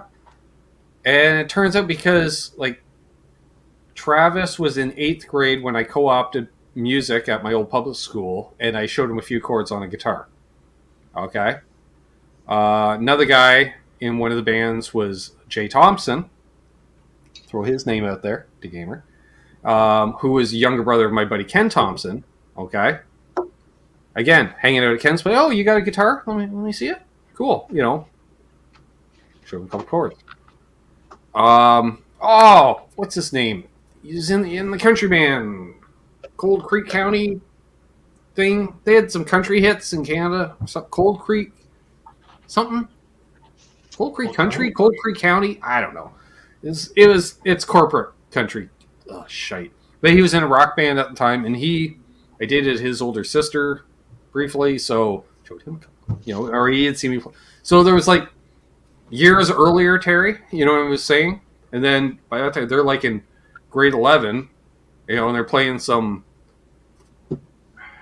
punk show, basically, at this community center thing. And I was like, "Hey, live music, let's check it out." And I took a buddy of mine with, and we were the older people. Ooh, we were like 22. But we were just there, to rock out. And I was like, "Oh, far right, check out the gear and stuff." It was really weird. It was like, yeah, you see the snowball effect. It was really cool to see because it was just like, and then, years later when Travis and I reconnect and he's doing Reno Fin and he's like, "Let's design something," because he never forgot learning those first few chords from me. And I was just like, I was just glad to show like someone, because I would take a guitar with me. I never played it when I was co-opting, but during the recess, I'd be playing guitar in the music room for 15, 20 minutes or whatever. And then, I'd be putting it away as they come in. And he came and he said, "I really want to learn. I'm just starting to learn," because he's 13, 14. And, "Can you show me some chords?" I'm like, "Fuck yeah." Glad to. Absolutely. Say hi to your older sister, because I knew his older sister. She was a couple years older than me, And I knew he was one of my sister's friends. He was a cool kid. He knew things. I'm 50, John. I ain't old. Not yet. Yeah, well, all these young guys in the chat. I'll be old when I'm 70. Then I'll be old. I wasn't planning on being this old. Mind, man. Jimmy Ray feels old. It's all the state of mind. Yeah. Yep. We're all either younger or older brothers to each other, but we're all basically the same. It's all the same. Well, I'm going to duck out, Ben. The only difference is it doesn't all flow well. It's not all the older brothers showing the younger brothers all the cool music. Some of the younger brothers showing the older brothers. You heading out, Scott? Yeah, I'm going to go eat dinner. All right, you go eat. Yeah. Nice seeing you, Scott. Great seeing you. Great webcam. Man. Love the webcam. Looking good, brother. All right. Yeah. We'll see you next time. Take care. Cheers. Holy crap, it is almost top of the hour. I did not realize the time. This is because you got. We're bigger now. Jesus. It happens. Yep. No, nothing wrong with that. Only 5 more minutes. Exactly. Excuse me. I'm surprised your dad hasn't been saying, "You're done yet?" I already told him. I said we'll probably be going till midnight. So He's like, all right. I heard him just moving around briefly, so he let the cat in. Cat was pissed earlier. She wanted to come hang out. I'm like, no, I have to work. He's like, playtime? Like, no, not playtime. Work time.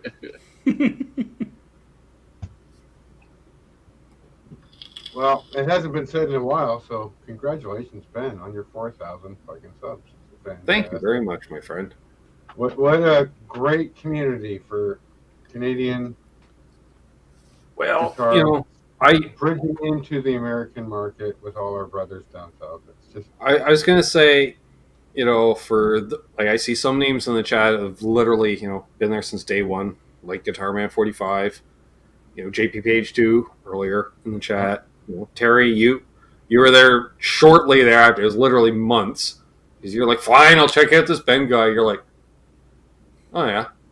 So if I like make some small town Ontario reference, you get it? Yeah. Okay. And so what are you doing? You're doing like live hangs? Yeah. Product demos? Yeah. Try to keep it squeaky clean and corporate? Yeah. Yeah. No cursing. You know, I might sip on a pint during the show, but you know, we'll keep the cursing to a minimum. Okay. We're not supposed then that all went out the window. So we tried that, got a bunch of hate, and then slowly started relaxing the hangs more. Still got the hate. Continued to grow slowly. You know, gain 2, lose 1. That's fine. You know, some people get sick of me after a while. I get it. Or lifestyle choice, you know, changes. Not everybody's hanging out on YouTube like they were a few years ago, or now, and they weren't a few years ago. New people are discovering it. Whatever. It's transient. That's fine. Some people get girlfriends. I get it. You know, oh, Jimmy's got a girlfriend. He disappeared. I get it. Laid now. Screw you. Yeah, he's getting laid now. He's not hanging out with a bunch of guys talking gear. He's got something better to do. You know, I get it. You know, that's fine. Or, you know, kids get older. They're actually want a dad to do something with them. You know, that's cool. Family first. I always said that. So as such, I've just, you know, as you do more videos, more of yourself, you get into a rhythm or whatever, and just amplify my existing personality accordingly, which just allows me to go crazy. You know, it's like, you know, when your parents would tell you to settle down as a kid, I don't have to settle down anymore. I just let it go. You know, just kick it up to 11 and have fun. And a lot we of you eat when we're hungry, we sleep when we're tired. You do what you want to do, man. Yeah. I was just thinking to like early gotta keep on. yourself happy. Exactly. And that was the thing. Like, don't, you know, I try to stress things out. You know, like, other than, like, I'll play the YouTube game as far as try to keep, you know, hey, release videos at this time. Keep that consistent. That's fine. I don't mind doing that grind. I enjoy doing it. You know, I just make these little. Tweak the algorithm, right? I mean, the way I see it is, I just make these stupid little home movies, you know, and you guys watch them. And you know what? Those numbers have been flat. Ben's Pub. We're hanging out. There's exactly. Well, and that's the thing. There's the core crowd. Like now, we got 31 watching. You 31 that are watching. You guys are going to watch anything I put out, and I love you for it. You know, because I put it these stupid little home movies on this home movie platform. Put them out there, and you watch it. And you're like, yeah, that's cool. You know, that's cool. You know, hey Charles, love you, Lucas. You're awake. Well, hey, wow. How you doing, Charles? Well, it is 6 a.m. there, so I get it. Okay. Well, and nice job I never moderated for Dan and Mick. Hobo Roadie. That's what I was going to say. I don't remember them. I never moderated for a lot of other channels, that's for sure. And, you know, made a lot of friends that way as well. And it's weird, you know. And then you got the live crew hang where that's a whole thing. Where, you know, and that's a different crowd than the ones that just watch the videos, and that's cool. And the way I say that's more like I make the videos for fun to give you guys some entertainment during the week. You know, maybe drop some knowledge. But you know, make them entertaining. That's the big thing. It's got to be entertaining because then I'm having fun doing it. And then these hangs, they are what they are. Like, it's funny how the channel keeps growing, but it's been flat in a sense. Like, I put out a video, there's 100 of you that watch it in the first day and a half. It's been that way since 2018. And I'm okay with that. There's you know, 100 of you are like, hey, that was funny. Cool, you know. And then, you know, you put out one of these and it's, what, 300-400 views after, let's say, 3 days. And it's been that way since 2018. And I'm okay with that because I provide a place for you guys just to come have fun. Let's talk about anything. Let's keep it positive and somewhat guitar related. But if we go down a rabbit hole, well, fuck it. Let's go down the rabbit hole. Right. I got a shovel. I got to talk about the monopoly of Becker's franchises through Ontario while growing up. I'll talk about Becker's, and sorry if some of you don't know what I'm talking about. You still find it entertaining, I guess. Well, what I was gonna say Preston's is live on Wednesday. Check out Preston on Wednesday. Google. What I was going to say is early on in the channel when you were doing the broadcasts from the smoke shop, like I said, it was almost like a version of Clerks. Yeah, like Michael Smith's Clerks. So like everybody was like tuning in, like, "Hey, it's me, Ben. I'm here at the smoke shop." Oh, doing my lunch break. Everybody. Go live during my lunch break. Whatever. And then honestly, when I started the channel, like I said, I wanted to be the next Phil McKnight because he kind of does everything. He does demos and stuff, or at least he did that. And then he started the live thing, and I like that. And he had a community, and I like that. And then but I, you guys know, you grow up in a small town in Canada. You think, I'm never going to go to a NAMM show. I'm not going to meet any of these people or have a chance to meet any of these people virtually or otherwise, that you listen to for years, or make the products that we all enjoy, And that's when, starting the Sunday show started out with just, all right, who can I get on? Well, guys like I have on tonight, and I don't mean that in anything, but members of the community. That's what it started. Hey, when I first showed, let's have JJ on. I didn't know who JJ was, but he seemed like a cool cat in the chat, so let's have him on. And then, it's like asking the pretty girl to dance at the dance. I'm gonna send it in. Let's see if this guy will come on. Holy crap, he'll come on. All right, let's do this. And friends of friends and this and that. Well, hell of a ride over the last 4.5 years. Before we wrap it up, I'll just say, like, one of the things I think you did and you realized was that there wasn't much Canadian presence on YouTube. Not really in the live way. There's in that, I'm going to call it the previous generation YouTuber, which is largely a corporate-looking YouTuber, very professional, very slick. The OGs like your Guitar Samurai, your Jay Leonard J, your Daryl Braun. No cussing? Who? No cussing? We had a handful of those channels, but it's like Tone King when he tuned into one of the basement hangs. It's like watching Wayne's World. Exactly. Yeah. Keep it low budget. Like I always, like one of my favorite movies, UHF. And if you haven't watched it, that's an excellent documentary on how to run a cable network. Just cable TV station. Just saying. Weird Al. Yep. So, like I say, you gotta have fun. If you're not having fun, what's the point? Yep. We only get to do this once. Let's do it. And as long as things keep growing, I'm happy about that, and I thank everybody for all their support. Whether it's simply watching a video or you become a channel member or a patron, and something like that, which believe me really helps. And I'll just keep doing what I'm doing, and God, beats doing working in a factory or something, that's for sure. And if I can do this and help, you guys. And if we weren't having fun, we wouldn't be here. Exactly. Yeah. Exactly. And that's the way, if we can build this community, and I think we will, as more people, we were talking about it off air before the show, people coming over that we see from other channels every week. There's one or two people. Oh, you do a show? Yes. Mm-hmm. Yes. Yep. Word gets around.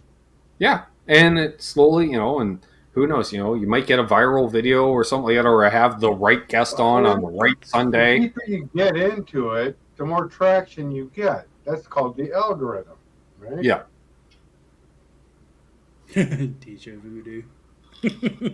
Well, that's one person's interpretation of a bunch of numbers.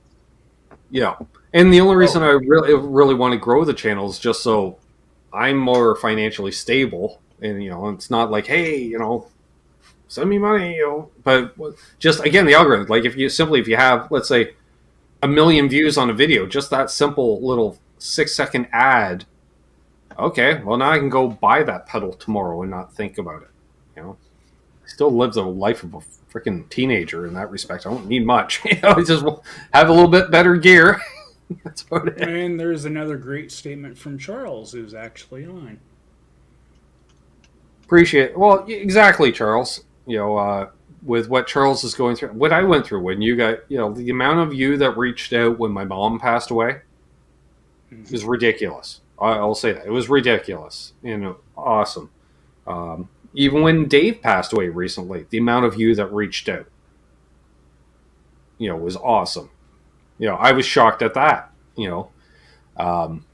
and we've done that for each other, whether Tom's health issues, when Tom decided to see how low can you go in the body weight,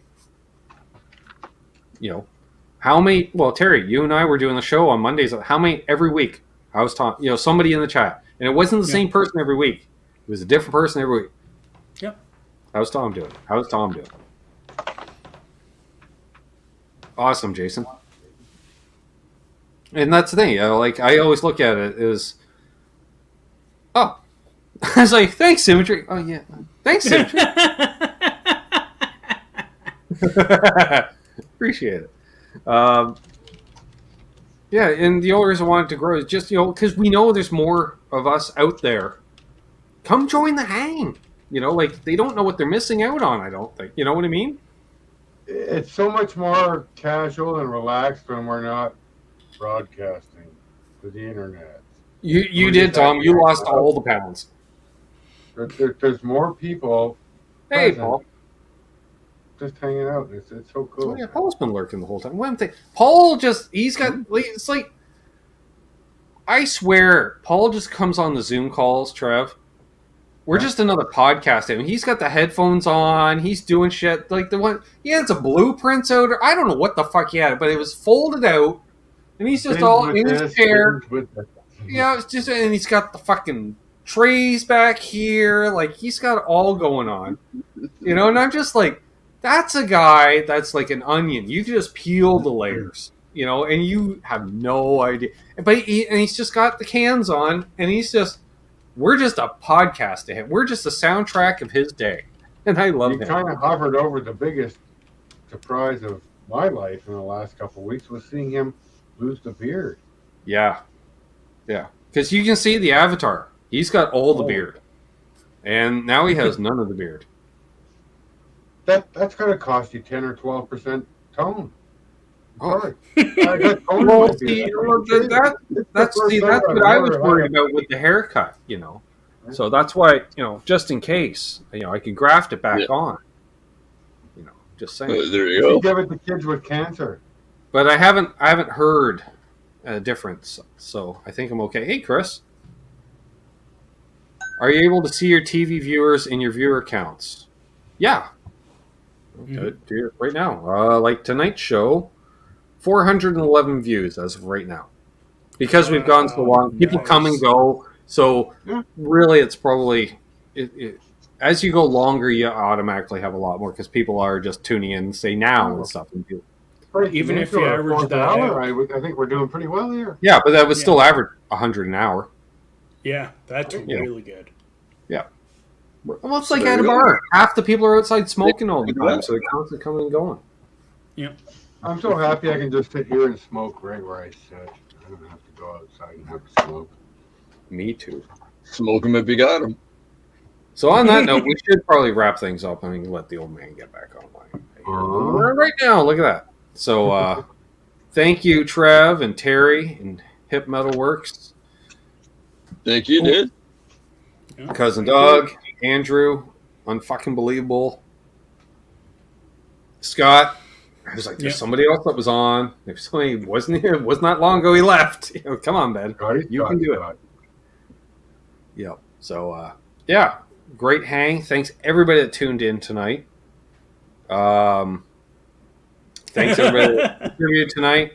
On to 5,000, which helps in the algorithm. 5,000 does make a difference. I know that.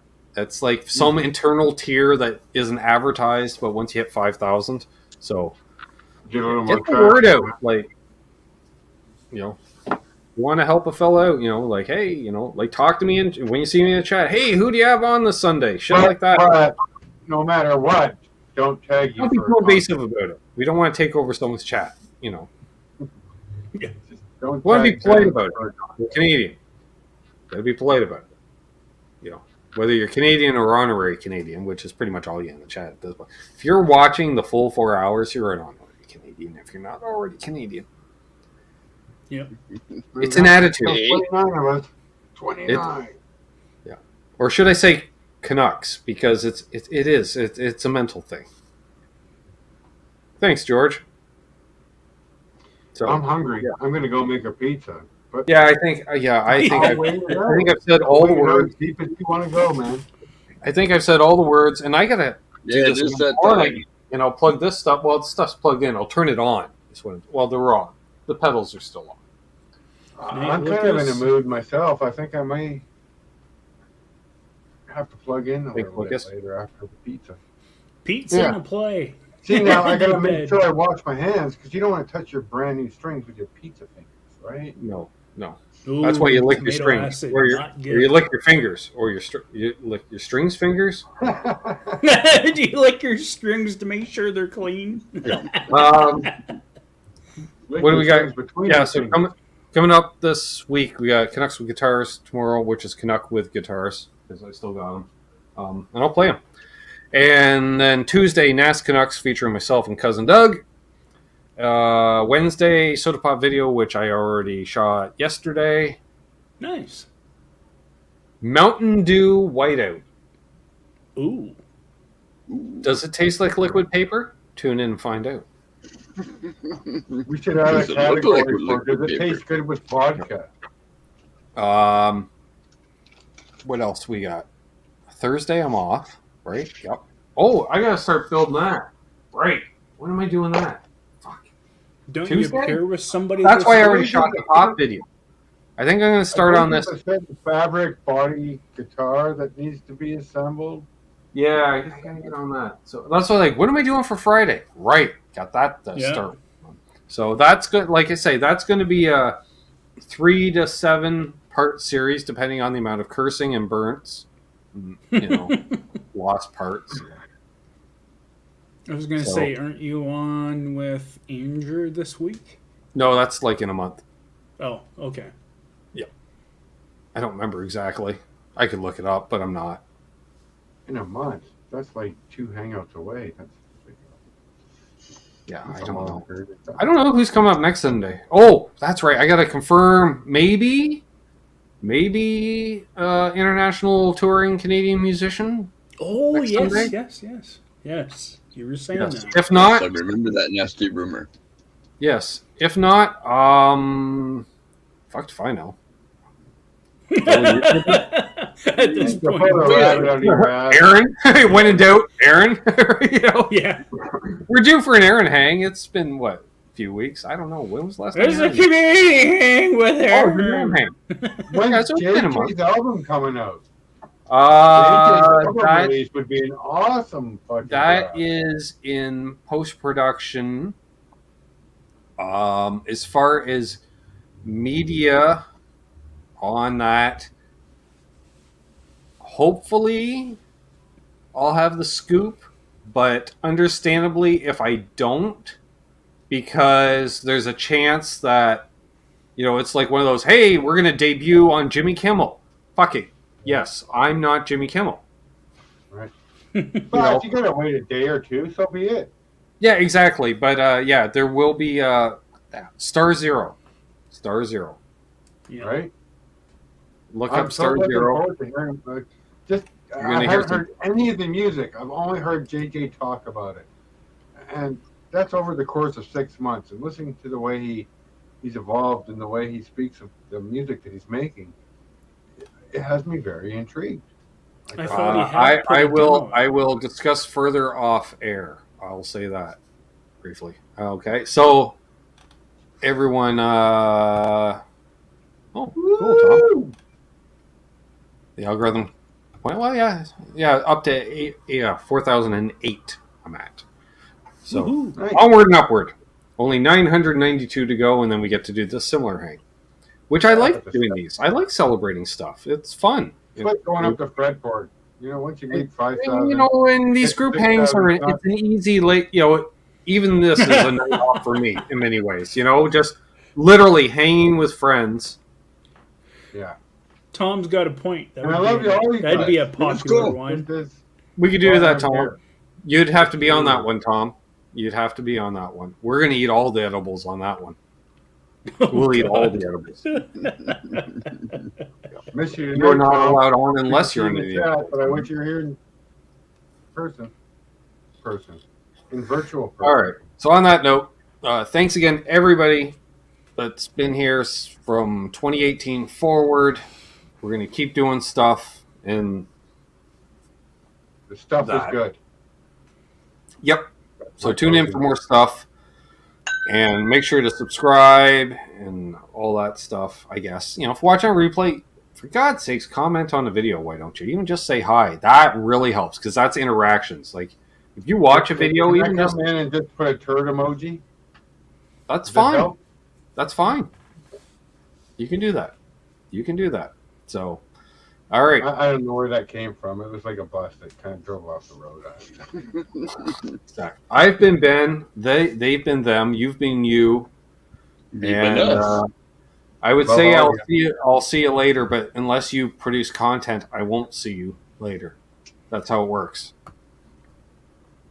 But you'll see me later. All right. Where's the end button? Right. Hold doors open. Doug's wife's real.